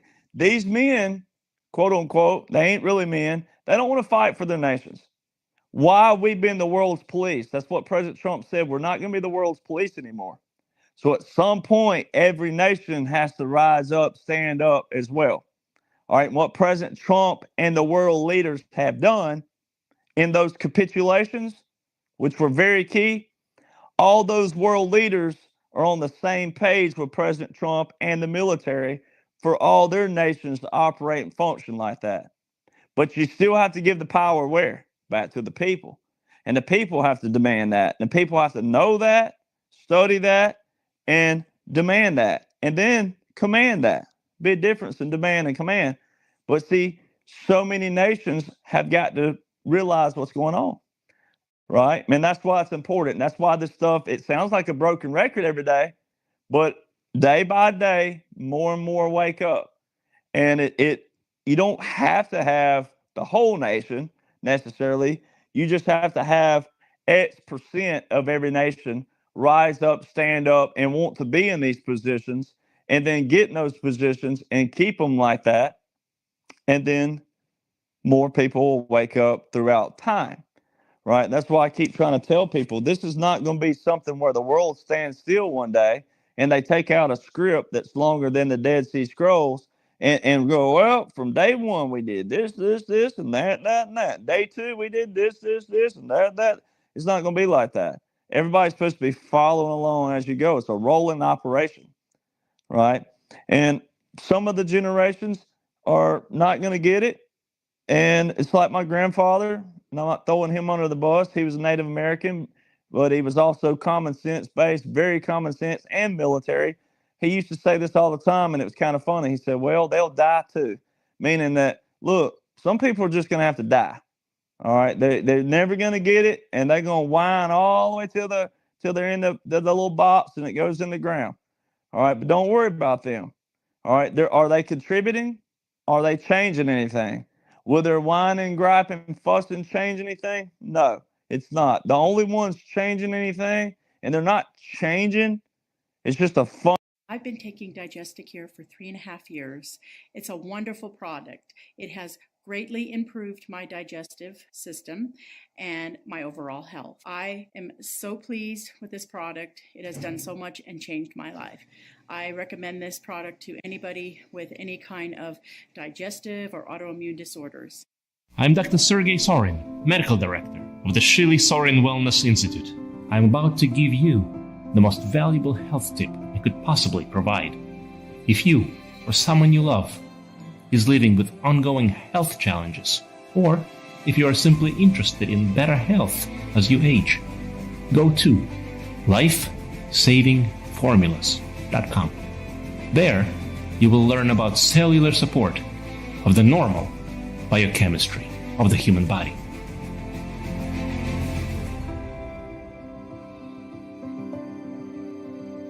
Copy it down. That's lifesavingformulas.com. Fundamental reset, but changing meaning changing from the past. The only ones doing that are the ones who are doing what? Reading, studying, comprehending, and fighting daily.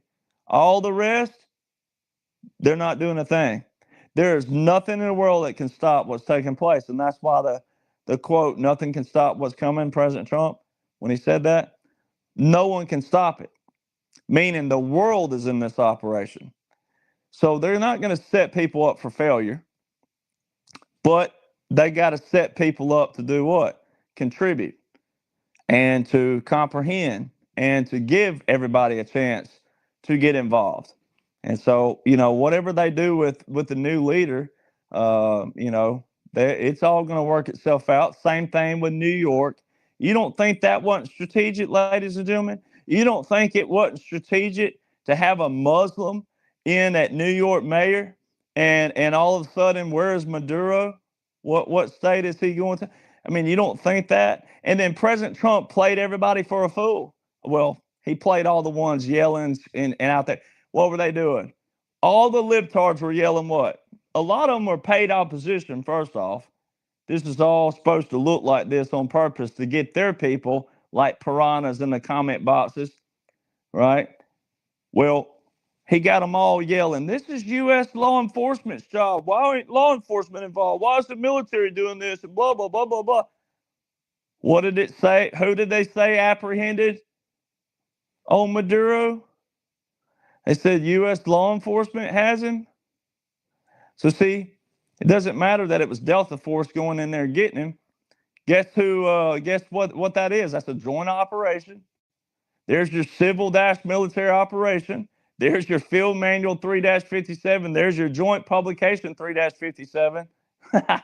There's your congressional authorization, because page 46 of JP 3-57, page 46 specifically says on there that no, normally you don't have Title 10 forces operating with civil law enforcement unless what? It specifically says unless there's Congress or the Constitution. Well, Congress will be your congressional authorization. Well, that came December the 20th, 2019 with the National Defense Authorization Act passing Section 1550.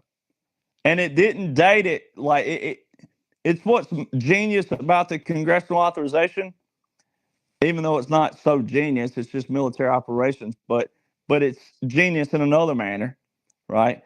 It says not later than 180 days after December the 20th, 2019, and every 180 days thereafter. So it put a date in there, but it also said before and an after, and continuous. So that order is continuous until there's a what? A resolution. So there, it's going to be every 180 days, every 180 days, every 180 days, there'll be a presidential report every 180 days. But it's open until it's closed, until it's resolved. And that requires a what? A joint resolution from the president and also Congress. So that's what's hilarious about all of it, is that the congressional authorization is way back now. This year will be 6 years old. All right. And I'll never forget a bunch of commanders telling me way back, probably in 2019 to 2020, a bunch of the commanders that I knew long before people even knew about me told me this was going to go into 2026. And I thought, man, people are going to lose their freaking minds. But it's all right. You know, the people who get it are going to get it. The ones who don't, let them lose their minds. Let them. Because if you know what you're supposed to know, you should be giggling and chuckling and having fun in another manner, because there's nothing you can do to stop it either. As far as like, you know, okay, I've had enough. I've seen all I need to see. Let's do this. There's nothing you can do. And what generals do and admirals, what they do is go, okay, what's going to be the end result of this? And how many people can we save versus lose? And how is history going to judge us? Right? And I know people personally who are special operators and different others. A lot of people would love to have just gone in and just flipped the cards and flipped the table like Jesus did in the temple and said, you know. And a lot of people I know would have been okay with a visual military and a visual flipping of everything. But, you know, why not give it a chance? They gave it a chance, and a fundamental chance to reset everything the right way, no loopholes, and then they're plugging the holes as they go, and then doing everything lawfully by integrity, and it's worked, and it's working. But it's also been joined with multiple world leaders. So thank God multiple world leaders said, you know what, I want to be a part of world history. And the ones who didn't, guess what? Well, they either got caught or they're going down. But you got to let that take its course, because what you really want, you the Republican, you the conservative, you the patriot, what you really should want is you should be licking your chops waiting for the day that a liberal has turned on the ones they thought were their heroes, and they're demanding they be put in the ringer, right? And that's what is going to happen. All these people that they thought were whatever, when the safest place they can go is Guantanamo Bay or Diego Garcia or any other island that we're using, then that'll be a glorious day. It should never have to be a tattletale kind of way, or, you know, you tell on somebody. It should always be either them raising the white flag or the enemy being busted by their own people at the end of the day. It should never be a tattletale. Now, there's a way to catch people without it being a tattletale, but in a theory, if you will, that's what they're doing. And that's why President Trump has used the terms white flag of surrender. They have funneled all these people into a trap, and it ends up into a what? Drum roll, all pun intended, a Trump wall. And they can't go anywhere. And they have to do what? They have to raise the white flag. And you've seen Bezos and Zuckerberg and Bill Gates. Look at all the Republicans who are going, oh, look at there. He's got them in the White House. And look at what he's doing now. He's looking like them. You know how foolish they looked? The whole time they never knew that was capitulation. Tim Cook of Apple, all the different people who've capitulated to President Trump. And they don't even realize it. But what will end up happening, and you and I can't control it, and it won't matter anyway, but history will tell its course. History's going to know who knew, and history's going to know who didn't know. But most of those people are going to blend in, and they're going to act like they knew the whole time. And you're going to know they didn't, especially your friends and family, whoever it was. But it doesn't matter. At the end of the day, when everything is cleaned out and functioning and thriving and everybody's happy, that's all that's going to matter.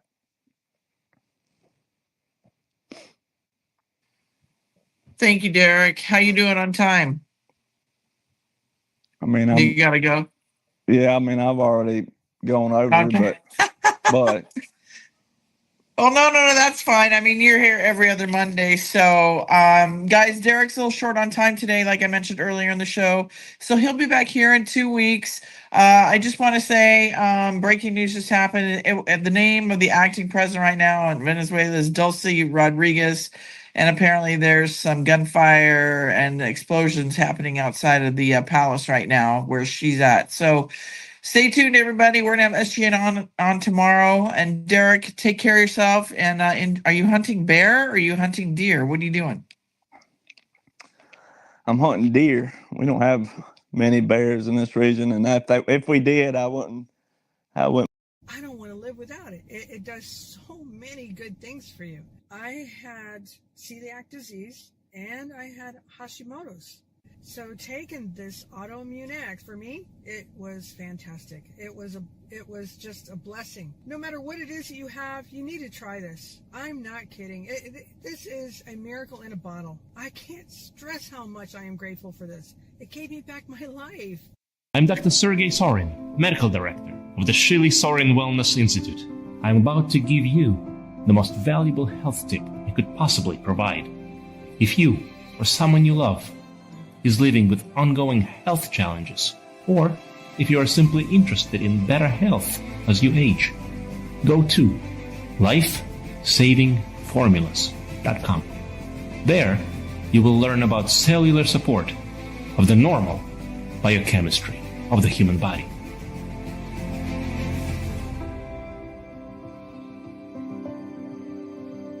Copy it down. That's lifesavingformulas.com.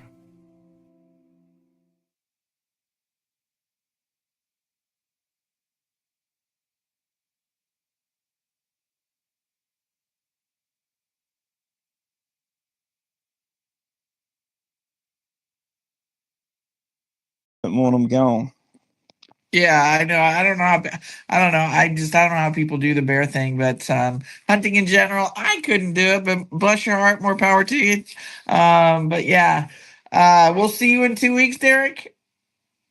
Oh yeah, I'll be around. All right, sweetie, hang in there. And everybody here, come back tomorrow with SGN on 7 p.m. Eastern Standard Time. And then we'll have Captain Kyle, Dallas, and then Field McConnell on Wednesday. And with that, it's good to be back, everybody. Happy 2026. Got a lot of work to do, guys. Derek, thank you, my friend. We'll see you, or we'll talk to you soon. And God bless everybody. Have a great rest of your evening. Talk soon. Thanks, Derek. We'll see you.